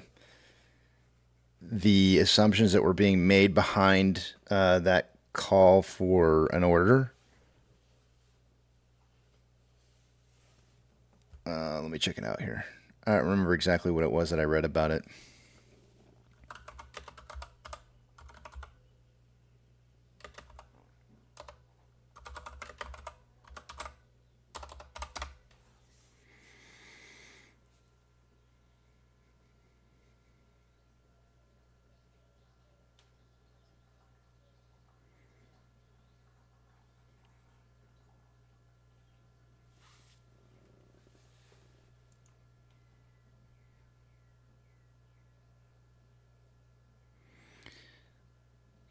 So right now he's just calling to raise money to be able to get that done. This is as of February 8th of this year.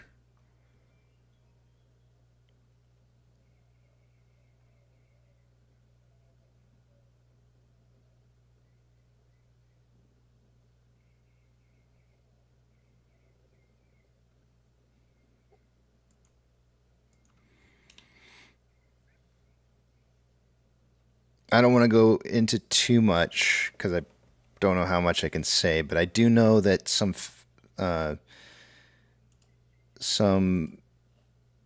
semiconductor plants that were being in the process of being built or are in the process of being built are now being delayed and being pushed out. So they were set to be opening this year and are now being pushed out to next year. So, and that's pretty big news. If you consider the fact that if they're trying to prep up for big orders that are coming, they wouldn't halt. They wouldn't delay that because they always have to stay ahead of the game in production. So, I can't imagine that they would halt those fab builds if they were expecting to see a huge increase in orders.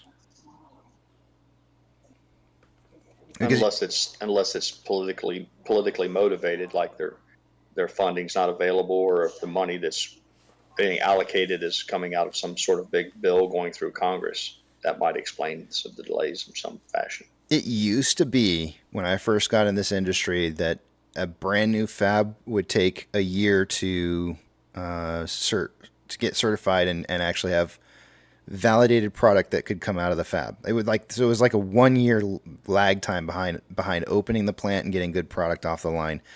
That's been greatly reduced. What's the cost? What's the cost for a modest plant? $10 million. Now, I wanted to enter that market. Are you kidding me? $10 million. Oh no for an entry level plant. No. We're talking billions of dollars. 50 billions, million? Really? billions. No shit. We're talking like so $50 million won't build you an entry level. Not even close. Fabrications. Not even close. God. Yeah. Damn. No, we're talking. Do you know how much? Do you know how much steel and concrete $50 million buys? Yeah, but I mean these tools. There's a lot of very expensive tools it takes to put into one of these plants to get them to run. As an well, I can't even give you like exact numbers anymore because I've been out for a while now. But it used to be that there were, one piece of equipment that you might be working on could be $10 million. Now they're way higher than that. Like the cost. I just read about a new tool that's being made by. Gosh, who was making that? I think it might be Nikon. I can't remember who was making it, but there's a. That's logical. There's a company out there that's creating the VA. The people at the Veterans Hospital told me that the MRI machine there was a General Electric MRI machine. I think she said it was a $3 million machine, and she said they got it used. They had 2 of those. Yeah. But then again, you see what they charge for an MRI that takes 15 minutes. They're money machines. So I can see your point there. With the equipment. I think the going rate on fab plants right now might be around. I feel like I'm going to throw a number out here and I'm going to end up being wrong, but I'm going to go with. Sure. I think there's somewhere between I didn't mean to put you on the spot. $5 to $10 billion to create one.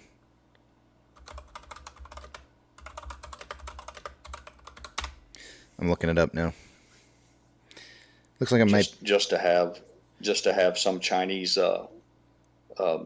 the Chinese Communist Party build one in China and fill it full of what's tantamount to slave labor, and then they compete with you on the open market to bid for the chip production. Here's U.S. Semiconductor Renaissance, all the upcoming fabs. It says the total cost of fabs is $192 billion, I think, for that year, which equated to $17.5 billion per fab. So I was way under. Man, I would have never guessed. Yeah.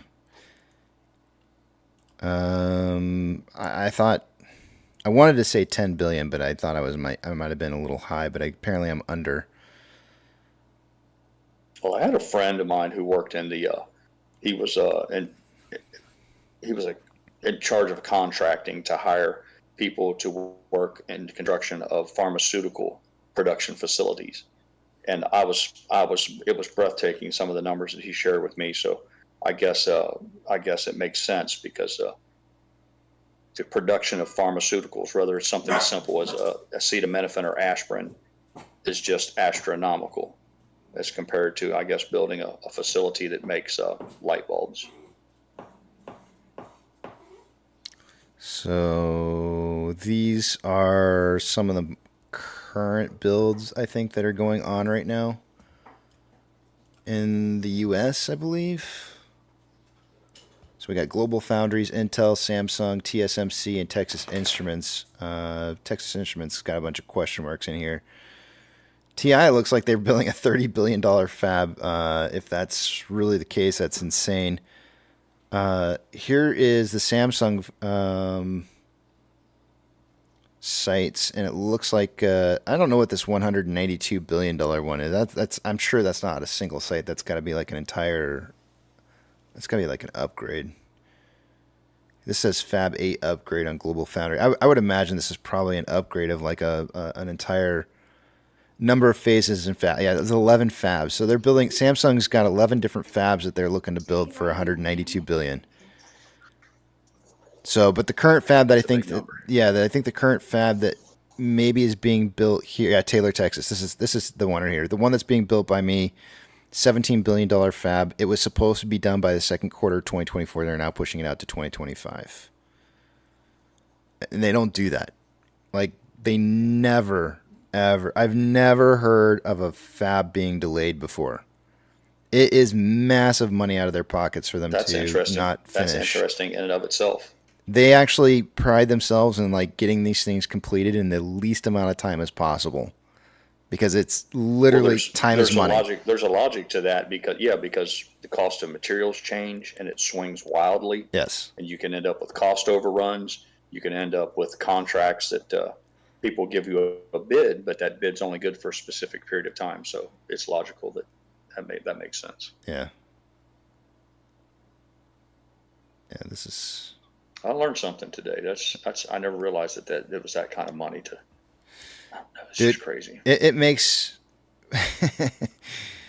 Doing the job that I did was extremely stressful because you're sitting there thinking to yourself, like, you know, every decision that you make is millions and millions of dollars. They used to joke around about, like, one of the smallest mistakes that we could have made was on a, you know, maybe like a full lot of product.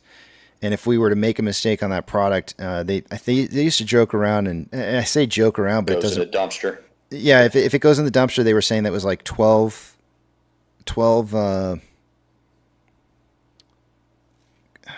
Ford Mustangs.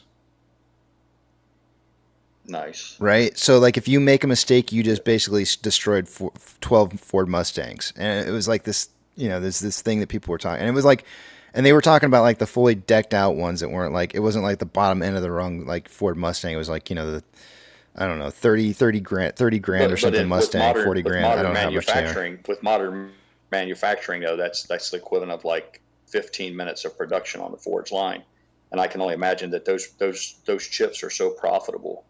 It takes longer than the upside than that to create the chip. If the downside is that so strong, then the upside, the margins have to be crazy profitable on that stuff. Oh, absolutely. Yeah, absolutely. Very, very profitable. I mean, I could see why if you wanted to build a petroleum refinery, you know, something where you had to take raw products and turn it into, you know, you have to have all the stuff that's required to do that. I could see that being a big, expansive build, but I was just, I was unaware that to build something so tiny required such a big facility. So Dr. Zayas is saying, can AI machines will make the chip? No, that's not really possible. Not yet. So there is probably some kind of design help that could go into the making. There's like probably a lot of like laborious design things, jobs that AI could probably take over, but the actual design of chips themselves and the processes by which are needed to be developed in order to get smaller dimensions are things that I don't think AI could even come close to having any part of you know, trying to impact those. I mean, it's just, if you know what I know, it's a definite no. There's no way that we have technology that's even close to coming to the idea that it's going to sit there and make you know, engineering decisions to develop a process that's going to yield you know, a smaller functioning via, I don't even know what that is, a channel, a contact. I mean, there's no, they can't 3D print them. No, it's not a possibility. We're talking about, you got to remember, Dr. Zayas, we're talking about submicron dimensions here, right? Like we're really talking about like really, really, really small dimensions, super small. Like you can't, we're getting to the point now to where on a scanning electron microscope, you're getting to the point to where we're having a hard time even seeing it on that, right? And that's saying something. So it's almost certainly a business that's guaranteed to result in a monopoly. I mean, you're going to have an immense concentration of power because if it costs that much to do this, the barrier to entry is going to be monstrous, and you're not going to see. I guess you'll see ever decreasing competition. Then, so I got to eat a little bit of crow you here. See a lot of new upstarts, or I got to eat a little bit of crow here. Somebody was saying that TSMC was taking over the market and in semiconductors, and I said no way in hell. There's not a chance they're going to beat out Intel. Samsung's had a strong, difficult time trying to get past Intel in market share in semiconductors, and TSMC has blown past all that, and they are now officially the number one semiconductor company. However, there's a big however on this. Very much like NVIDIA, I believe that they have overinflated their value with crap product. And I don't think it's sustainable. Maybe I'm going to be wrong on this. Maybe there's a desire for chips out there that are subpar. But the problem is that TSMC has built a lot of their plants in countries that don't really value cleanliness, and that's really like hampered their ability to be able to get very good yields on their product. And so when that happens, you end up having underperforming chips or chips that don't work very well. So if you wonder why your refrigerator or your car or whatever it is that you're making, I guess some of these things have actually, cars is probably a really poor example, but if you're wondering why some of your devices are breaking down sooner than they used to, a lot of that is because of the poor conditions that some of these chips are made under, and they only meet certain specifications that allow the chip to last for a certain period of time, right? So you're seeing a lot of failures in like cell phones that wouldn't normally have occurred earlier than later because people are using product that's cheaper product. So isn't that in keeping though with manufacturing across the board? I mean, it seems like we've had a race to the bottom. We've had a race to the bottom for a number of years for cost, quality, at the expense of quality. Yeah. Sure. But it's just so much more crucial though when you're making a product that is so small. It is super crucial that the quality is maintained, because just anything can cause it to fail. And unfortunately, AI can't. And that's the part here. This is where the human aspect of it comes into play a little bit, where the idea that AI could kind of take over something like that, probably not the case. Like, it's just it doesn't. And AI can't even be able to predict how human impact is going to play a part in the production of the Captain, material. If I can interrupt you, Captain, am I correct in assuming that we have a moratorium on discussing other stocks today as it applies to NVIDIA because of the impact over the overall market? Yeah. If we are, I'd just like to point out that I have a chart up, and they're getting a gigantic, I should say substantial volume increase, and it's falling fast. Okay. Is it NVIDIA? I didn't want to. Yes. Okay. Let's look at it. Like I said, I know we have a long-standing hard and fast rule about no other No, stocks, I know, but I it's think based on the whole thing about the the Mag 7, and the fact that we think that there's a three-legged stool. I'm not making excuses, but I just want to make sure that I'm not stepping out of bounds here by talking about another stock. But I put the Mag 7 up for a reason, because I think they're propping up the whole market, and I think that's really important to follow, because it does impact. I just thought anybody who's listening right now might like to know that there's something happening in terms of a little uptick in volume and a decrease in price. So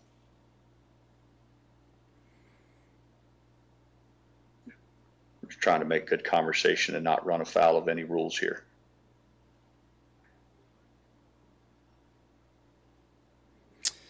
Yep.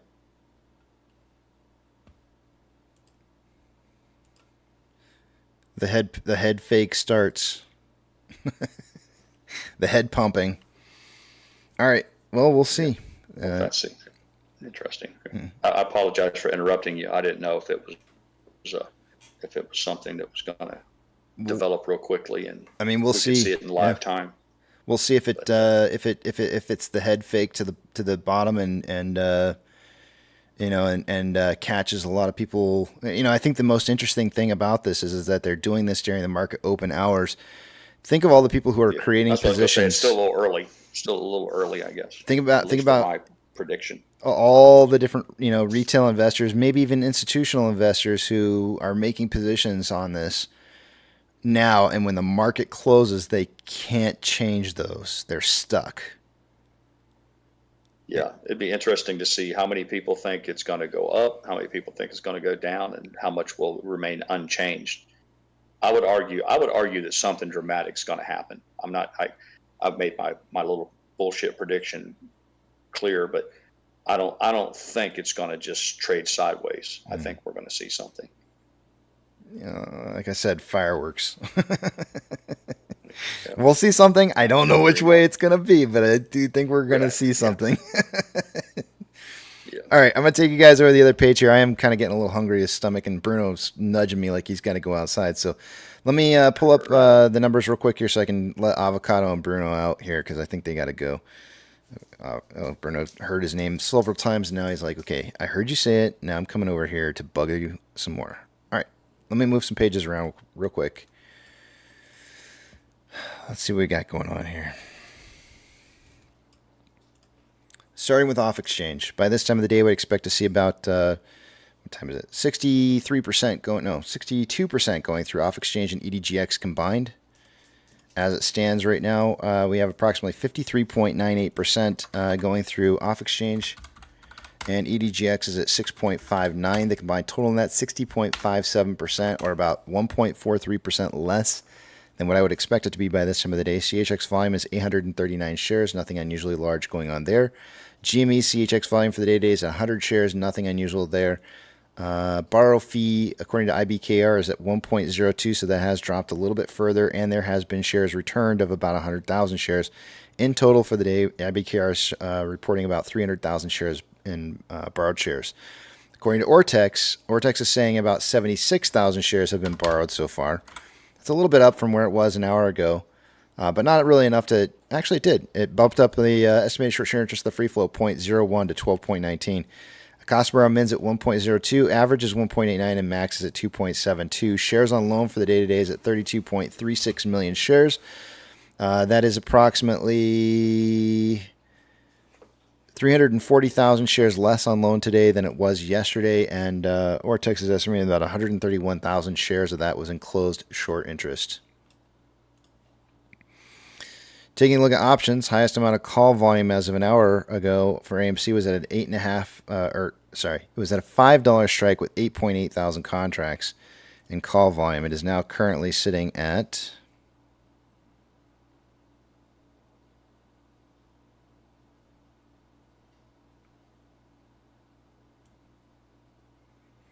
still $5 with 12.7 thousand contracts.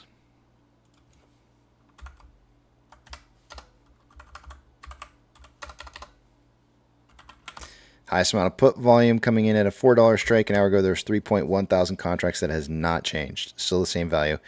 Market is suggesting a closing price between $4 and $5 by the end of the day today. Taking a look at MMRI. An hour ago, it was 277.19. Now 278.02.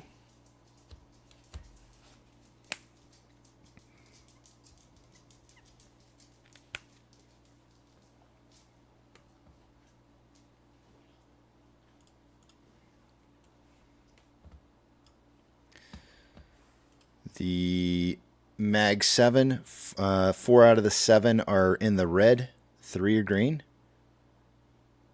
NVIDIA down 3.78% for the day.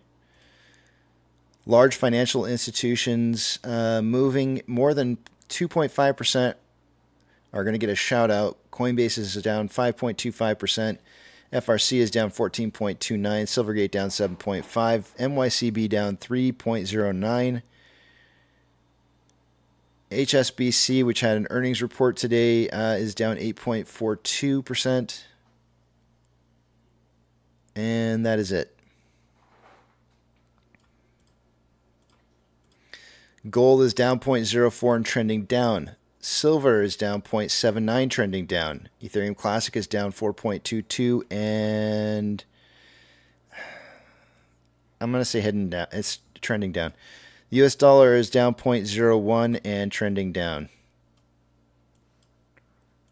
Oil is up 0.39 and it was on an uptrend and is now downtrending. Mortgage-backed securities are down anywhere from 0.26 to 0.28 and trending down. SPY is down 0.3 and trending down. VIX is up 2.2% and is starting to spike up after having to trend down for a little bit there. And VTI is down 0.38, starting to trend down. VB is down 0.53, trending down. Tesla's down 0.44, trending down. Amazon is up 0.41, trending down. Cinemark is down 1.43 and consolidating. Doge is down 2.14 and slightly trending up. Bitcoin is up down 1.35 and trending up. GME is down 0.74 and trending down. HYMC is down 1.96, trending down. NCMI is down 2.74, trending down. Hood is down 3.44, trending down. And AMC is down 1.31 and trending down.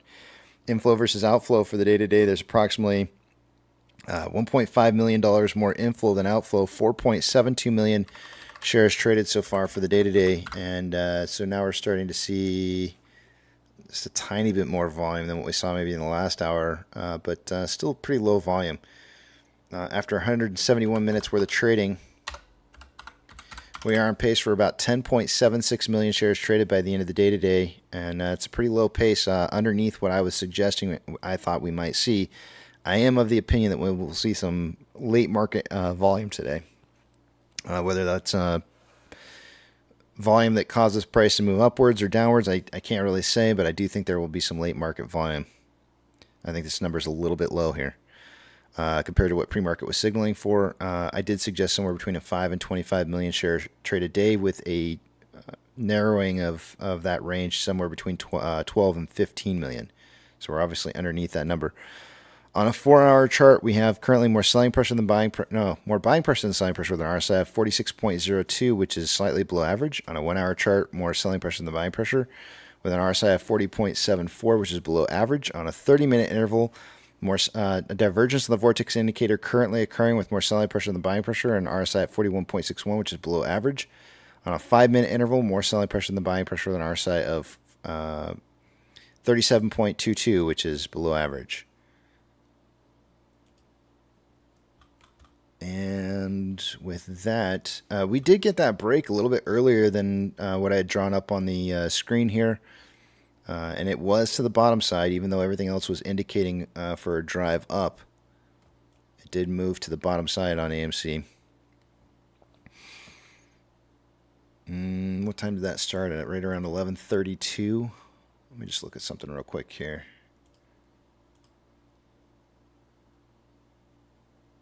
$12.06 was the first big volume candle for, I guess you could really put it here at right around 12:03 for NVDA, hitting 666 right now.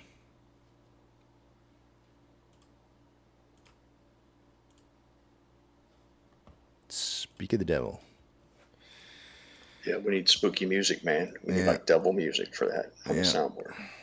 Did you see I got a content strike for the song yesterday? I couldn't believe it. I saw that, man. I think somebody pointed it out old like song? yesterday evening. I was playing poker or something, and somebody was like, "Casey's video got pulled down." I'm like, "What the fuck, man?" You know.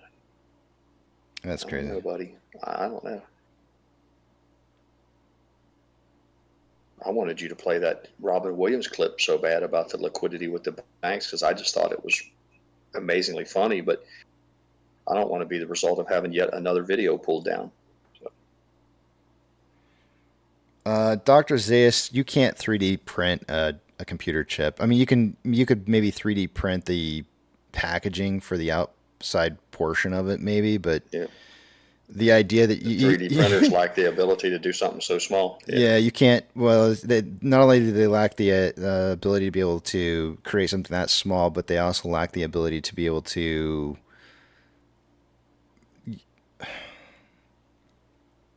Trying to think of it. The only best, and this is such a macro way of trying to describe it, but it's like building a sandwich.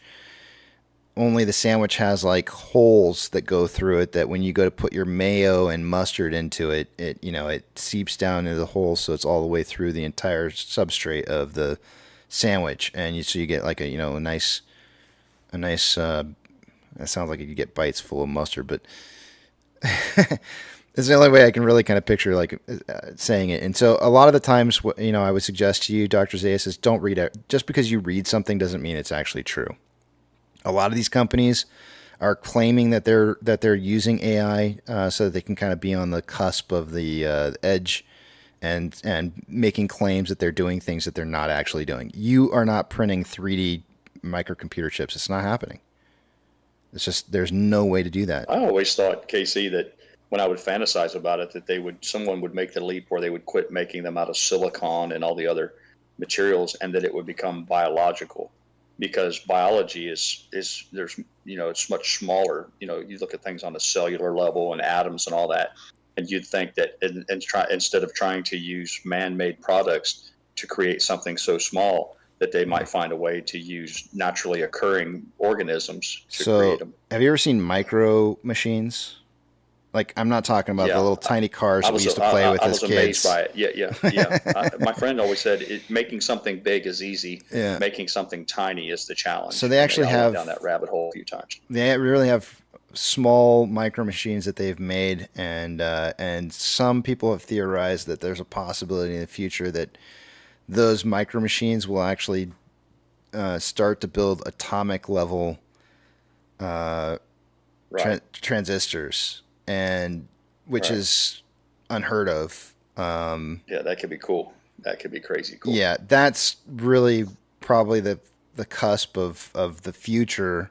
Holy Grail. Yeah, that really is probably the holy grail in the manufacturing, and it has nothing to do with AI whatsoever, unless AI is somehow in control of the micro machines in some way or another. But I mean, it's not it. It's something totally different. It's not the same.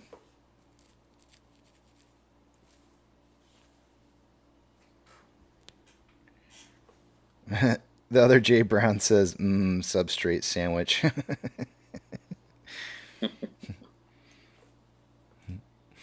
That's funny. But yeah, I mean, you'd be looking at like atomic level transistors, and I mean, it's just it blows my mind. I mean, because that's always been the idea is like how do you go smaller? There's been problems.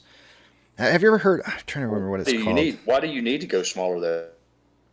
In a diminishing returns for a while. I mean, right now we get so much computing power out of such a tiny little device now. Why is there even a need to go any farther? I mean, do you gain that much? I mean, is it literally that? Is it that big of a win to go smaller? Hold on a second. I'm looking something up here. I can't remember the name of the person. Yeah, man.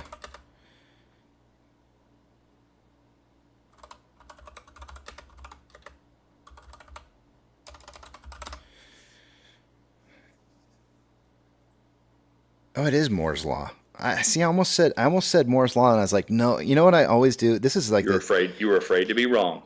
No, I was. I was so afraid of being wrong. But the reason is for some reason I always mix. I know ohms. I should never get wrong, but I always do this in my head, and I get Moore's Law and Ohm's Law mixed up for some reason. They're completely separate things. But anyways, Moore's Law, if you've ever heard this before, states that the number of transistors on a microchip doubles about every 2 years with a minimal cost increase.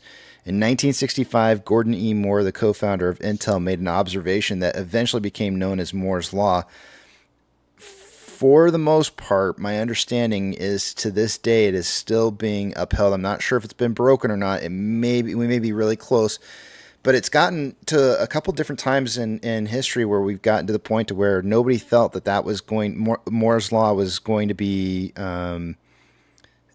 hold up or stand the test of time, because we weren't able to reduce the size of the chips enough to be able to. You think it would hit a wall? You think at some point it would hit a wall where you say it can't become any smaller, and that would be the end of Moore's Law. Totally, right? And so it'd be okay. Moore's Law is done. Now we don't have to shoot for that anymore. But somehow they managed to come out with new technology all the time. That's interesting. That that allows it to keep up pace. I'll have to look up and see if it's been defeated or not yet, because I haven't really been tracking it. But damn, I learned 2 things today, and it's not even lunchtime yet. Man alive. Let's see, the simplest answer to this is no. Moore's law is not dead. While it is true that chip densities are no longer doubling every 2 years, thus Moore's law isn't happening anymore by the strictest definition. Moore's law is still delivering exponential improvements, albeit at a slower pace. So, to me, it sounds like it's dead. I don't know what year that ended, though. Let me see if I can find some place. Anyways, the point being is that they're going to have to start looking, like, if they want to try and keep on the pace that we've been on in the past, they're going to have to look for new ways to develop. Right. To develop computer chips. It's just they're gonna have to find a new method. It can't be. Things are gonna have to change. Some kind of new scientific breakthrough. It's interesting. I mean, to some extent, you think about all the things that come together. I mean, you have to have new technologies and how you just measure things. I can just only imagine, what it takes in order to have a product that is uniform. You have to be a way to measure that, and I can imagine the challenges presented in measuring something that's so tiny.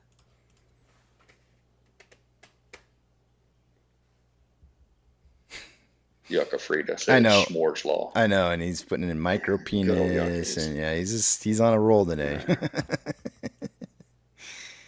Yucca, he used the word vibrato 3 times in a sentence, and I thought for sure that would summon you. I thought it would summon you, like Beetlejuice, Beetlejuice, Beetlejuice, but apparently, I was wrong. Did you wake up early today? Inexplicably, like, did you just manage to just roll over and go like, why am I waking up right now? If you did, it's because I summoned you and you didn't show up.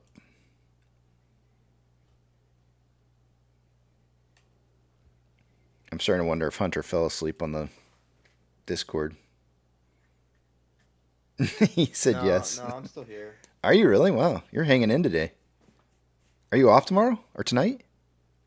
Yeah. Okay, that's I'm why. off for the next 3 days. There you go. I am probably gonna be about to get off though. Yeah, go get some rest, man. Go get some sleep.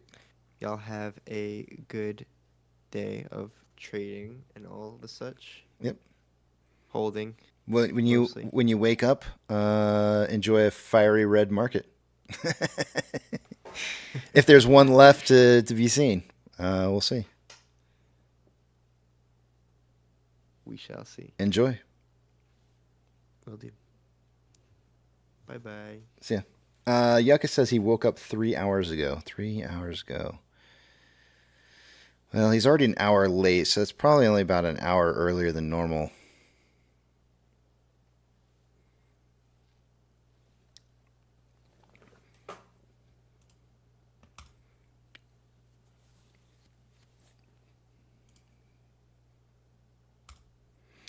All right, I need to put up a message so I can go to break. Go mix up my dough one more time, because I got some dough to bake later. I've been here. What are you talking about? 3 hours late. No, I didn't see you were 3 hours late. You said you woke up 3 hours ago. I said you woke up. You're an hour late right now. I said normally you probably wake up an hour before that. So you're probably, that 3 hours ago that you woke up was probably only an hour early, right? Did you wake up an hour early? I know it's the same time. I wake up at the same time. Okay, so you didn't wake up early then. Okay, cool. No, same time. Well, you said yes, so I was making assumptions off the yes. Okay. Okay. Yeah, but on that, Dr. Sayed said you can't print.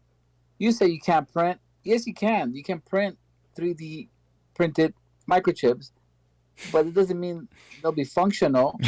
Yeah. I could print. Yeah, big as a gallon of milk. I mean, I'll print a couple. Look. The idea that you're talking about. I like what Parrot just said right there. I'm sure you could probably 3D print something that's unusable. Sure. Exactly. Right. Yeah. Model. That's not what we're talking about. If you wanted to manufacture a calculator that was the size of his Prius, go for it. Yeah. I mean, sure. Why not? When you said micro machines, are we talking about the cars? No, like no. The Hot Wheels? I know those were fun when we were kids, what weren't they? They were really a lot of fun to collect and stuff. I have no idea what happened to all my micro machines. They were really cool. They used to push them down. They used to light up. You push down on the. Do you have those? Did you have those? The one with the little siren? Was there something we could put in them on like the back side, like a penny or something, or? I feel like there was like a slot on the back side of them that you could put something. I don't know. I don't remember. I remember playing with them, but I thought they were really cool, and I could never get my hands on enough of them. But yeah, that was a long time ago. That was about the same time I was collecting Garbage Pail Kids. For hobbyists, they got some hobbyists out there that build like steam engines, like a functioning steam engine that's like the size of a shot glass. Internal combustion engines the same size. I mean, there's a whole group of guys out there that do that stuff. All that machine work done on the tiniest, kind of like what Pro Jeweler does when he's making all those little delicate tiny gears and things for watches. I dig it. Yeah. He used to push down on the wheel, like push down on the car, and then the wheels, I don't know, somehow, and then the lights used to come on. It was from 1989. That's when they started coming out, obviously. But I'm looking at them now. I don't remember that. You don't remember those? No. They even had the big tramp. They had everything. They had the big. Do you remember the cars that were? Do you remember the cars that were made that were about the size of I don't know, bigger than a cell phone, but it had a T-strip that you put in it, and you pulled the T-strip, and it set a flywheel working, and the car would zoom around. Do you remember those? Had like a handle, and the car had a big flywheel, almost like a roller skate wheel in the center of it. And then, I don't know if you remember those. Those were pretty popular. And then they had the ones that were smash them, crash up, demolition derby cars, where those when the cars hit, the doors would fly off. Those were my favorite. Fly off. Yes. Weren't they? Those were the best, man. I'm glad that. I used to take my smash up derby cars. Yeah, and because of those cars, I used to take my regular Matchbox cars, and I would run them into each other like full breakneck speed, as fast as I could possibly roll them into each other, and then see who landed upside down and who stayed right side up. And the car got totaled and knocked out of the race if he was if he was upside down or sideways. And then I'd have like these like competitions. Can you imagine a kid sitting there smashing two cars into each other like constantly all day long? See which one of his cars is the best performing fighter. That's so stupid. I can't believe I did that. I mean, we would buy the little model cars by Mattel that you had to put together with modeling glue, and then we would like burn them with a cigarette lighter and put dents in them and all kinds of stuff. Yeah, blow them up with firecrackers.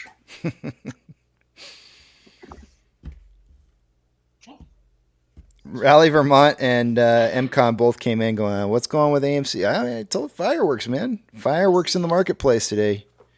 Is he on it? I called for a 444 close for the day today, and we're heading that direction.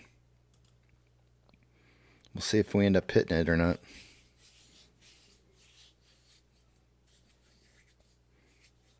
It's not really, I don't feel like any of this is really a mystery. I feel like it's pretty like obvious almost. I'm not surprised one bit. All right, I got to go to break. Let me put up the message on the screen. Yeah. Got here. Well, you're late. If you weren't late. Censor contents out of here. Yeah, I know. I'm having Black Forest ham, Swiss cheese, Miracle Whip on rye. I put it in the wrong time. I'm gonna sandwich in the world. I'm gonna be back at 12:15 because I'm leaving a little bit late and I need some time to make my food. So do what you gotta do. I'll see you guys back at 12:15. Off you go. All right, see you guys in a bit.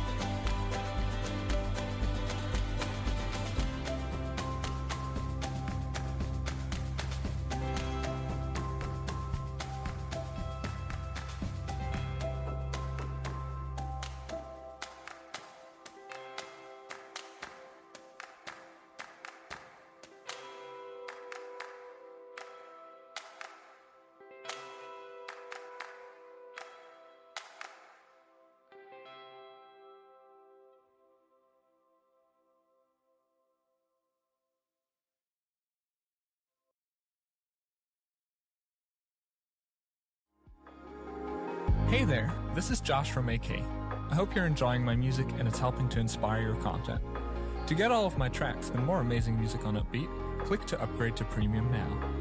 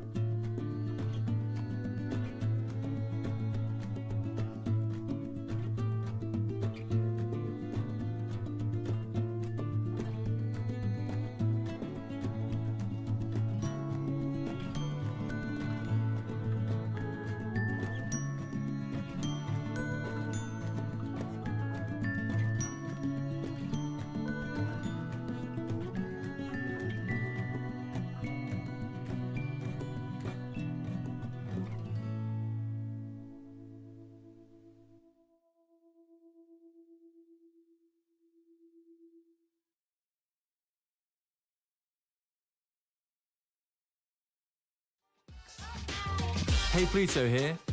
Shout out to all you wonderful creators for coming to Upbeat for your music. Keep doing what you do and help support us artists by upgrading to Upbeat Premium now.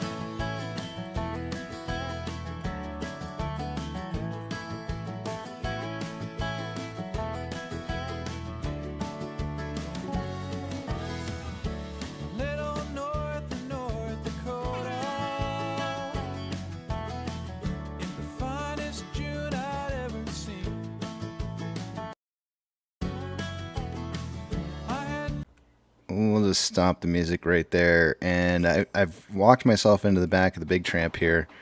I see that Funky's back here and Rex is back here, but the person I wanted to see, Yucca, is not back here.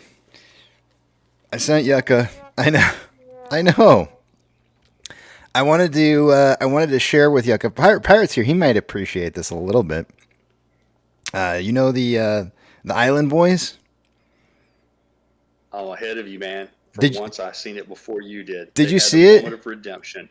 Did you see? I'm ahead of the curve on this one. I was up early this morning, and I was excited about the stream, and I was looking through a few things to kill some time because I was trying to beat Danny for bragging rights of being first, and I saw the little clip of them refusing to serve alcohol to the 18-year-old girl. So. Oh, that's not the clip I saw. I saw a clip with Jack Darty, I think, who's a YouTube streamer of some sorts. I don't know. It just says streamer, so I have no idea. I don't know who he is. I don't really care, but.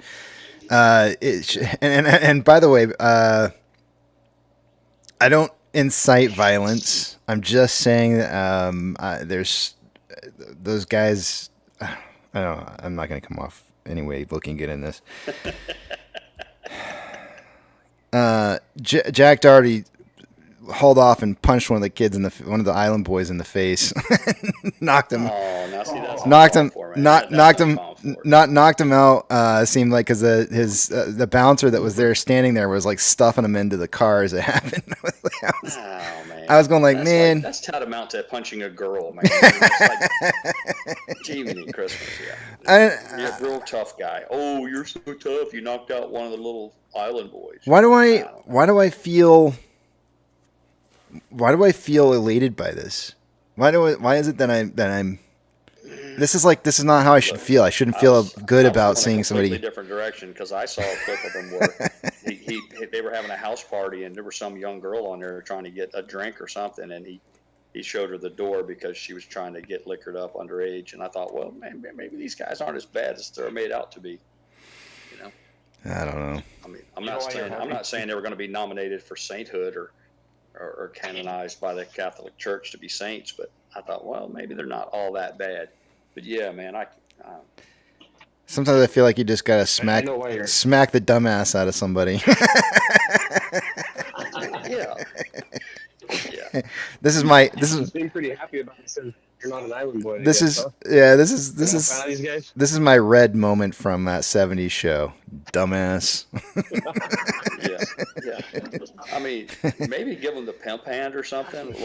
Give them the pimp hand or a little backhand across the mouth. But to give them the right cross or a jab and put them in La La Land, it seems a little unfair. Yeah. They've never. What I've seen, they've never put themselves out there as tough guys. I never got that. Maybe it's because I'm not. I don't keep up with them like you do. I feel so I don't hang on all. It's just the tattoos and the whole general attitude and the bling bling and all that kind of stuff. It just they do come off that way, but trying to be gangster. Okay, yeah, maybe I'm wrong. Maybe they had it coming. Look, I've learned one thing. You can't be too quick to judge. I've learned that I need backstory. I need details. I need some intel from on the ground. I need boots and eyes on the ground to tell me what the whole battlefield looked like before I can pass any judgment. Because if I've learned nothing else, the whole internet is deceptive. If it's nothing else, it's deceptive. I think the interesting thing more than anything is that Twitter hasn't taken that clip down yet. Like, I mean, I don't know. I feel like that's something that they would have taken down by now. I don't know. You gonna watch it on stream? No, I should probably not do that. That's probably not. Yeah. I did. Listen, I'm all for. I'm not anti-violence. There's every once in a while somebody needs to get smacked in the mouth. I'm all for that. I just think it needs to be it needs to be warranted, and B, the opponents need to be equal. I'm a lot of things, but I'm not a bully, and I think too often it's someone who's picking on someone who they clearly have. There's no question as to who the dominant party will be, and I'm not a big fan of that.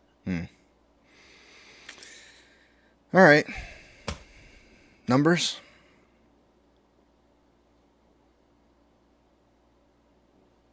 Okay, no objections. I'm going to take you guys over to the other page. Let's take a look at what we got going on here. Right after I move some pages around. Give me 1 second here. Nice to see Mellow Doug in the chat. Why he's not in the back of the big tramp, but good to see Doug. Out of jail?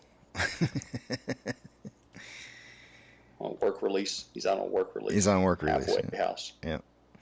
All right. Starting with, you guys are saying stuff about when FOMC. I'm not sure exactly why you guys are discussing that, but the next FOMC meeting is 28 days, 34 minutes, and 20 seconds from now. All right. Numbers. Starting with off exchange, by this time of the day, I would expect to see about 64% going through off exchange and EDGX combined. No, I'm sorry, I said 64. It's 63% by this time of the day. The exchange volume going through off exchange volume is 55.61%. The EDGX is 6.64%. The combined total, that's 62.25%, or about 0.75% less than what I would expect it to be by this time of the day normally. So it's a little on the low side, but not as low as it was a while ago. CHX is 839 shares, nothing unusual going on there. GME CHX volume for the day today is at 100. I don't see anything special going on with that one. IBKR for the day today is showing an additional 100,000 shares having been returned in the last hour. Fees are still sitting at 1.02%. In total for the day, we saw about 300,000 shares borrowed. On Ortex, we're seeing a return of 159,000 shares so far for the day. That's going to cause the estimated short-term interest of the free float to drop to 12.15%. The cost to borrow mins at 0.37, average is 1.46, and max is 2.72. The total amount of shares on loan for the day-to-day is sitting at 32.36 million shares. That's approximately 340,000 shares less on loan today than there was yesterday. Ortex is estimated that 131,000 of that is in closed short interest. Taking a look at options. Highest amount of call volume an hour ago was at a $5 strike with 12.7 thousand contracts in volume for the day. That value is now currently at 14.6 thousand contracts. And on puts, highest amount of puts is coming in at a $4 strike. An hour ago there was 3.1 thousand contracts. It's now 3.2. We're looking at market still suggesting a closing price somewhere between $4 and $5 by the end of the day today. MMRI an hour ago is at 278.02, now 278.95.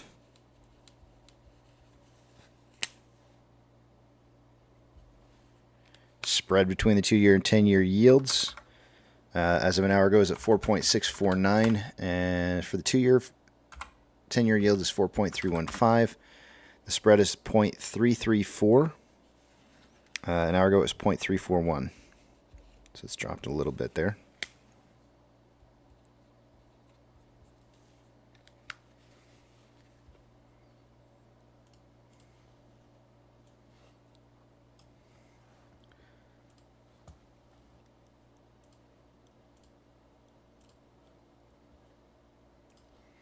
NASDAQ is down 0.75, Dow Jones is down 0.14, the S&P 500 is down 0.26. We have 3,417 decliners to 2,205 advancers. The market is more advancing this hour than it was last hour, and but still overall declining for the day.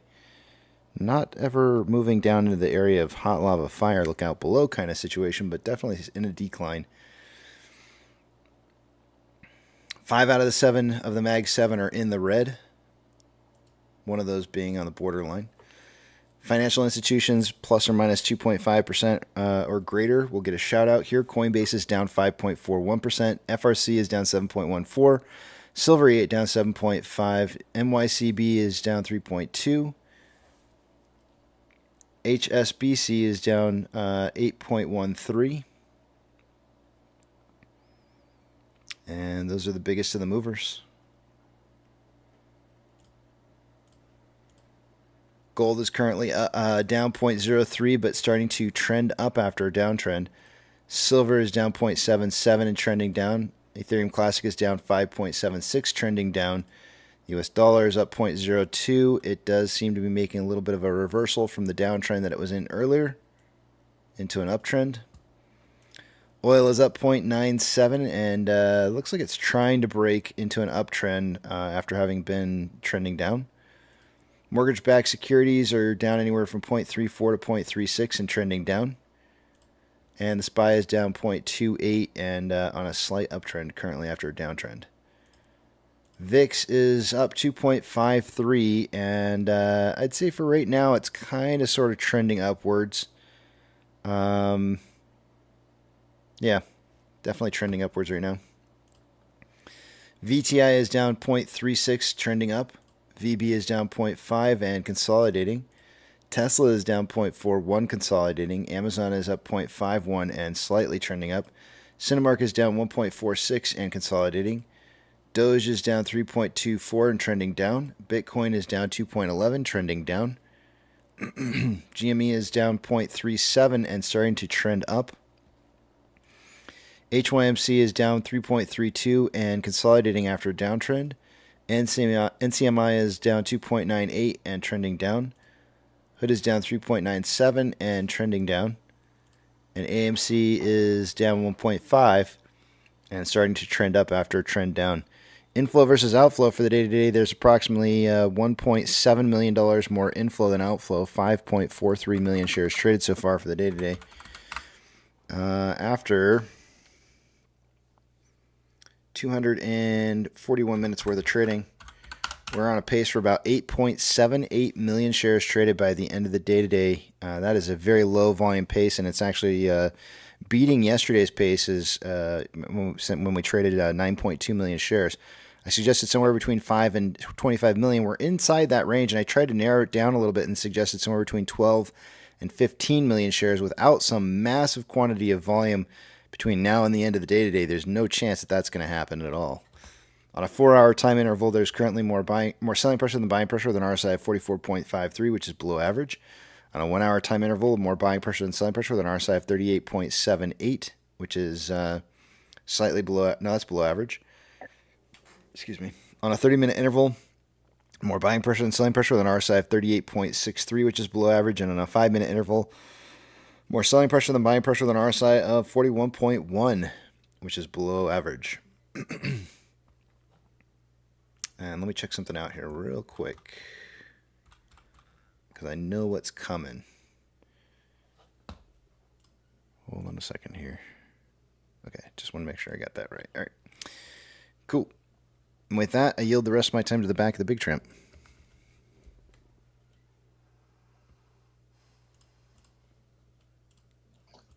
There seems to be some confusion about the FOMC today, Casey. I thought I read it somewhere that they were releasing minutes of a meeting today.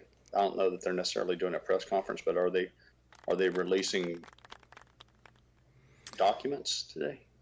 There is a let's see, today is Wednesday, right? I see a couple different. There's the minutes of the Fed's January FOMC meeting that are being released at 2 p.m. That's it. Yeah. So it's just the meeting. It's just releasing the meeting minutes from January, but we already know the results of that. There you go, pepperoni. Yeah, it's not what you guys think it is. Yeah. Yeah. Doug's coming in hot and hard. Big to do about nothing. But I think he's. Yeah. Come on, Doug. Come on, Doug. Yeah, it's just meeting minutes, man. The results for that are already in. We already know what happened there.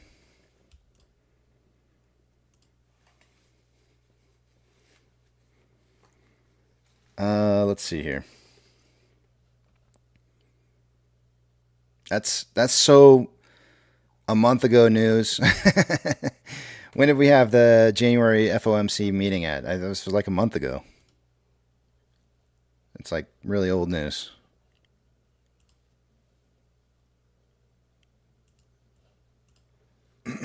Let's see here.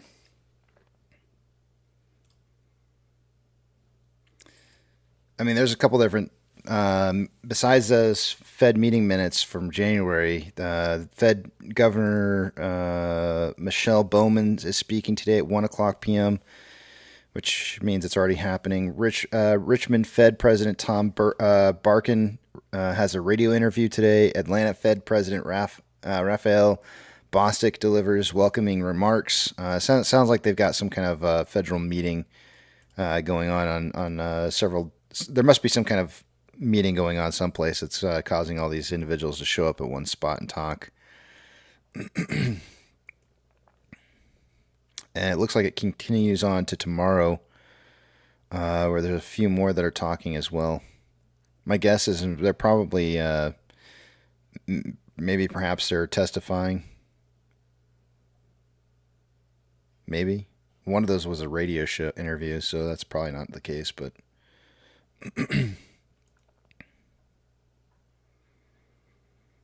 if we were to go to...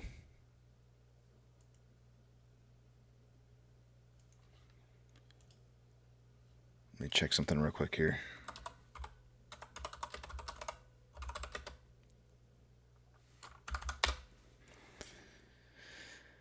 Let's see.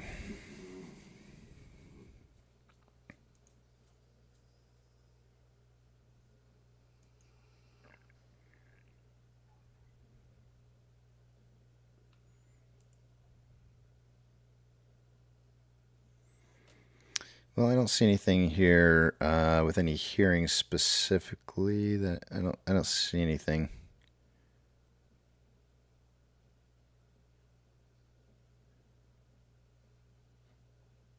Let me check tomorrow. Is this just for today?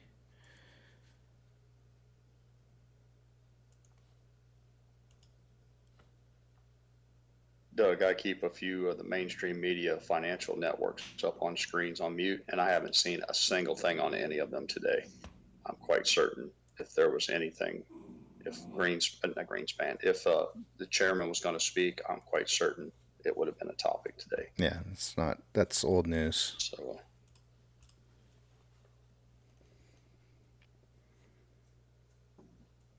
it's today they're just releasing the meeting minutes of January, FOMC meeting at 2:00. Yeah. That's it. Something that happened over a month ago. Tendies is using something that's factually correct as a clickbait.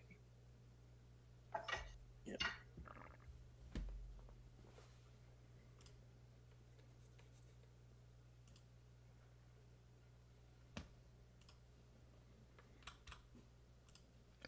Let's see here.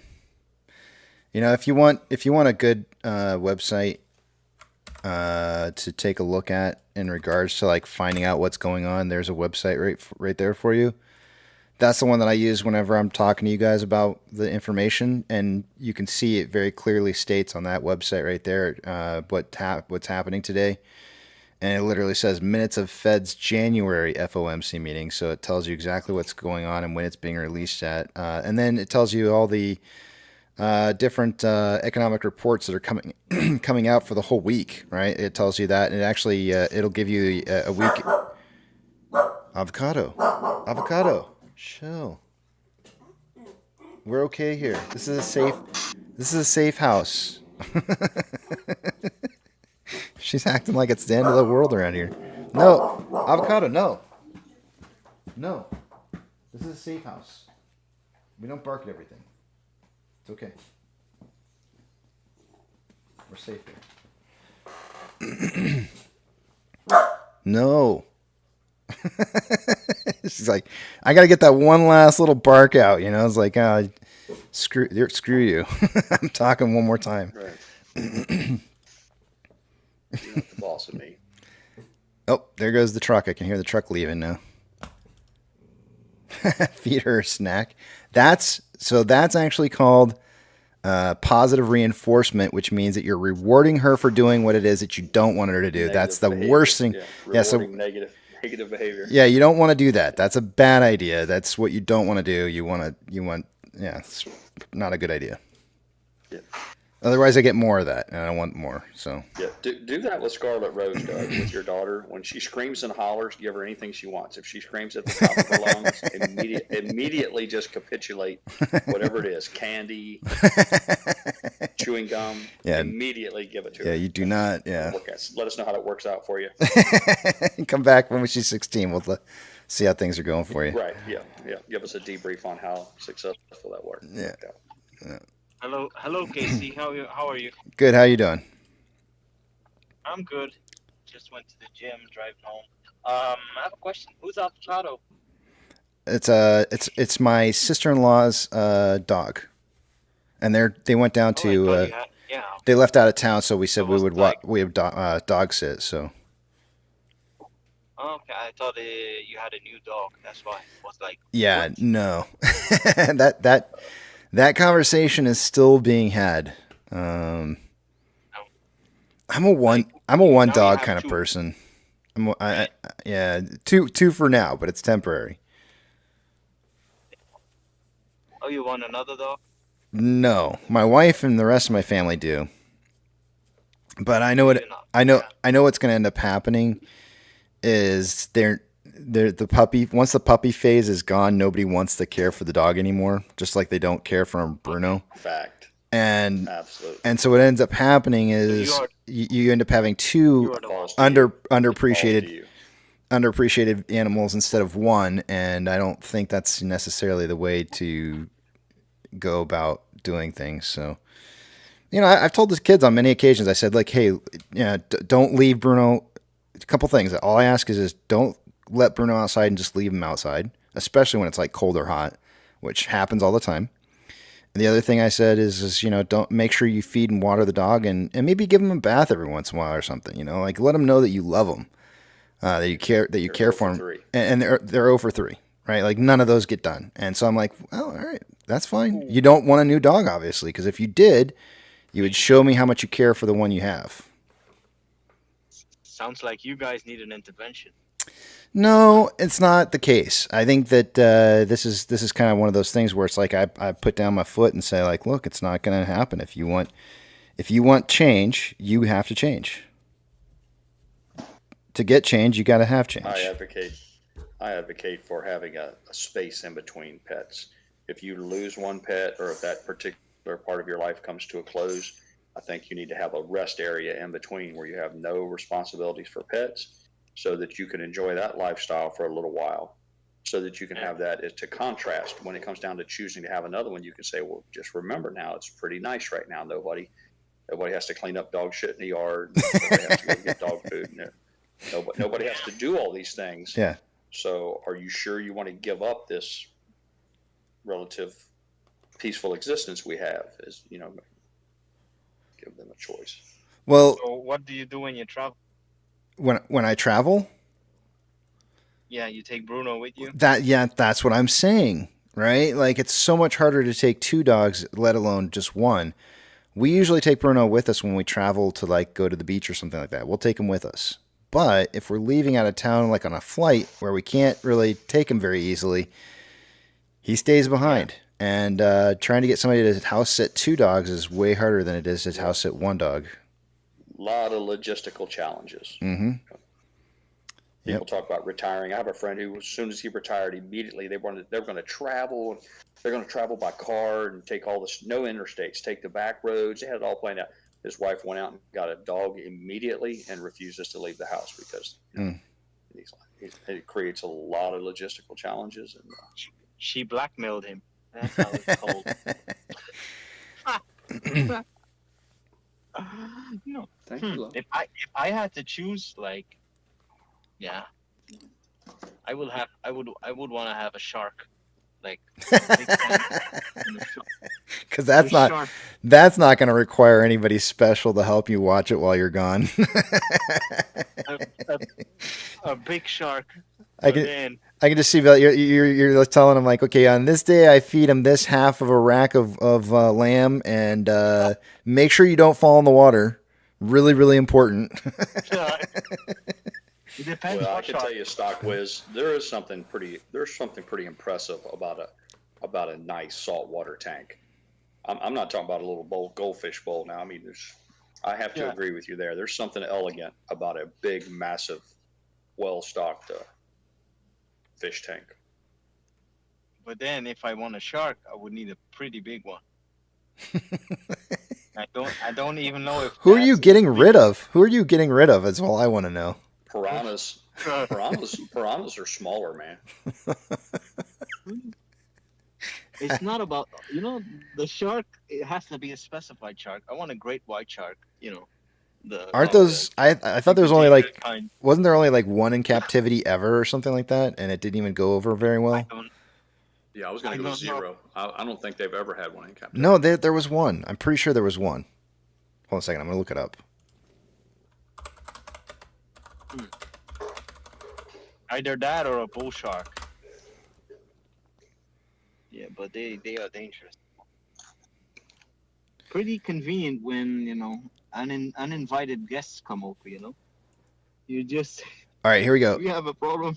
The complete history of a great. I want to go talk to my shark. The complete history of great white sharks in aquariums never lived more than 198 days. So apparently, they don't last for very long. What?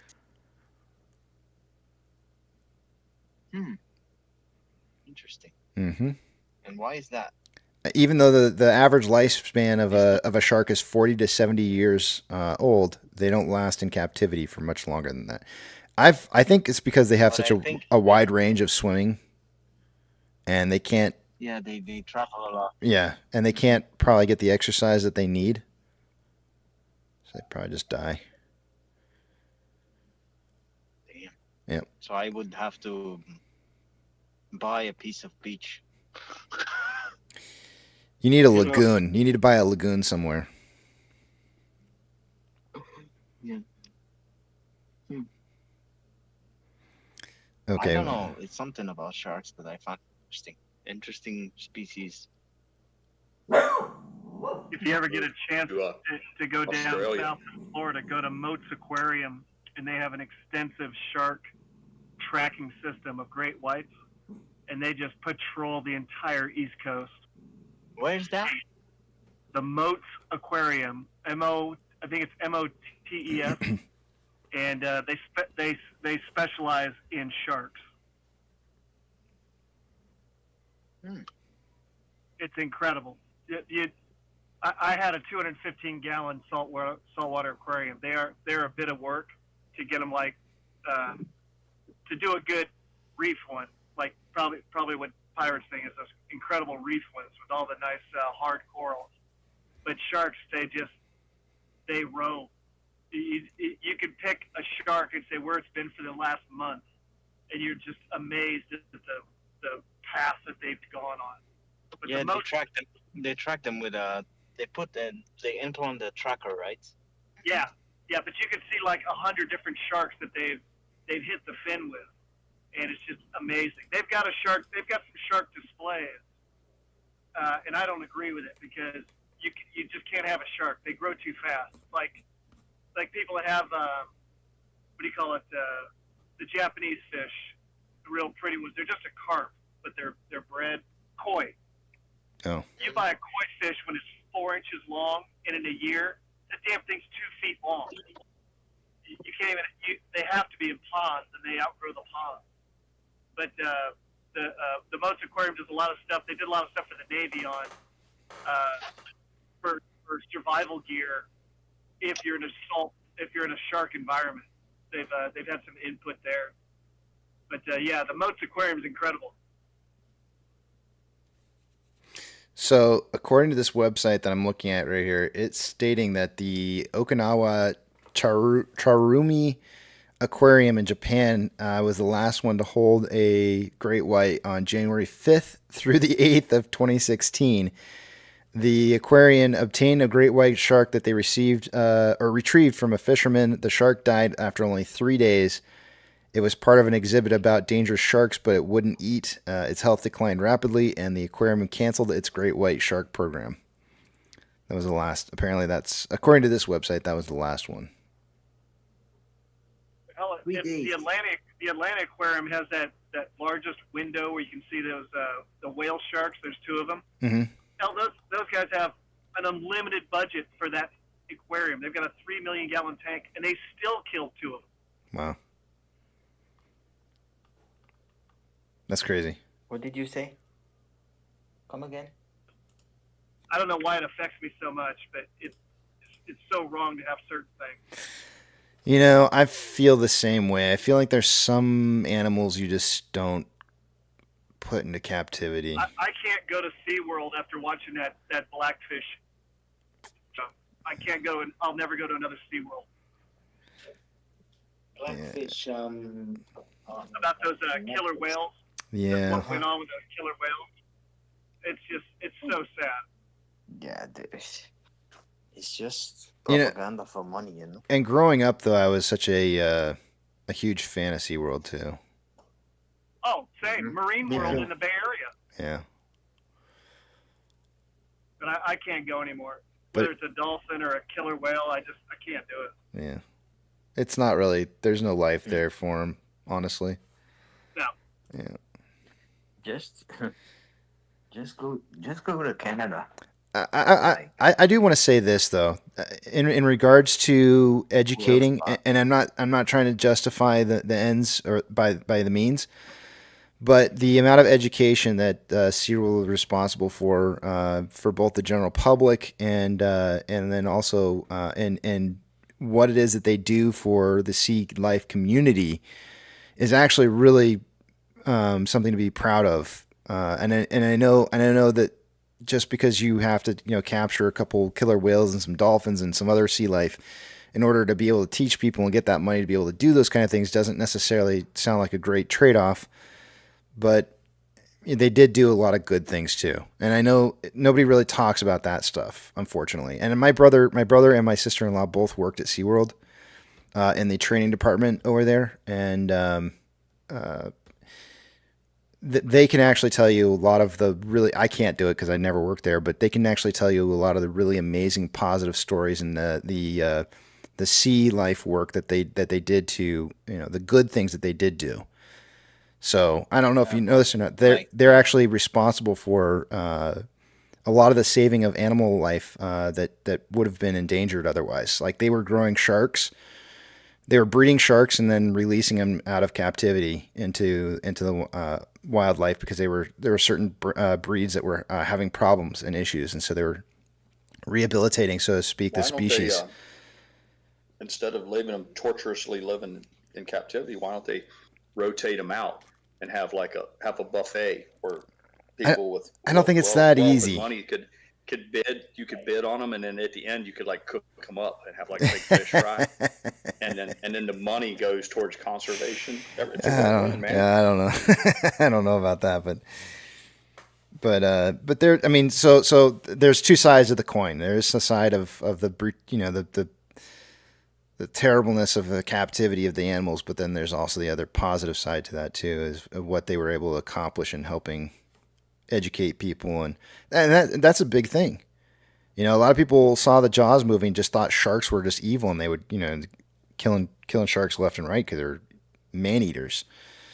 And they were trying to work really hard to educate people in understanding that sharks don't really try to go after humans. It's more of they mistakenly go after humans for the most part, not always, but there's a video making the rounds on the internet now of a Russian bear, a black bear that was rescued from captivity. I guess he'd spent the bigger part of his adult life in a cage, 6 foot by 5 foot by 5 foot cage. But they got a video where they released him into a sanctuary because he could never be released into the wild. But they turned him loose in this giant sanctuary, and he lives in a 5 foot by 5 foot area. He paces back and forth. I think I saw that. He's still in that cage. Yeah, I think I saw that. Yeah, it was pretty heartbreaking. Yeah. Yeah, it was. I saw that. Yeah. Yeah, I get that. I get the whole educating the people. I think what got me was watching that one killer whale that got pulled from his pod. I think, and that was the one that killed that gal at SeaWorld San Diego. Mm-hmm. Just watching the killer whales. I mean, it was like watching a kidnapping. Yeah. It was horrific. Yeah. But at the same time, like the Atlanta Aquarium, they have some beluga whales. Those whales, I believe, like you said, they were taken from a place in Mexico. They were like under a roller coaster. It was from New Mexico. Food Dog said that there's a bunch of whales out there. They're just fat. they took 2 beluga whales, and they've been living at the Atlanta Aquarium for a few years now. Yeah. Something happened out there in New Mexico. Who said, all the ladies are whales out there, man. Jeez. Oh, boy. Numbers? Almost.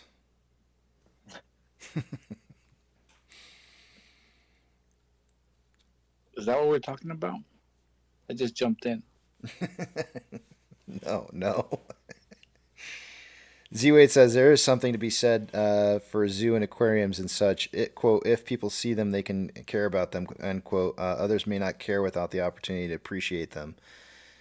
And that's, that's the unfortunate, sad part about the whole thing is that, the idea that we can't sympathize or understand that there's animals out there that need help and taken care of, and how we need to, help not just break down the things that are around us and destroy things and kill things and stuff, and actually having some kind of compassion by seeing in some of these, even just a zoo, even a zoo, you could say the same thing about a zoo as you would say about SeaWorld. All those animals are in captivity too, and it's, they don't really have much of a life either, but the idea there is behind the zoos are education and teaching people that there's more to animals than just food, or that they're just killers or something like that, Like the killer whale is more dangerous than the great white shark. You know that? To humans, probably, yeah. Yeah, probably. Yeah. Yeah, they attack. I was just reading it. Well, they're smart. Yeah, they're really smart. One of my kids has there's a program out there that you can. I'm sure you could probably look it up. She's got a website that she goes to.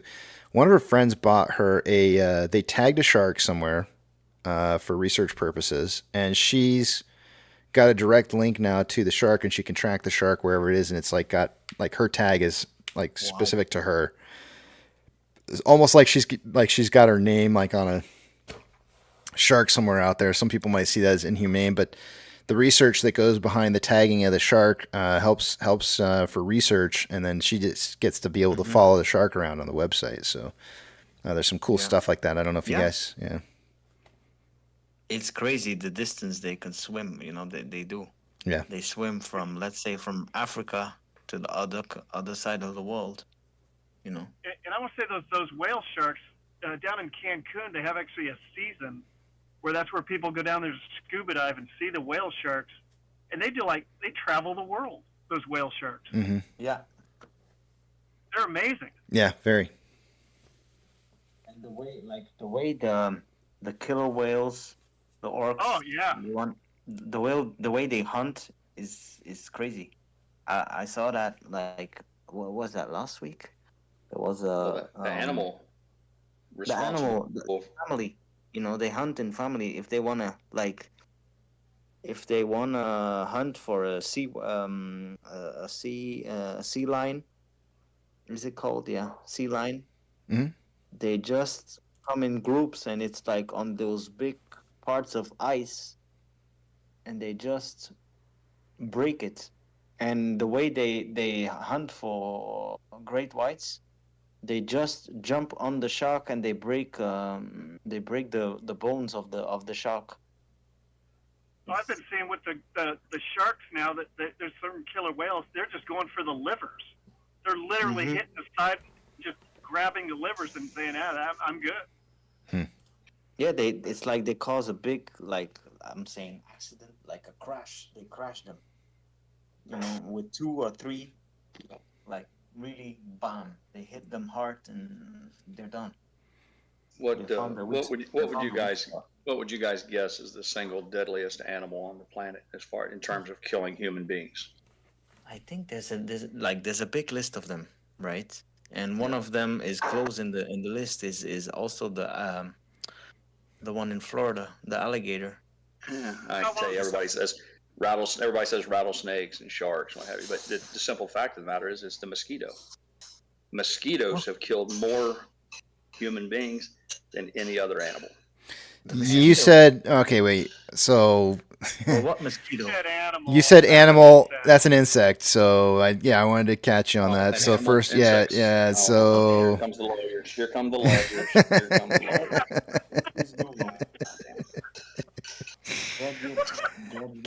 can we stick to not thinking outside the box of what we're talking?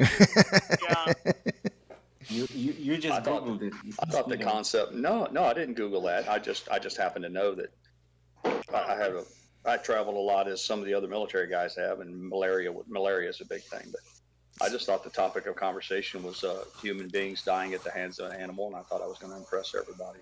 Look, I was mistaken. I'm going to go with yaks in Africa. Red, those horns. I thought they were like they killed a ton of people. I'm going to go with About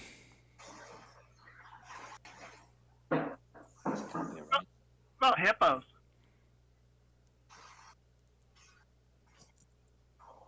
What species of dog has killed more? Excuse me, has bitten more people than any other species? Do you guys know the answer to that one? I haven't. Shepherds. Yep, you're right. Yep, give one to the Navy guy. Because they're always watchdogs.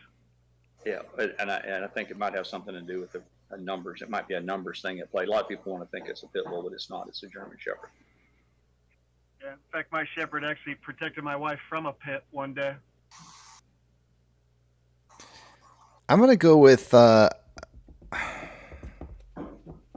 hippos. Hippo in Africa, it's hippos. Yeah, hippos are by far. Yeah, it's farther than the crocodile. It's worse than the crocodile. It's worse than elephants. The hippopotamus have killed more. But they got those big yaks too. Like not a yak. It's one of those big water buffalo with the big huge horns. I thought they were pretty aggressive too. Wildebeest? No, yes. I don't think so. No. I want to say lion. I'm looking it up now because I've been I'm like trying to figure out what I think is. I'm gonna go with lion.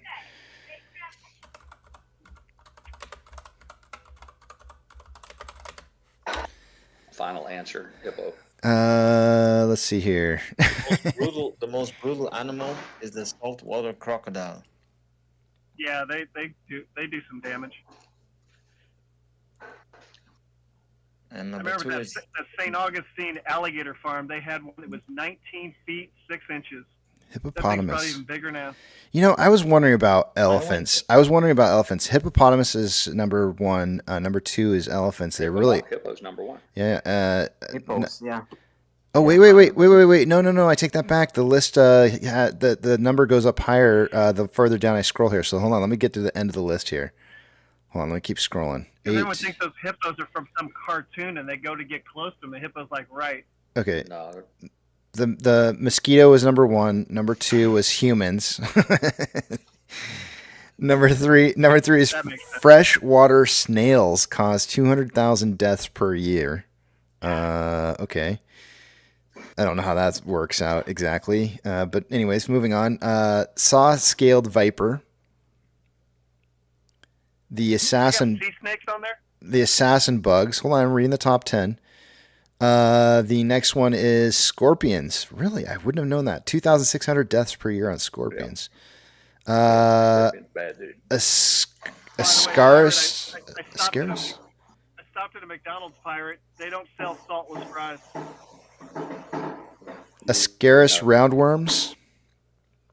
Saltwater crocodile. Elephants and then hippos. Elephants and hippos are the same, roughly. Hippos will jack you up. I feel like the winner. I guess the winner is going to be like. I guess the croc. If we're not going to count reptiles, then we would have to go with the elephant and the hippo, which are tied.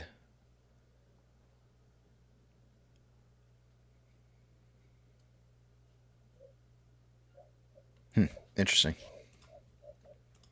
The number one killer of children, I forget ages, like from toddlers up to preteens, is backyard swimming pool drownings. Yep, that's why I taught my kids early on swimming. Yeah. If you have a kid, like I said, toddler's age up to maybe prepubescent or whatever, the likeliest way that they'll meet their end early is through drowning. My parents used to accuse me of being a fish growing up, and so being an avid swimmer, most of my younger life, it would have pained me to no end to have one of my kids drown to death, and so that's why I knew, like before, once I started finding out that you could, that they had figured out a way to train babies how to float, to save themselves. Right. I was all over that. I was like, yes, okay, I can at least ensure that my kids have somewhat of a fighting chance on their own without me for some period of time.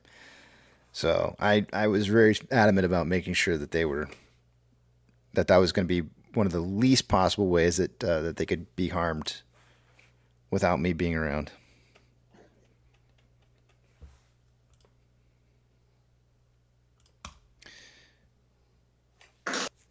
Got to give your kids a fighting chance, man.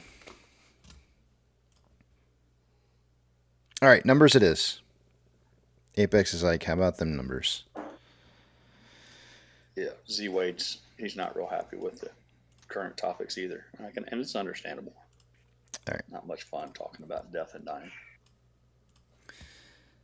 Starting with off exchange. By this time of the day, I would expect to see 64% going through off exchange and EDGX combined.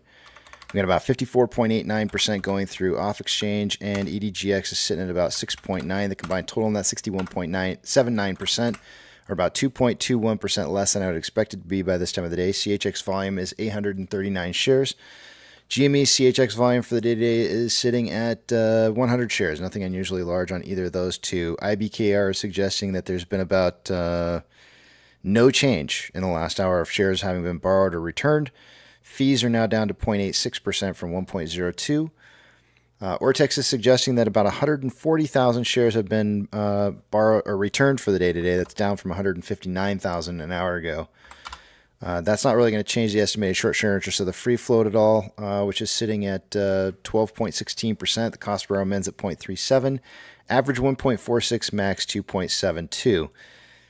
Taking a look at total amount of shares on loan right now, we're at 32.36 million shares today. That's 340,000 shares more or less on loan today than yesterday. Ortex estimating about 131,000 of that was in closed short interest. Taking a look at options. As of an hour ago, the highest amount of call options was at a $5 strike with 14.6 thousand contracts in volume for the day. It's now 14.8 thousand contracts. Slight increase. On puts, the highest amount of volume is now at a $4.50 strike. It was $4 an hour ago. At $4, it was 3.2 thousand contracts in volume for the day. It's now 3.6 at 4.5. Market suggesting once again that we will be closing between 4.5 and 5. We've had actually a lot of volatility on this today. Market not really unsure whether we would be closing between 4.5 and 5 or 4 and 5. So it is suggesting right now that we'd be seeing a close above 450.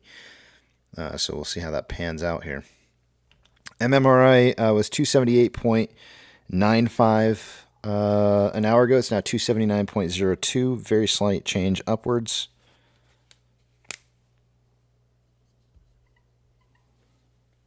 The spread between it just dropped to 278.76. That was a big enough drop that it caught my attention before I looked away. So I'm actually going to put it back down to 278.76. There we go. All right, Instone. The spread between the 2-year and 10-year yields an hour ago was 0.334. It is now currently at 0.341.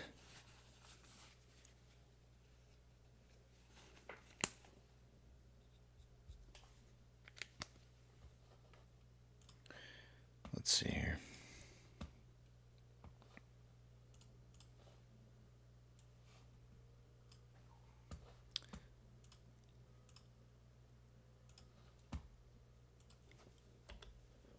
The NASDAQ is down 0.63. Dow Jones is down 0.09. S&P 500 is down 0.16. There's currently 3,320 decliners to 2,340 advancers. The market is advancing yet again. Very small amounts. We've been seeing this chip away a little bit hour over hour where we've been seeing more advancers, but it's been a slow go throughout the day. But the entire time we've been over just over 2,000 advancers all day long. But it's slowly turning. We're seeing 4 out of the 7 Mag 7 being in the red currently, with 3 being green. 1 is almost a flip-flopper. Financial institutions that have changed in price by more than 2.5% plus or minus is going to get a shout out. Coinbase is up or down rather 5.32%.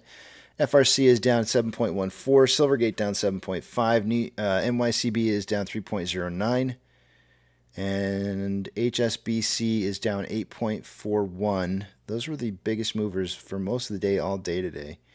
HSBC being one of the ones that's getting an earnings report announcement today. Gold is up 0.06 and is getting a pretty strong move here to the breaking the downtrend that it was in earlier. Right around 1404 or 4 minutes after the hour, getting a strong reversal, heading the other direction. Silver is down 0.51, also getting that reversal at 1404. Ethereum Classic is down 5.05%, and let's see where that shift is, 1404, same time. The US dollar is up 0.02.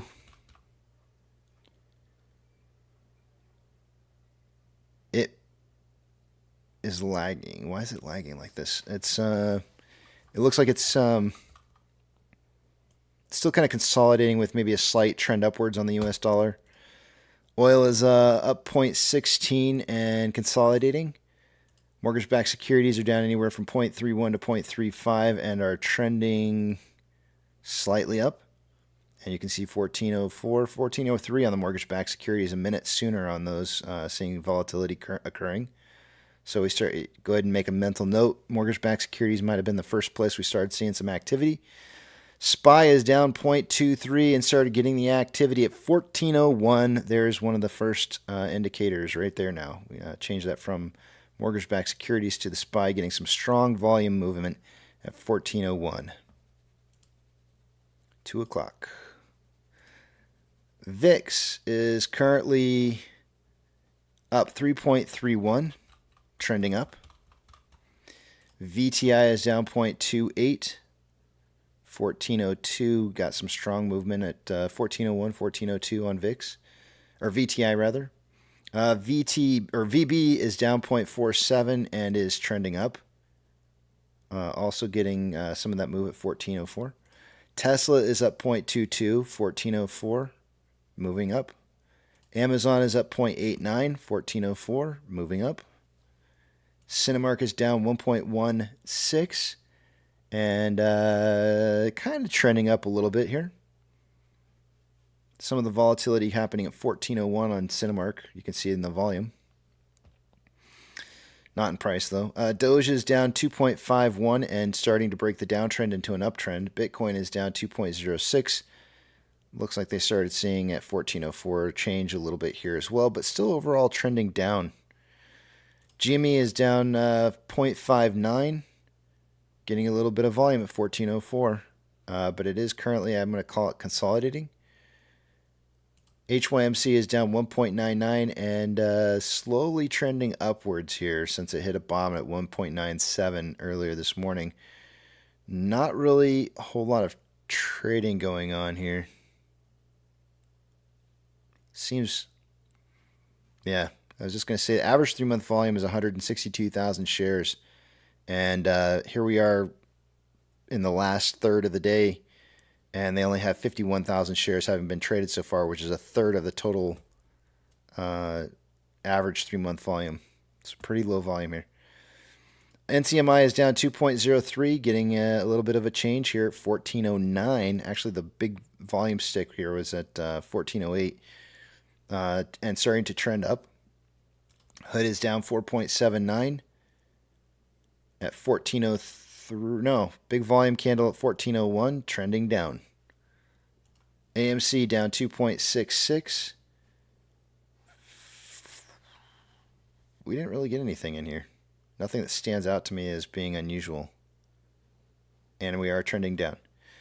Inflow versus outflow on AMC. There's approximately $1.8 million more inflow than outflow. 5.82 million shares traded so far for the day today. This is such a low volume day. It's not even funny. After 284 minutes worth of trading, we're on pace for about 7.99 million shares traded by the end of the day today. 8 million shares. That is so low, guys. I can't even... Like, that's literally going to be half the amount of volume that we see on a normal average 3-month basis. That's going to destroy our average 3-month volume. It's going to wreck it. I'll tell you what that will do. That'll cause days to cover to increase quite dramatically day over day. I know that's a number that a lot of people seem to take issue with, and they want to see that number lower. It'll definitely cause that to happen. On a 4-hour time interval, there's currently more selling pressure than buying pressure with an RSI of 42.58, which is below average. On a 1-hour time interval, there's more buying pressure than selling pressure with an RSI of 36.96, which is below average. On a 30-minute interval, there's more selling pressure than buying pressure with an RSI of 35.92, which is below average. And on a 5-minute interval, more buying pressure than selling pressure with an RSI of 39.48, which is below average.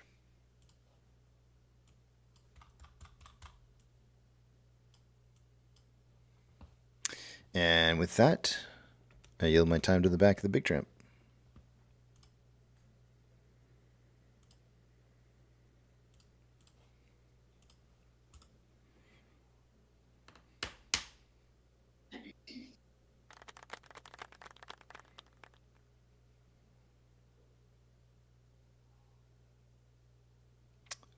Pirate and Tom are, thank you very much, by the way, for the claps here. Pirate and Tom are speaking on explosives, and Tom's going to be training. This does not sound good.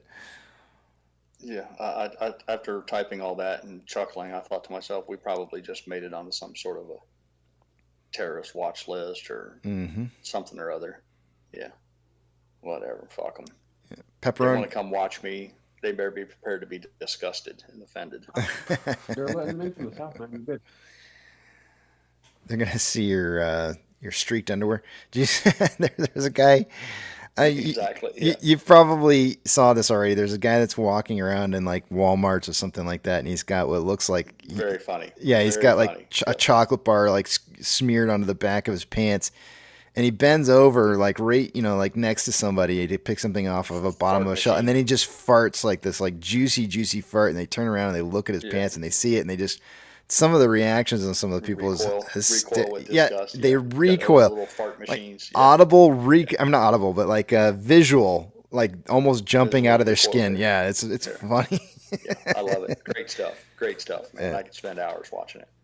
One of them though, the guy looked like there was another dude there. It was with this girl, and he was. It almost seemed like he was going to beat the crap. It's like, oh, you want to poop your pants? I'll give you a good reason. I was like, dang, man, so violent. Look, I'm all for those pranks as long as they're not physically or intentionally.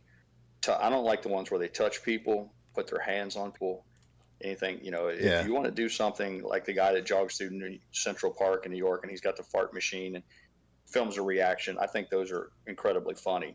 But some of these people, in their effort to achieve some sort of popular content, they're crossing boundaries, and a lot of them are gonna, like what they say, fuck around and find out. So, yeah.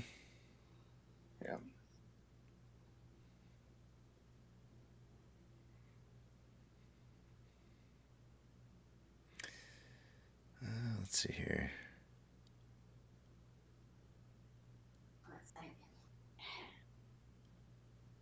Can we move that chair over for you?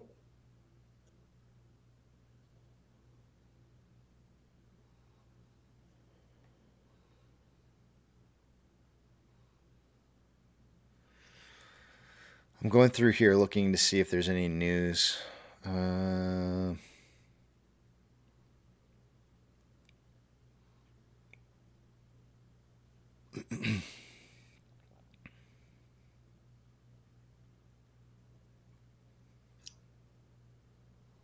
Tom, what little bit I did learn about plastic explosives, I learned from my brother who was a Marine. He was a jarhead.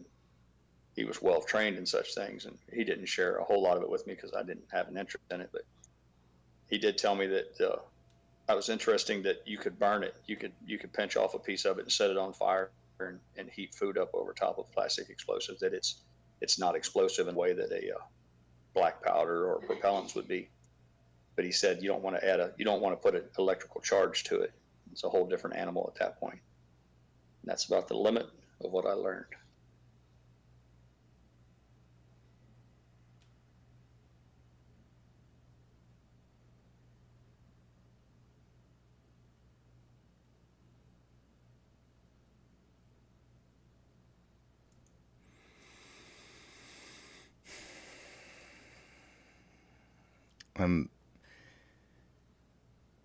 People scare me.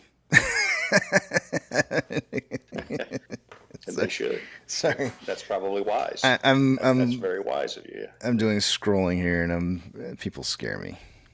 That's all I gotta say. Hold on a second here. All right, let's see if we can find.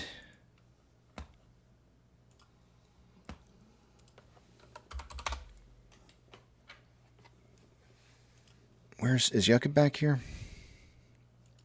Yucca, did you get? Yucca, can you hear me? It's probably with a customer or something.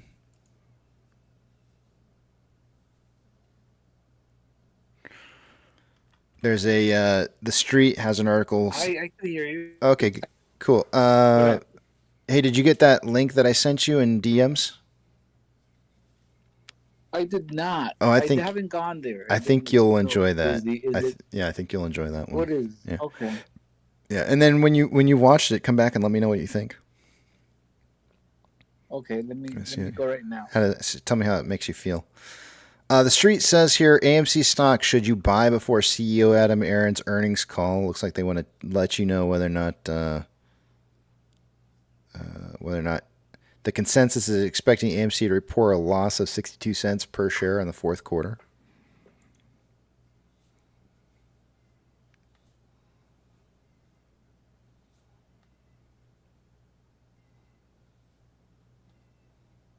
Tom D's talking about pranks and elevators and stuff, and it triggered a memory. The movie with Robert Duvall, he plays a fighter pilot, I think in the Korean War era, but the name of the movie was The Great Santini. But one of the greatest parts of the movie is when they're in a formal function and all their dress, their Class A dress blues and what have you, and it's all real elegant. And one guy pretends to be really, really drunk, and unbeknownst to the crowd, he had a can of like cream of mushroom soup that he'd opened up, and he was hiding it in his shirt. But he acted like he was vomiting, and he leaned over and poured the soup out on the ground. And then all of his buddies ran up with spoons and started eating it off the ground. And oh my God! Of course, I thought to myself, "What that has got to be the all-time best prank." No, that's terrible. And it was a formal. Yeah. If you ever get a chance to watch the movie, and it's a good movie, by the way. It's called The Great Santini, and it's about a man going through his military career and how it bled over into how he treated his family. But yeah, pay special attention when they show the formal dining funny prank. Feel free to use it yourself if you ever have four wingmen with a spoon who's willing to play along. I like the good old Epicac in Stand By Me. I don't remember that. I remember the movie Stand By Me, but I know syrup of Epicac is what makes you vomit. That's what they give you as a antidote for poisons. Yep. But I don't remember what. You have to refresh my memory.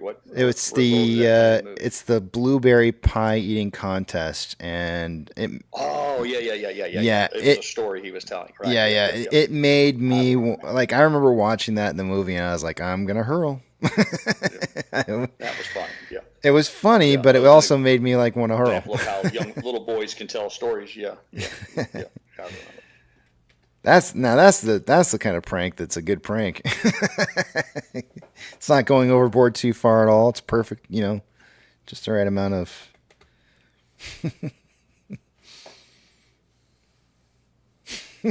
You're not physically touching somebody, you're just touching them from the inside. Well, Sam said the prank would be improved if they used chocolate pudding, but then the guy would have to pretend to shit on the dance floor or something, and I don't know that you could pull that off. But you can imagine how easily a guy could pull off vomiting, especially if he was already a little drunk and staggering around, and people already judging you, saying this guy's about ready to hurl.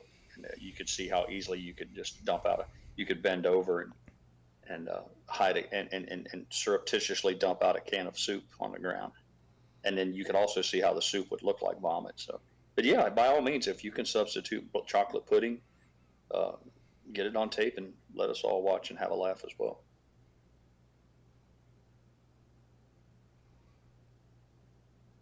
Ooh, Donkey Kong said his friend was in that movie. Which one? That's cool. Stand By Me, or? I'm not sure. I can only assume. Well, he says Marine Color Guard, so I'm going to go with the Great Santini. Oh, yeah. I don't think they had a military presence in Stand By Me, but Yep, I might be wrong. That's very cool. That's cool.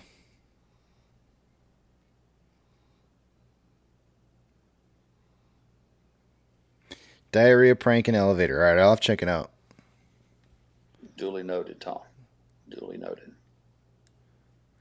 Alrighty, I'm gonna head to break and come back in at 2:15 or 2:10 rather, and we'll finish out the day. I gotta go. Tried to stick us for 5 minutes there, didn't you? Well, no, I normally like to leave at 20 after, so I usually give you guys more time than I'm expecting to. But I got to go stick one of these doughs in the oven and cook it for a little bit here. So I know at some point when I return later, I'm gonna have to probably pull some bread out of the oven, because one of them I want to cook and make sure it's hot and ready for when my wife wakes up a little bit later, and the other one I can cook. It's really odd. The recipe calls for you to start the oven at room temperature and put the dough in at room temperature. Who does that? I mean, I do. Don't get me wrong. Whenever I throw anything in the oven, I always put it in before it's even warmed up, and I just add a little extra time to it. But why in the world? Why don't they just tell me like 10 more minutes of cooking time instead of putting in? I don't. It makes no sense to me. I don't get it. It probably has something to do with removal of moisture. I don't know. I would imagine. Well, you start it with inside of the what do you call the pot again? It's called a Dutch oven. You start it in a Dutch oven with the lid closed.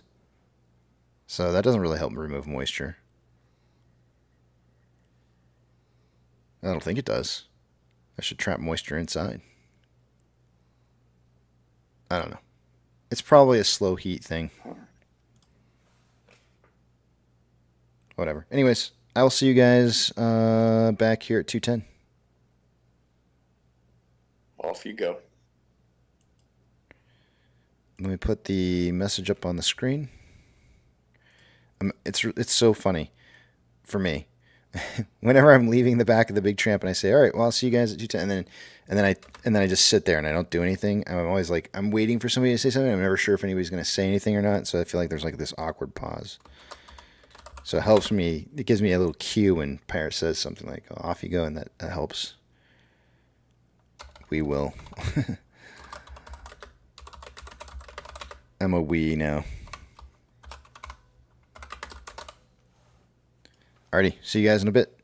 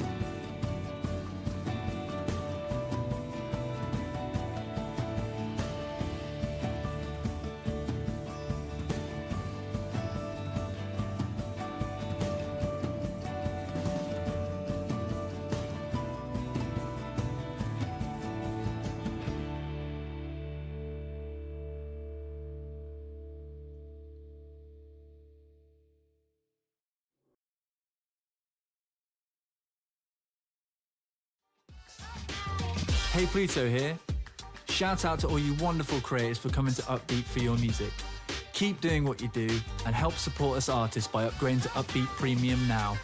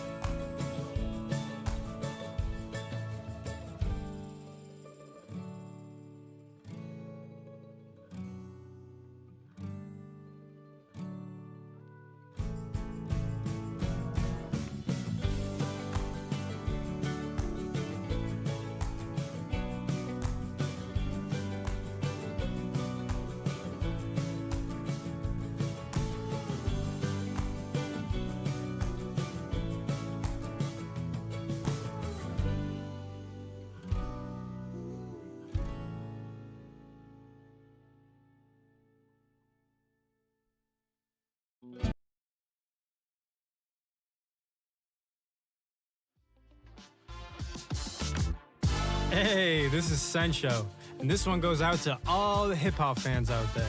If you like what you're hearing right now, it's called Double Take, and you can download this and a lot more by upgrading to Upbeat Premium. Peace.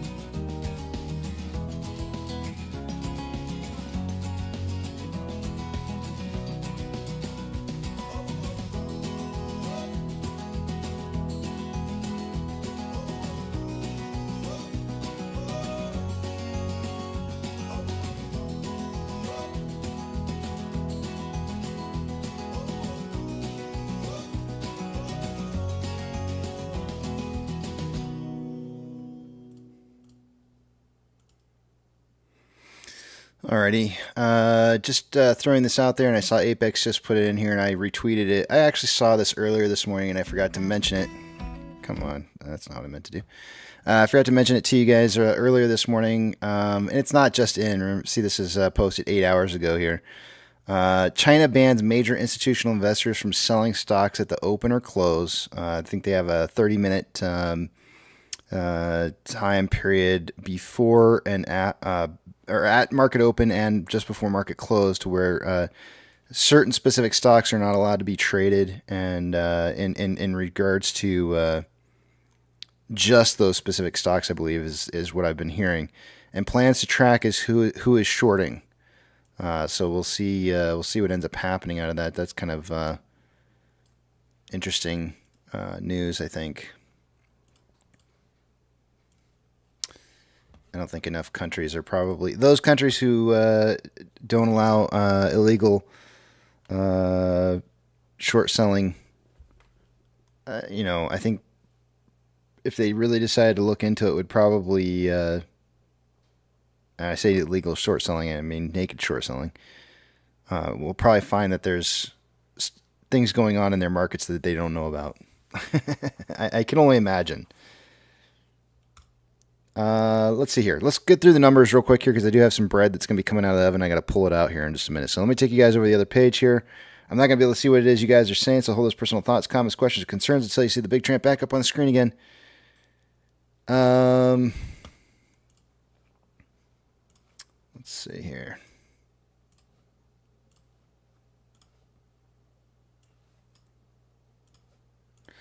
I mean, the U.S. doesn't even allow naked short selling. I mean, we do allow for it in certain situations to make a market, but it's abused in my opinion. And anyways, moving on. Exchange volume for the day today. By this time of the day, we'd expect to see about 66% going through off exchange and EDGX combined. We're about 54.43% going through off exchange. And EDGX is sitting at 6.87. The combined total 61.3%, or about 4.7% less volume going through those exchanges than normal. CHX volume is 839 shares. I think we would be down a lot further in price today if we actually saw more of our volume, or if we had seen normal amounts of volume going through off exchanges. So we got spared in some senses.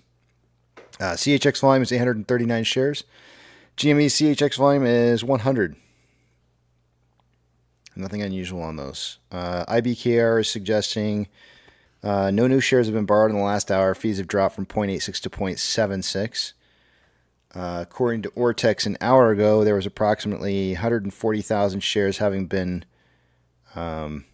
returned for the day. That's now showing 107,000 shares being returned for the day.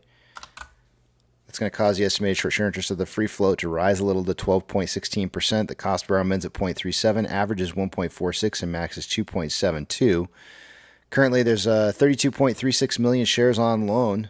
That is down 340,000 shares day over day. Ortex estimated about 131,000 of that was in closed short interest. Taking a look at options. Highest amount of call volume as of an hour ago was at a $5 strike with 14.8 thousand contracts. Now 15.2 thousand contracts. Highest amount of put volume coming in at a $4.50 strike. There was 3.6 thousand contracts an hour ago. Now 7.9 thousand contracts. I would assume that those are 4.5 puts that want to try and close out while they're still potentially in the money. That should cause price to go back up, and the market is suggesting closing price between 4.5 and 5 by the end of the day.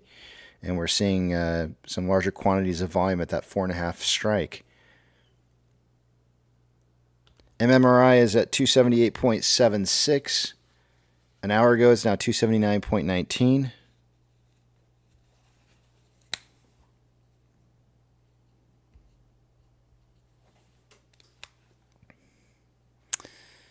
Let's see here.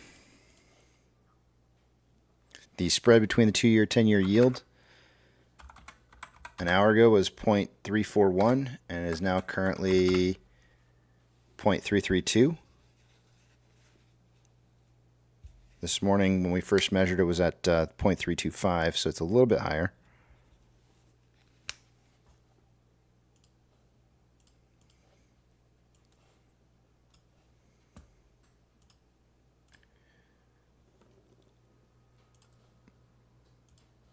NASDAQ is down 1.04. Dow Jones is down 0.49. The SP 500 is down 0.5. For the first time for the day-to-day, we have the more decliners than advancers in a quantity that causes me to say we're on hot lava fire because we're underneath 2,000. We were increasing in advancers up until this last hour for the day continuously. When we now have 3,743 decliners to 1,966 advancers, which is a pretty big change there. Amazon and Google are the only two green Mag 7 stocks right now. The other 5 are all red. And NVDA getting close to 4% down. Let's see here. Financial institutions that have changed more than 2.5% for the day-to-day are going to get a shout-out. Coinbase is down 6.3%. FRC is down 3.57%. Silvergate down 7.5%. NYCB down 4.37%. HSBC down 8.89%. Western Alliance, we're now finally getting a new one in here, down 3.19%. And those are the biggest of the movers. Gold is currently up 0.04 and appears to be breaking an uptrend into a downtrend.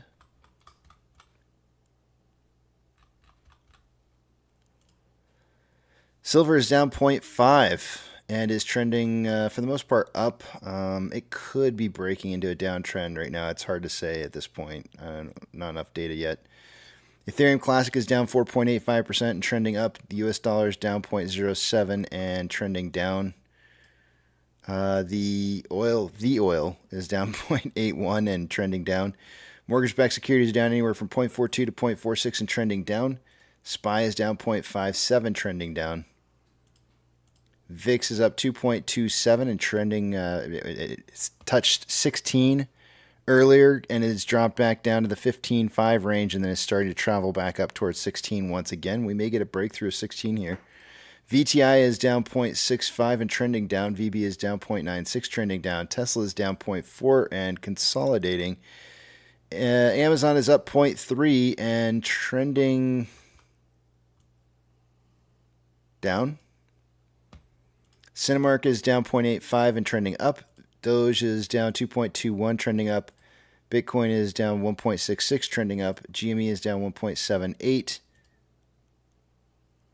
trending down. HYMC is down 2.93, trending down. NCMI is down 2.86 and consolidating. Hood is down 4.68, consolidating after a downtrend, and AMC is down 2.9% and trending down. Inflow versus outflow for AMC for the day today. $1.9 million more inflow than outflow. And then 6.69 million shares traded so far for the day today. Very, very low volume. That's what you want to see when price is moving downwards. You want to see low volume. Based off these numbers, we are currently on a pace for about 7.45 million shares traded by the end of the day today. That is super, super, super low volume for us. On a 4-hour chart, we have more selling pressure than buying pressure with an RSI of 41.38, which is below average. On a 1-hour chart, more selling, equal amounts of buying and selling pressure with an RSI of 34.8, which is below average. On a 30-minute interval, more selling pressure than buying pressure with an RSI of 35.92, which is below average. And on a 5-minute interval, more buying pressure than selling pressure with an RSI of 39.28, which is below average. And with that, I am going to go to the back of the Big Tramp. And if you guys will excuse me for just a moment while I go check my bread. I just want to make sure it's not burning. Oh. Yeah, you know, I've got it down to a science where I think I know exactly how long it's going to take, but I am still experimenting a little bit, so I just want to make sure that everything's all good in here. And so I'll be right back. Give me just a second. Mm-hmm. Sure.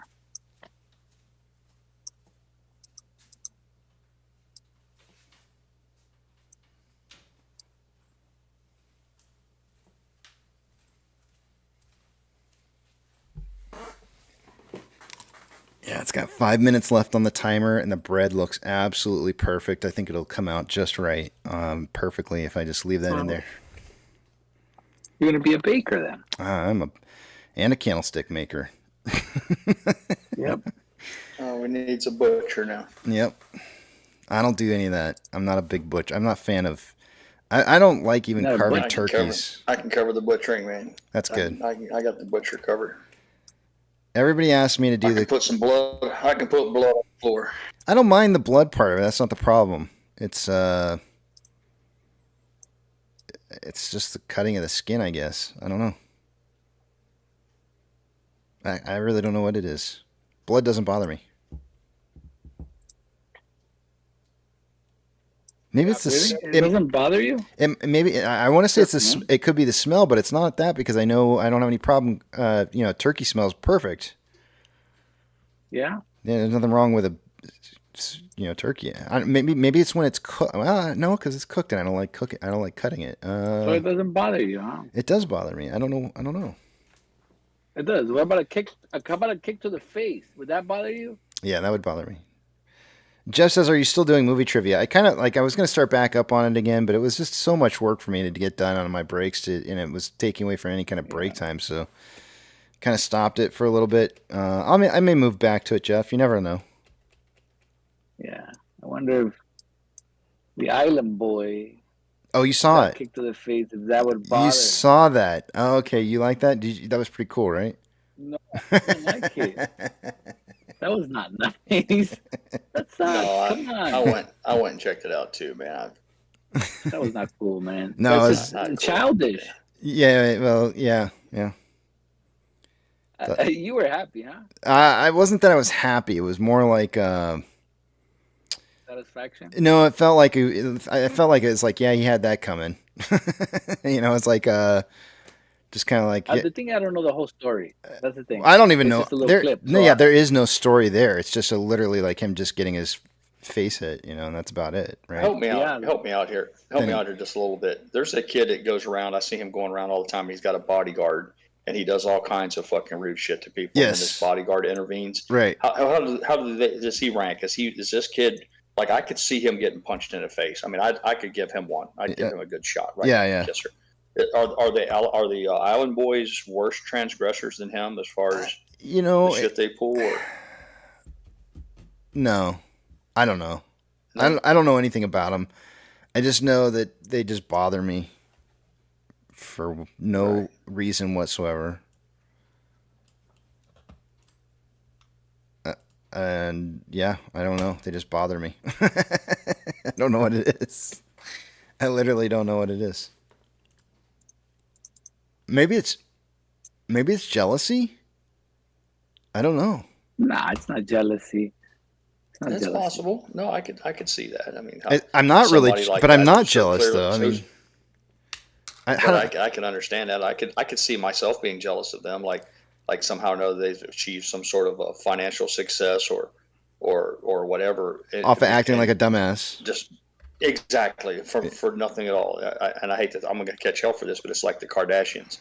The Kardashians are fucking what? They're rich and famous for what? Being rich and famous. I just don't like seeing people who are stupid being rewarded for being stupid. It just doesn't set well with me, I guess. I can't handle it. It makes me feel like I live in like some kind of weird bizarro world where success is defined by how outrageous you can be instead of how extreme you can be. Yeah, how extreme you can be versus how well you can excel at something. Perhaps. Yes, yeah, or like how you can be a benefit to society, or I agree. Yeah, and I have a hard time with it, I guess, and I guess it's jealousy, maybe, in a really weird kind of way. It's not jealousy. In a weird kind of way, I guess it's jealousy, but I don't. It's not like I seek it or I want that. Disgust. And I don't even claim to be the smartest person. In fact, I know I'm not the smartest person in the whole wide world. I'm very average. Uh-oh, there's my alarm. I gotta go get my bread. I'll be right back.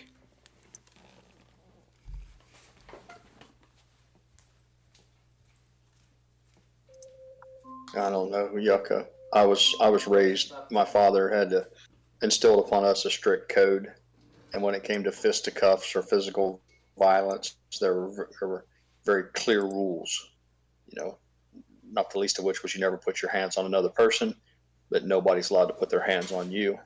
And that was the cornerstone of it, you know. Yeah. I agree. Despite how offensive someone can be or nasty or rude, I don't think that rises to the level of physical retribution. You know, it's kind of similar to withdrawing a weapon. If you're accustomed to having a everyday carry or concealed weapon, you know, it's there's very clear rules of engagement. And I think that the fisticuffs and the physical violence should be similar to that. All right, here we go. Check this out. I brought it over. It's super hot here, but make sure I can try not to drop this. There's my fresh dough, fresh out of the oven. Not bad. Well, bottom side of it's nice golden brown, not burnt. Looks perfect. All right, I'll be right back. I gotta go. It's hot. I gotta go put this up real quick. I'll be right back.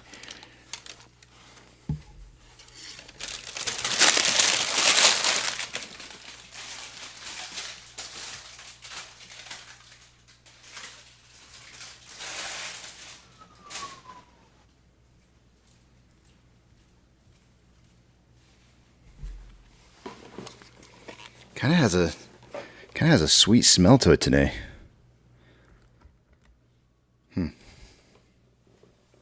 That would pair perfectly. That would pair perfectly with a jambalaya, a nice spicy roux sauce with some shrimp.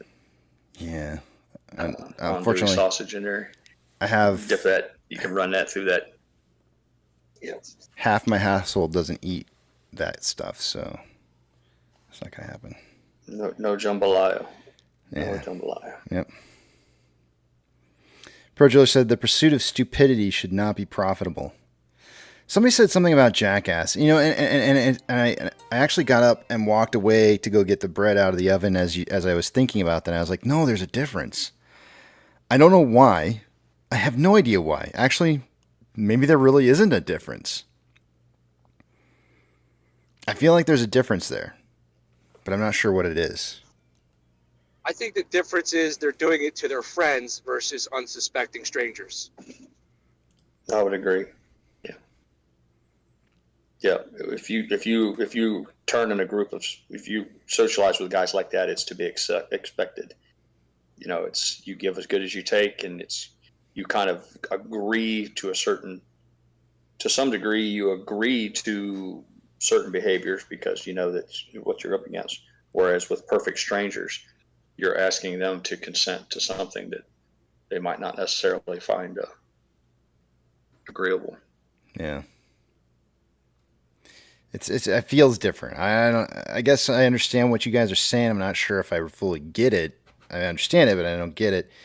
It just feels different to me. Well, I made a comment when you were gone that I was raised that physical violence had a very specific threshold.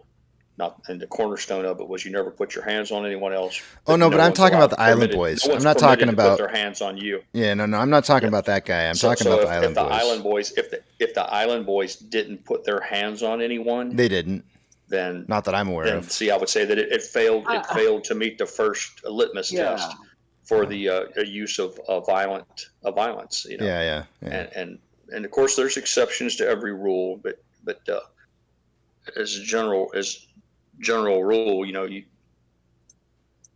didn't drop the hammer on somebody unless a certain criteria was met. Yeah. Ooh, CPR is asking if I put a cloth over the bread after I cook it. No. Am I supposed to? Nobody ever said anything about that. And plus, so far, this is now the third time that I've been making it, and it flies so fast out of the household that I don't know what a cloth would do, but really, try to keep moisture in or something. Hold on a second here. Maybe I should look this up. Hold on.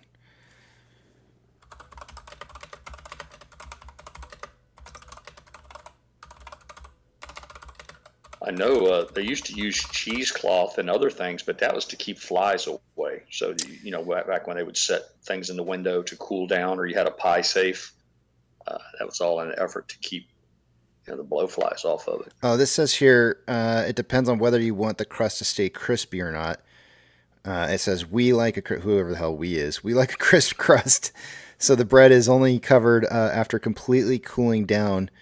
If it must be covered, it is covered loosely with a tea towel or a paper towel until it is cool, and then wrapped. We eat it so fast, I don't even think there's a chance for the crust to do anything other than stay hard. So.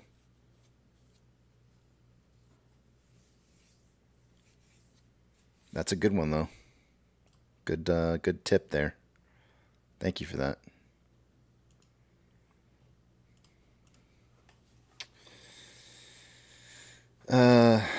Sherry says, I'm both impressed and jealous of your oven skills. I've had time on my hands. What about Impractical Jokers? I feel like that's different. Ooh, I love Impractical. Yeah, those guys are funny. Yeah. They're funny. And I don't feel like they really. But correct me if I'm wrong. But the Practical Jokers, I don't think they made a habit of making the mark or the citizen was the butt of the joke. Well, they're the mark. More often not, they were the mark. Yeah. So they're just getting you had reactions. An unwilling participant. They were unwilling participants, but they weren't the butt of the joke. Yeah. But the Island Boys, they're just who they are. They're just ghetto. So the people they don't go around, you know, cussing. They're just ghetto. They're just, so people don't like them because they're just ghetto. No, I think it's because they're train accident, and it's hard to not watch. I mean, it's that's what I like to refer to it as. There's been a unique evolution in what people consider tough. Yeah. What teenagers and kids today consider tough. You know, the whole concept of sucker punching people. They played the knockout game where they would run up to people in the streets and sucker punch somebody, which was always considered, you know, the least gentlemanly thing to do if you're going to come to fisticuffs or blows. The sucker punch was always, you know, a pussy move when I was coming up. Yep. But now the whole concept of these guys are all looked up to or admired as being quote unquote tough. And I would also argue with that this whole concept of the jump ins, you know, 5 or 6 people on one guy. None of it speaks to true toughness for me, but nonetheless, it's become popular and they emulate it. And that's the world we live in now. Yeah. Apex says no, they ghetto. Yeah, they're just that's it.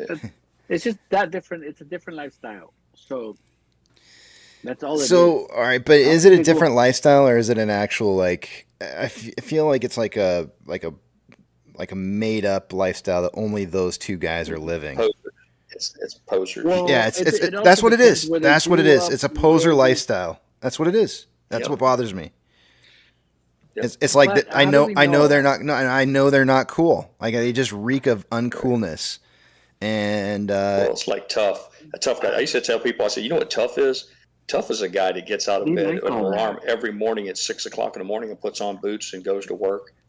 Works all day long. Picks up an extra shift on the weekend so he can maybe buy Christmas presents. That's fucking tough. The guy who can keep go work all year long and not call in sick a single fucking day. That's a fucking beast right there. But how would you compare that to like Pee Wee Herman? Well, I don't know if Pee Wee Herman had a work ethic. If Pee Wee Herman was one of those guys that behind the scenes you found out that he's even though not masculine. He was silly, right. He's not tough. He's very. If we're gonna go there, but you see what I'm saying? Like I'm having a hard time in my head trying to. You can still be a valued member of it. You can still be a valued member of the tribe without being tough. I guess you could always argue that. Was Pee Wee Herman okay though because he was funny? Is that why he was okay? Right. Was Oppenheimer funny? Oppenheimer, created the atomic bomb. No. And would you consider him tough? And he quite literally said, "I am become death."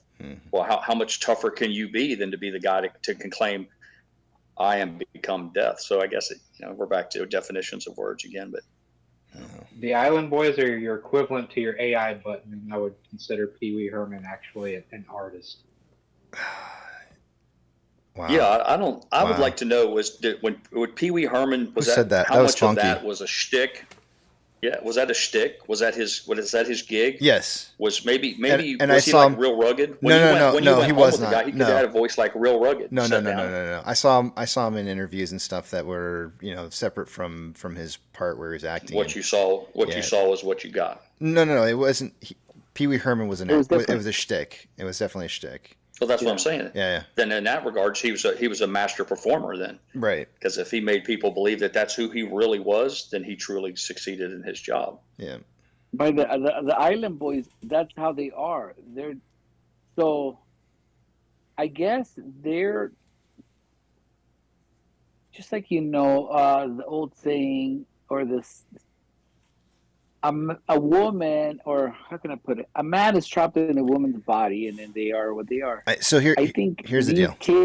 These kids. Wait. I think these kids, or these men now, I don't know what they are.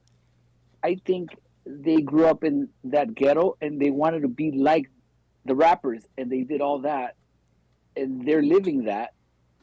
But we perceive them differently. Yeah, than what they really are. Yeah, we perceive them for what they really are, and they think that they're something better. But I don't even know if they think they're trying. They're just being what they think they feel inside. Where rappers and ghetto rappers. See, this is where rappers. That's how they really feel inside. But we've seen the real rappers, which they wouldn't survive. The real rappers?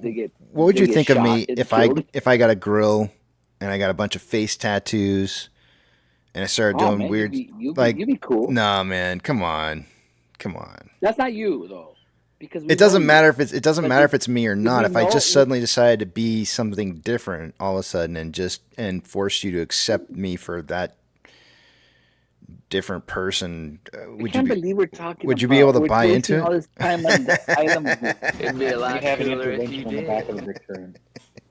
Would you get a gold tooth? Yeah, that's what I'm saying. No, I'd get a whole front row, everything, maybe even the bottom row too, and I put something in there so that when I close my lips, they'd have to look like they were puffed out because they were having a hard time closing over the top of them. I don't know. I don't know what I would do.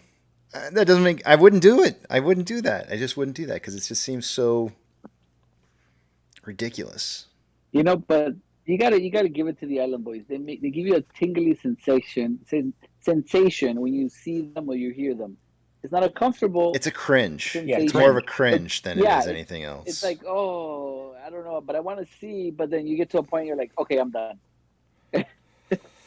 That's it. You get it's too much. I think. Look, but it's okay. And Yucca, you have a daughter, Yucca, so you can appreciate what I'm about to say. If your daughter walks in the house with one of those guys trailing behind her, you're going to have a little bit of a problem with that. Somewhere inside you're going to be. But see, that's the thing. That's what I'm saying. Like you say that now. You better pray to God that doesn't happen to you, because one day she may come walking in. One day she may come walking in the door. You say that now. You just wait. Some guy's going to come walking through that door one day, and he's not maybe going to be Island Boy, but he's going to be something that you certainly are cringy about. And you're going to be like, really? This guy? Come on. Yeah. Yeah, and it's just because she's your daughter, and you want the best for her, and it's not because, But usually... Yeah. Your daughter goes after somebody that kind of reflects the dad, right? Like kind of in a way. It depends. Sometimes yes, sometimes no. Not always.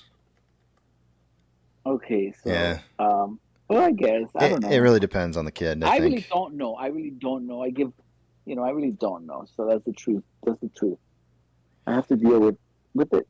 Dynamite says, "No matter what, you'll cringe. Trust me, bro." No matter what. Yeah. I like this is. party. Uh-huh. I went to DJ to that one event that I got sick. What was it, like a few months ago? That Indian party. I don't know what it was, a fundraiser or whatever. And the guy that hired me, his daughter was there, and the boyfriend was there. The boyfriend is Caucasian American.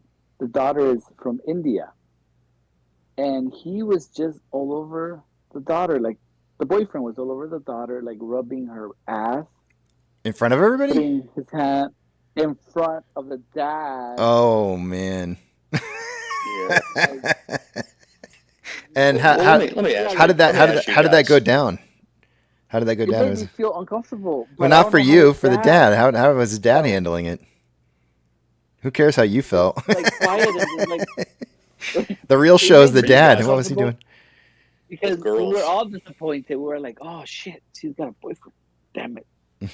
You're You all guys that have disappointed. girls, what if it's the opposite? What if instead of having the island boys show up at your door, what if they roll up with a guy who's like the super handsome prom king, quarterback, all things to all people, handsome, nice car, all that, and he's really a player? Are you pleased by that? No, I probably Or cringe. Are you No, fearful? I cringe for that Which too. one's more dangerous? Which one's more dangerous for your daughter? They're both dangerous. Which one could hurt? Which one will hurt her? Which one is more likely to?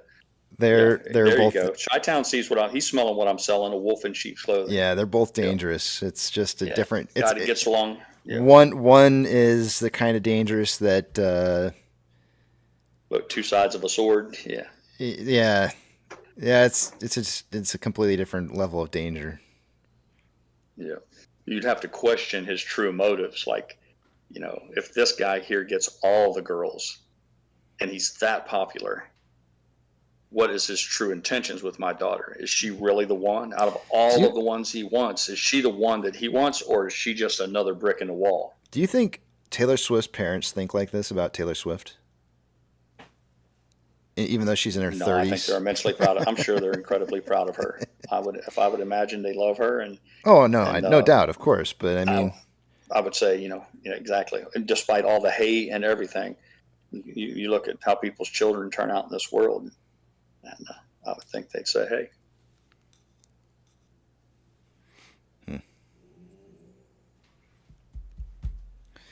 Let's see here. Everyone gets properly vetted. Yeah. So I would argue if your daughter is a solid 7.5 on a 1 to 10 in all things, not just everything, that the best she could do was find her opposite, her other 7.5. I've never thought If she like brings that home before. if she brings home a 1 or a 2, the Island Boys, there's a problem there. And if she brings home a 10 or 10 plus and she's a 7, you got a problem there. So I think, I would argue that you need to have balance, yin and yang.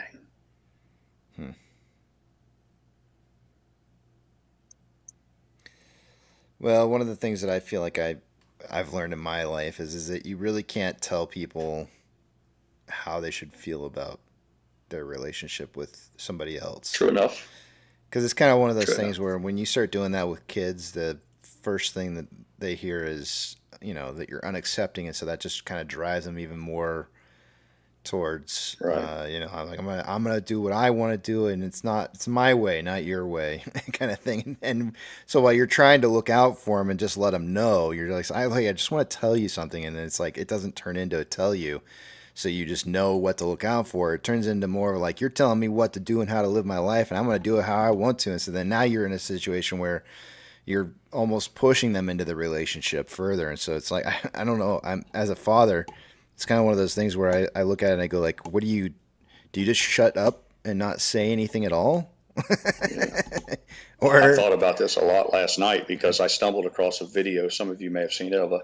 There's a little country biscuit, a little well-fed little girl, and she's a little chunky thing, and she wasn't the most attractive, physically, and she was crying and she was emotional. I didn't even read it because I didn't want to be depressed, but I could tell that just from reading the comments that she was heartbroken about how that she quite literally said, "I understand I'm ugly and nobody will love me," and I was heartbroken just by reading that. I moved on quickly, but I couldn't stop my mind from thinking about it, and I wish I could reach out to her and say, "You're normal. that all the girls don't look like Taylor Swift and all the boys don't look like Brad Pitt. And somewhere out there is your opposite and equal. And if your desire is to have love and companionship, that's easily attainable. Mm-hmm. But if you want love and companionship in the fashion of Prince Charming, who rolls up, Brad Pitt rolls up, then you're setting up yourself up for failure. And I was just heartbroken to see a girl that was so clearly despondent. And what gave me the impression that she never thought she'd be able to find love, when the opposite is true. You know, the people who fall in the middle of the spectrum have a far greater chance, in my opinion, mathematically, of finding someone to make a life with.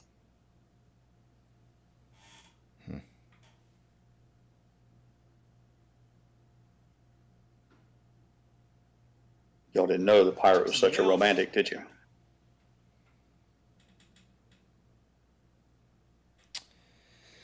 I gotta see you in action. It's one thing to spout the words out, but to actually put it into practice is another thing. I have a tender side. I do my best to hide it. I show it to very few.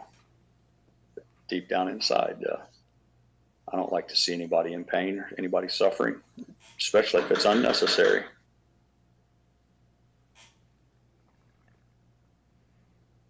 Yeah, Andrew Morgan says golf clap to the speech. Fuck you, Andrew.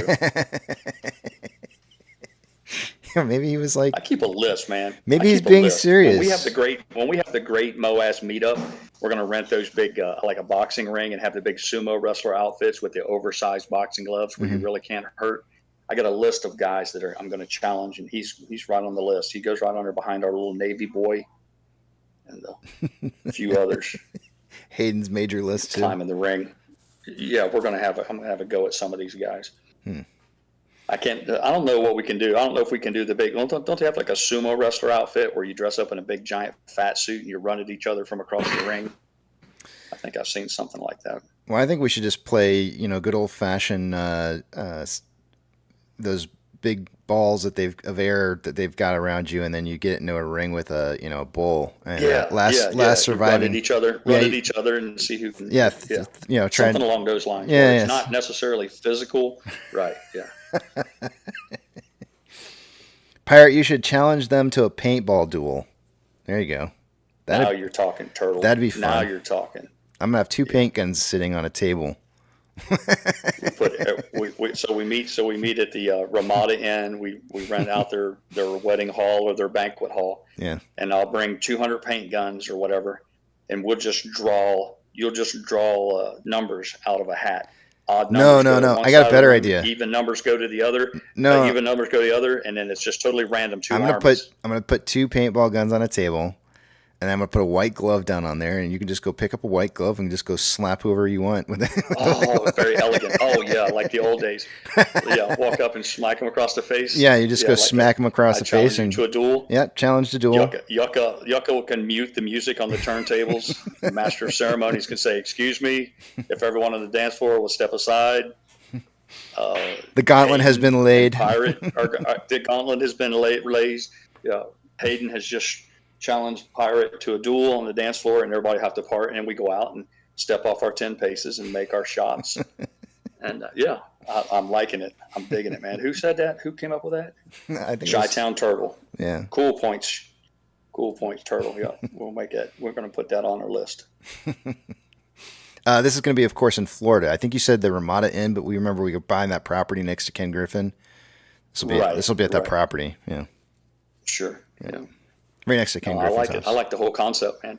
You could even like have a March Madness things where we could have brackets up on the wall where you could put all the names where the winner of each duel advances to the next level.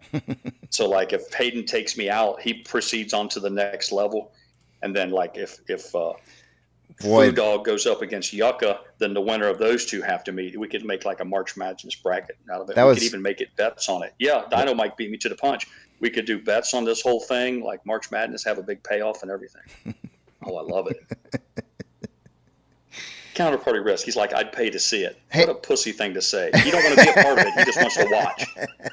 Fucking panty waist. He's our voyeur. I'll watch. I'd like to pay to see that, but I'm not going to go out there. He's our voyeur.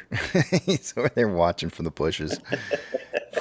I know he's listening. He got Hey, real quick, I wanted to ask you a question about that because you said that you had done that at your house or wherever. When you did that with the rules, like when you turn and spin to shoot, are you allowed to like duck and dodge and all that kind of stuff, or was it just you stand still and you shoot? No, we did. We followed the whole thing. You were laying down with the white glove. We wanted to emulate the old elegant. Okay, so you stood there and took it like a man. Two gentlemen. Yeah, you had to stand your ground. You know, if you were smart, you turn your body sideways to eliminate your profile, and you fired at will. There was no race. It wasn't speedy, and you got one shot. Yeah. And great. And you could see guys their heart would start pounding and stuff because it was great fun, man. I highly recommend it if you ever have a chance. Headshots are no go or what? What's the no go headshots. We had a standing rule on my farm. There was no headshots, and we didn't want to see anybody get hurt. We probably put face masks on people or something. I don't know. It's kind of. Well, what we had was a whole helmet. It looked like we bought them as a kid. We had a Tipman dealership, and they gave us these helmets, and it looked like a motocross helmet.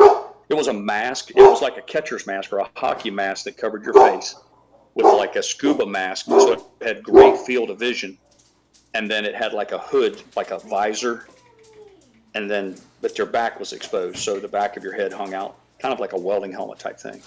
And it worked very well. We never had anybody get hurt or anything. It's getting really close here. We're about that time of the day almost. Hey, censored. What's that? Censored content is here. Oh, well, censored content. Welcome. Good to see you. Good afternoon. Good morning. Yeah. Chi-Town Turtle says, laugh out loud, my dog is going crazy now. Yeah, sorry about that, guys. Bruno, if the market is not manipulated, I don't know what it is. Right after 12:30, everything starts to recover. Is this not exactly what I told you would happen? A temporary downturn. Yeah. For the options to expire, and they they kick everybody out. Yep. And then they run it up. And then they run it up. I don't think so. I don't think the show started yet. I'll wait for I'll sticking by my 3:15 to 3:45 is when the fireworks will light off. All right. Well, we'll see. Listen, I know I'm beating a dead horse here, but I got to get it out before my heart explodes. Okay, go ahead. What if we did like a secret agent man, where you could sign up? You could sign up when you come to the banquet hall, and then you could try to secretly assassin people. Like I could follow Yucca to the bathroom, and while he's relieving himself, like I could shoot him in the back, and that would count. You could like an elimination thing where you had to do it secretively. You don't want to out yourself. We could do something along those lines. Okay, so every one apparently gun per table. One gun per table. We have you down for event planner. The position's filled now. As long as it includes some kind of gratuitous violence, I'm in. Okay. All right, we'll have a cook-off too. Don't worry, everybody. There'll be plenty of different things we can do to make sure everybody's included. Cook-off, right? Yep. Cook-off, not a cock-off. Yeah, not a cock-off. No cocking off. Did you see the one, KC, where the guy's neighbor across the hall from him in an apartment building, they have an ongoing Nerf war where both of them have a Nerf gun. Yeah. That was cool. I like that, man. That was really I like that a lot. I'm thinking I need a neighbor like that. Yeah. Mm-hmm. All right, guys. That's the kind of atmosphere I want to have. Yeah, I hear you. It's good to have good neighbors. State Farmers there. All right, I will see you guys tomorrow. I'm going to step out from, probably not head back into the back of the big tramp because I got to get another loaf of bread in the oven here soon. So, okay. I will see you guys later. See you. Thanks for the fun. You betcha. As usual, guys, all good things must eventually come to an end. Eat, sleep, drink, get plenty of rest. Tomorrow's another trading day. Spend time with your family, spend time with your friends, take your pets out for a walk because I like getting outdoors too. And for crying out loud, go see an AMC movie because after all, that's what we're here to do is support AMC. But above all else, don't have a good night. Have a great night. Beep, beep.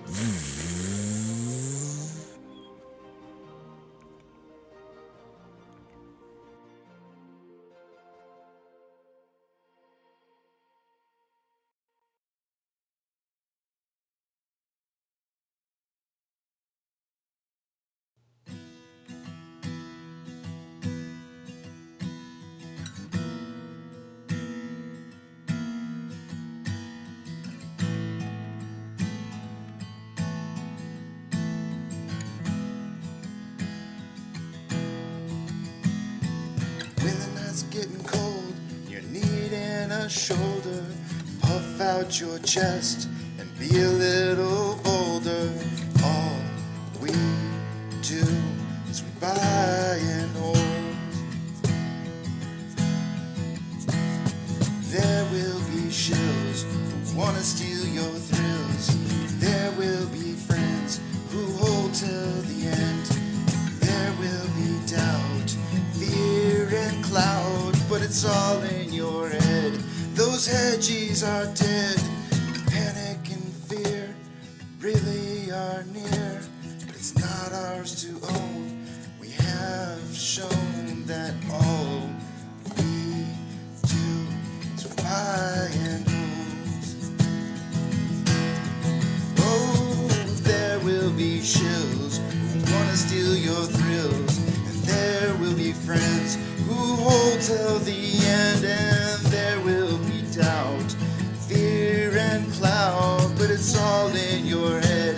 Those hedgies are dead. So when the night's getting colder, you're needing that shoulder, these apes got your back, we got each other. All we do is we buy and hold.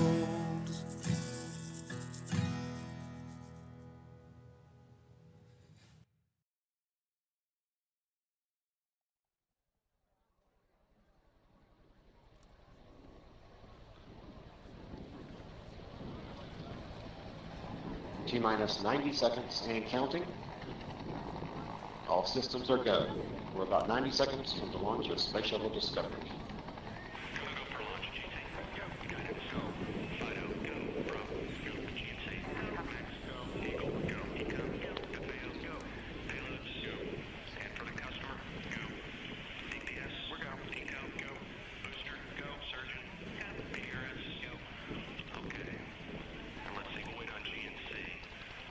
T-minus 60 seconds and counting. We are transferring to orbiter internal power at this time. Discovery is now running off its 3 onboard fuel cells. Coming up on a go for auto sequence start.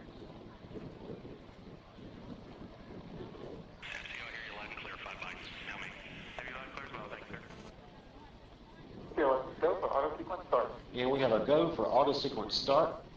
Discovery's onboard computers have primary control of all the vehicle's critical functions. T-minus 17 seconds and counting. 15, 12, 11, 10, 9, 8, 7, 6, main engine start, 2, 1, booster ignition, and liftoff of the Space Shuttle Discovery, returning to the space station, paving the way for future missions beyond.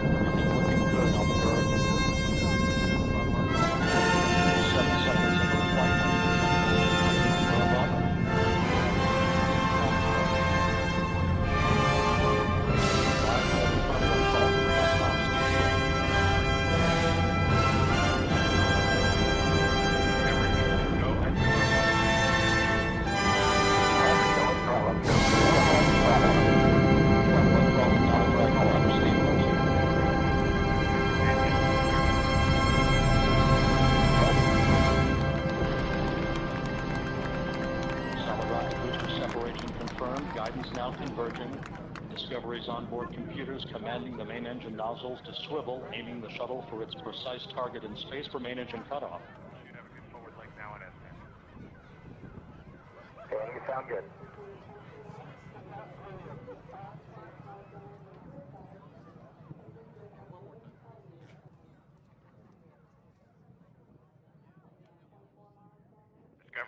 negative return. Copy, a negative return.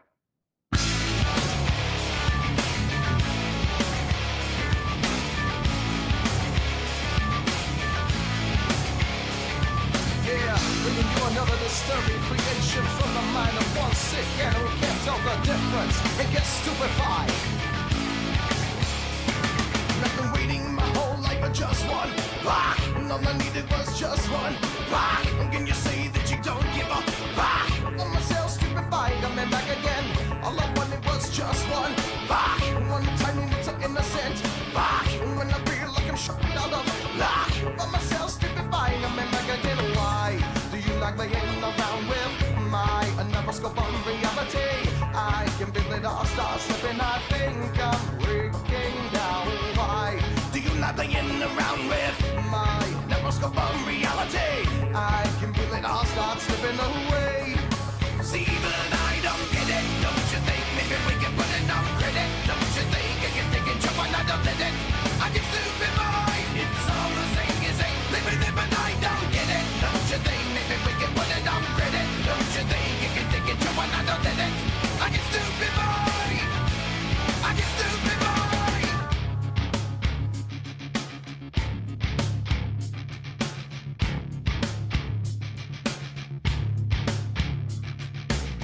All the people in the left wing, rock, and all the people in the right wing, rock, and all the people in the underground, rock. By myself, stupefied, coming back again. All the people in the high rise, rock, and all the people in the projects, rock, and all the heads in the body, oh, rock. By myself, stupefied, coming back again. Why do you like playing around with my number scope of reality? I can feel it all start slipping. I think I'm breaking down. Why do you like playing around with my never scope of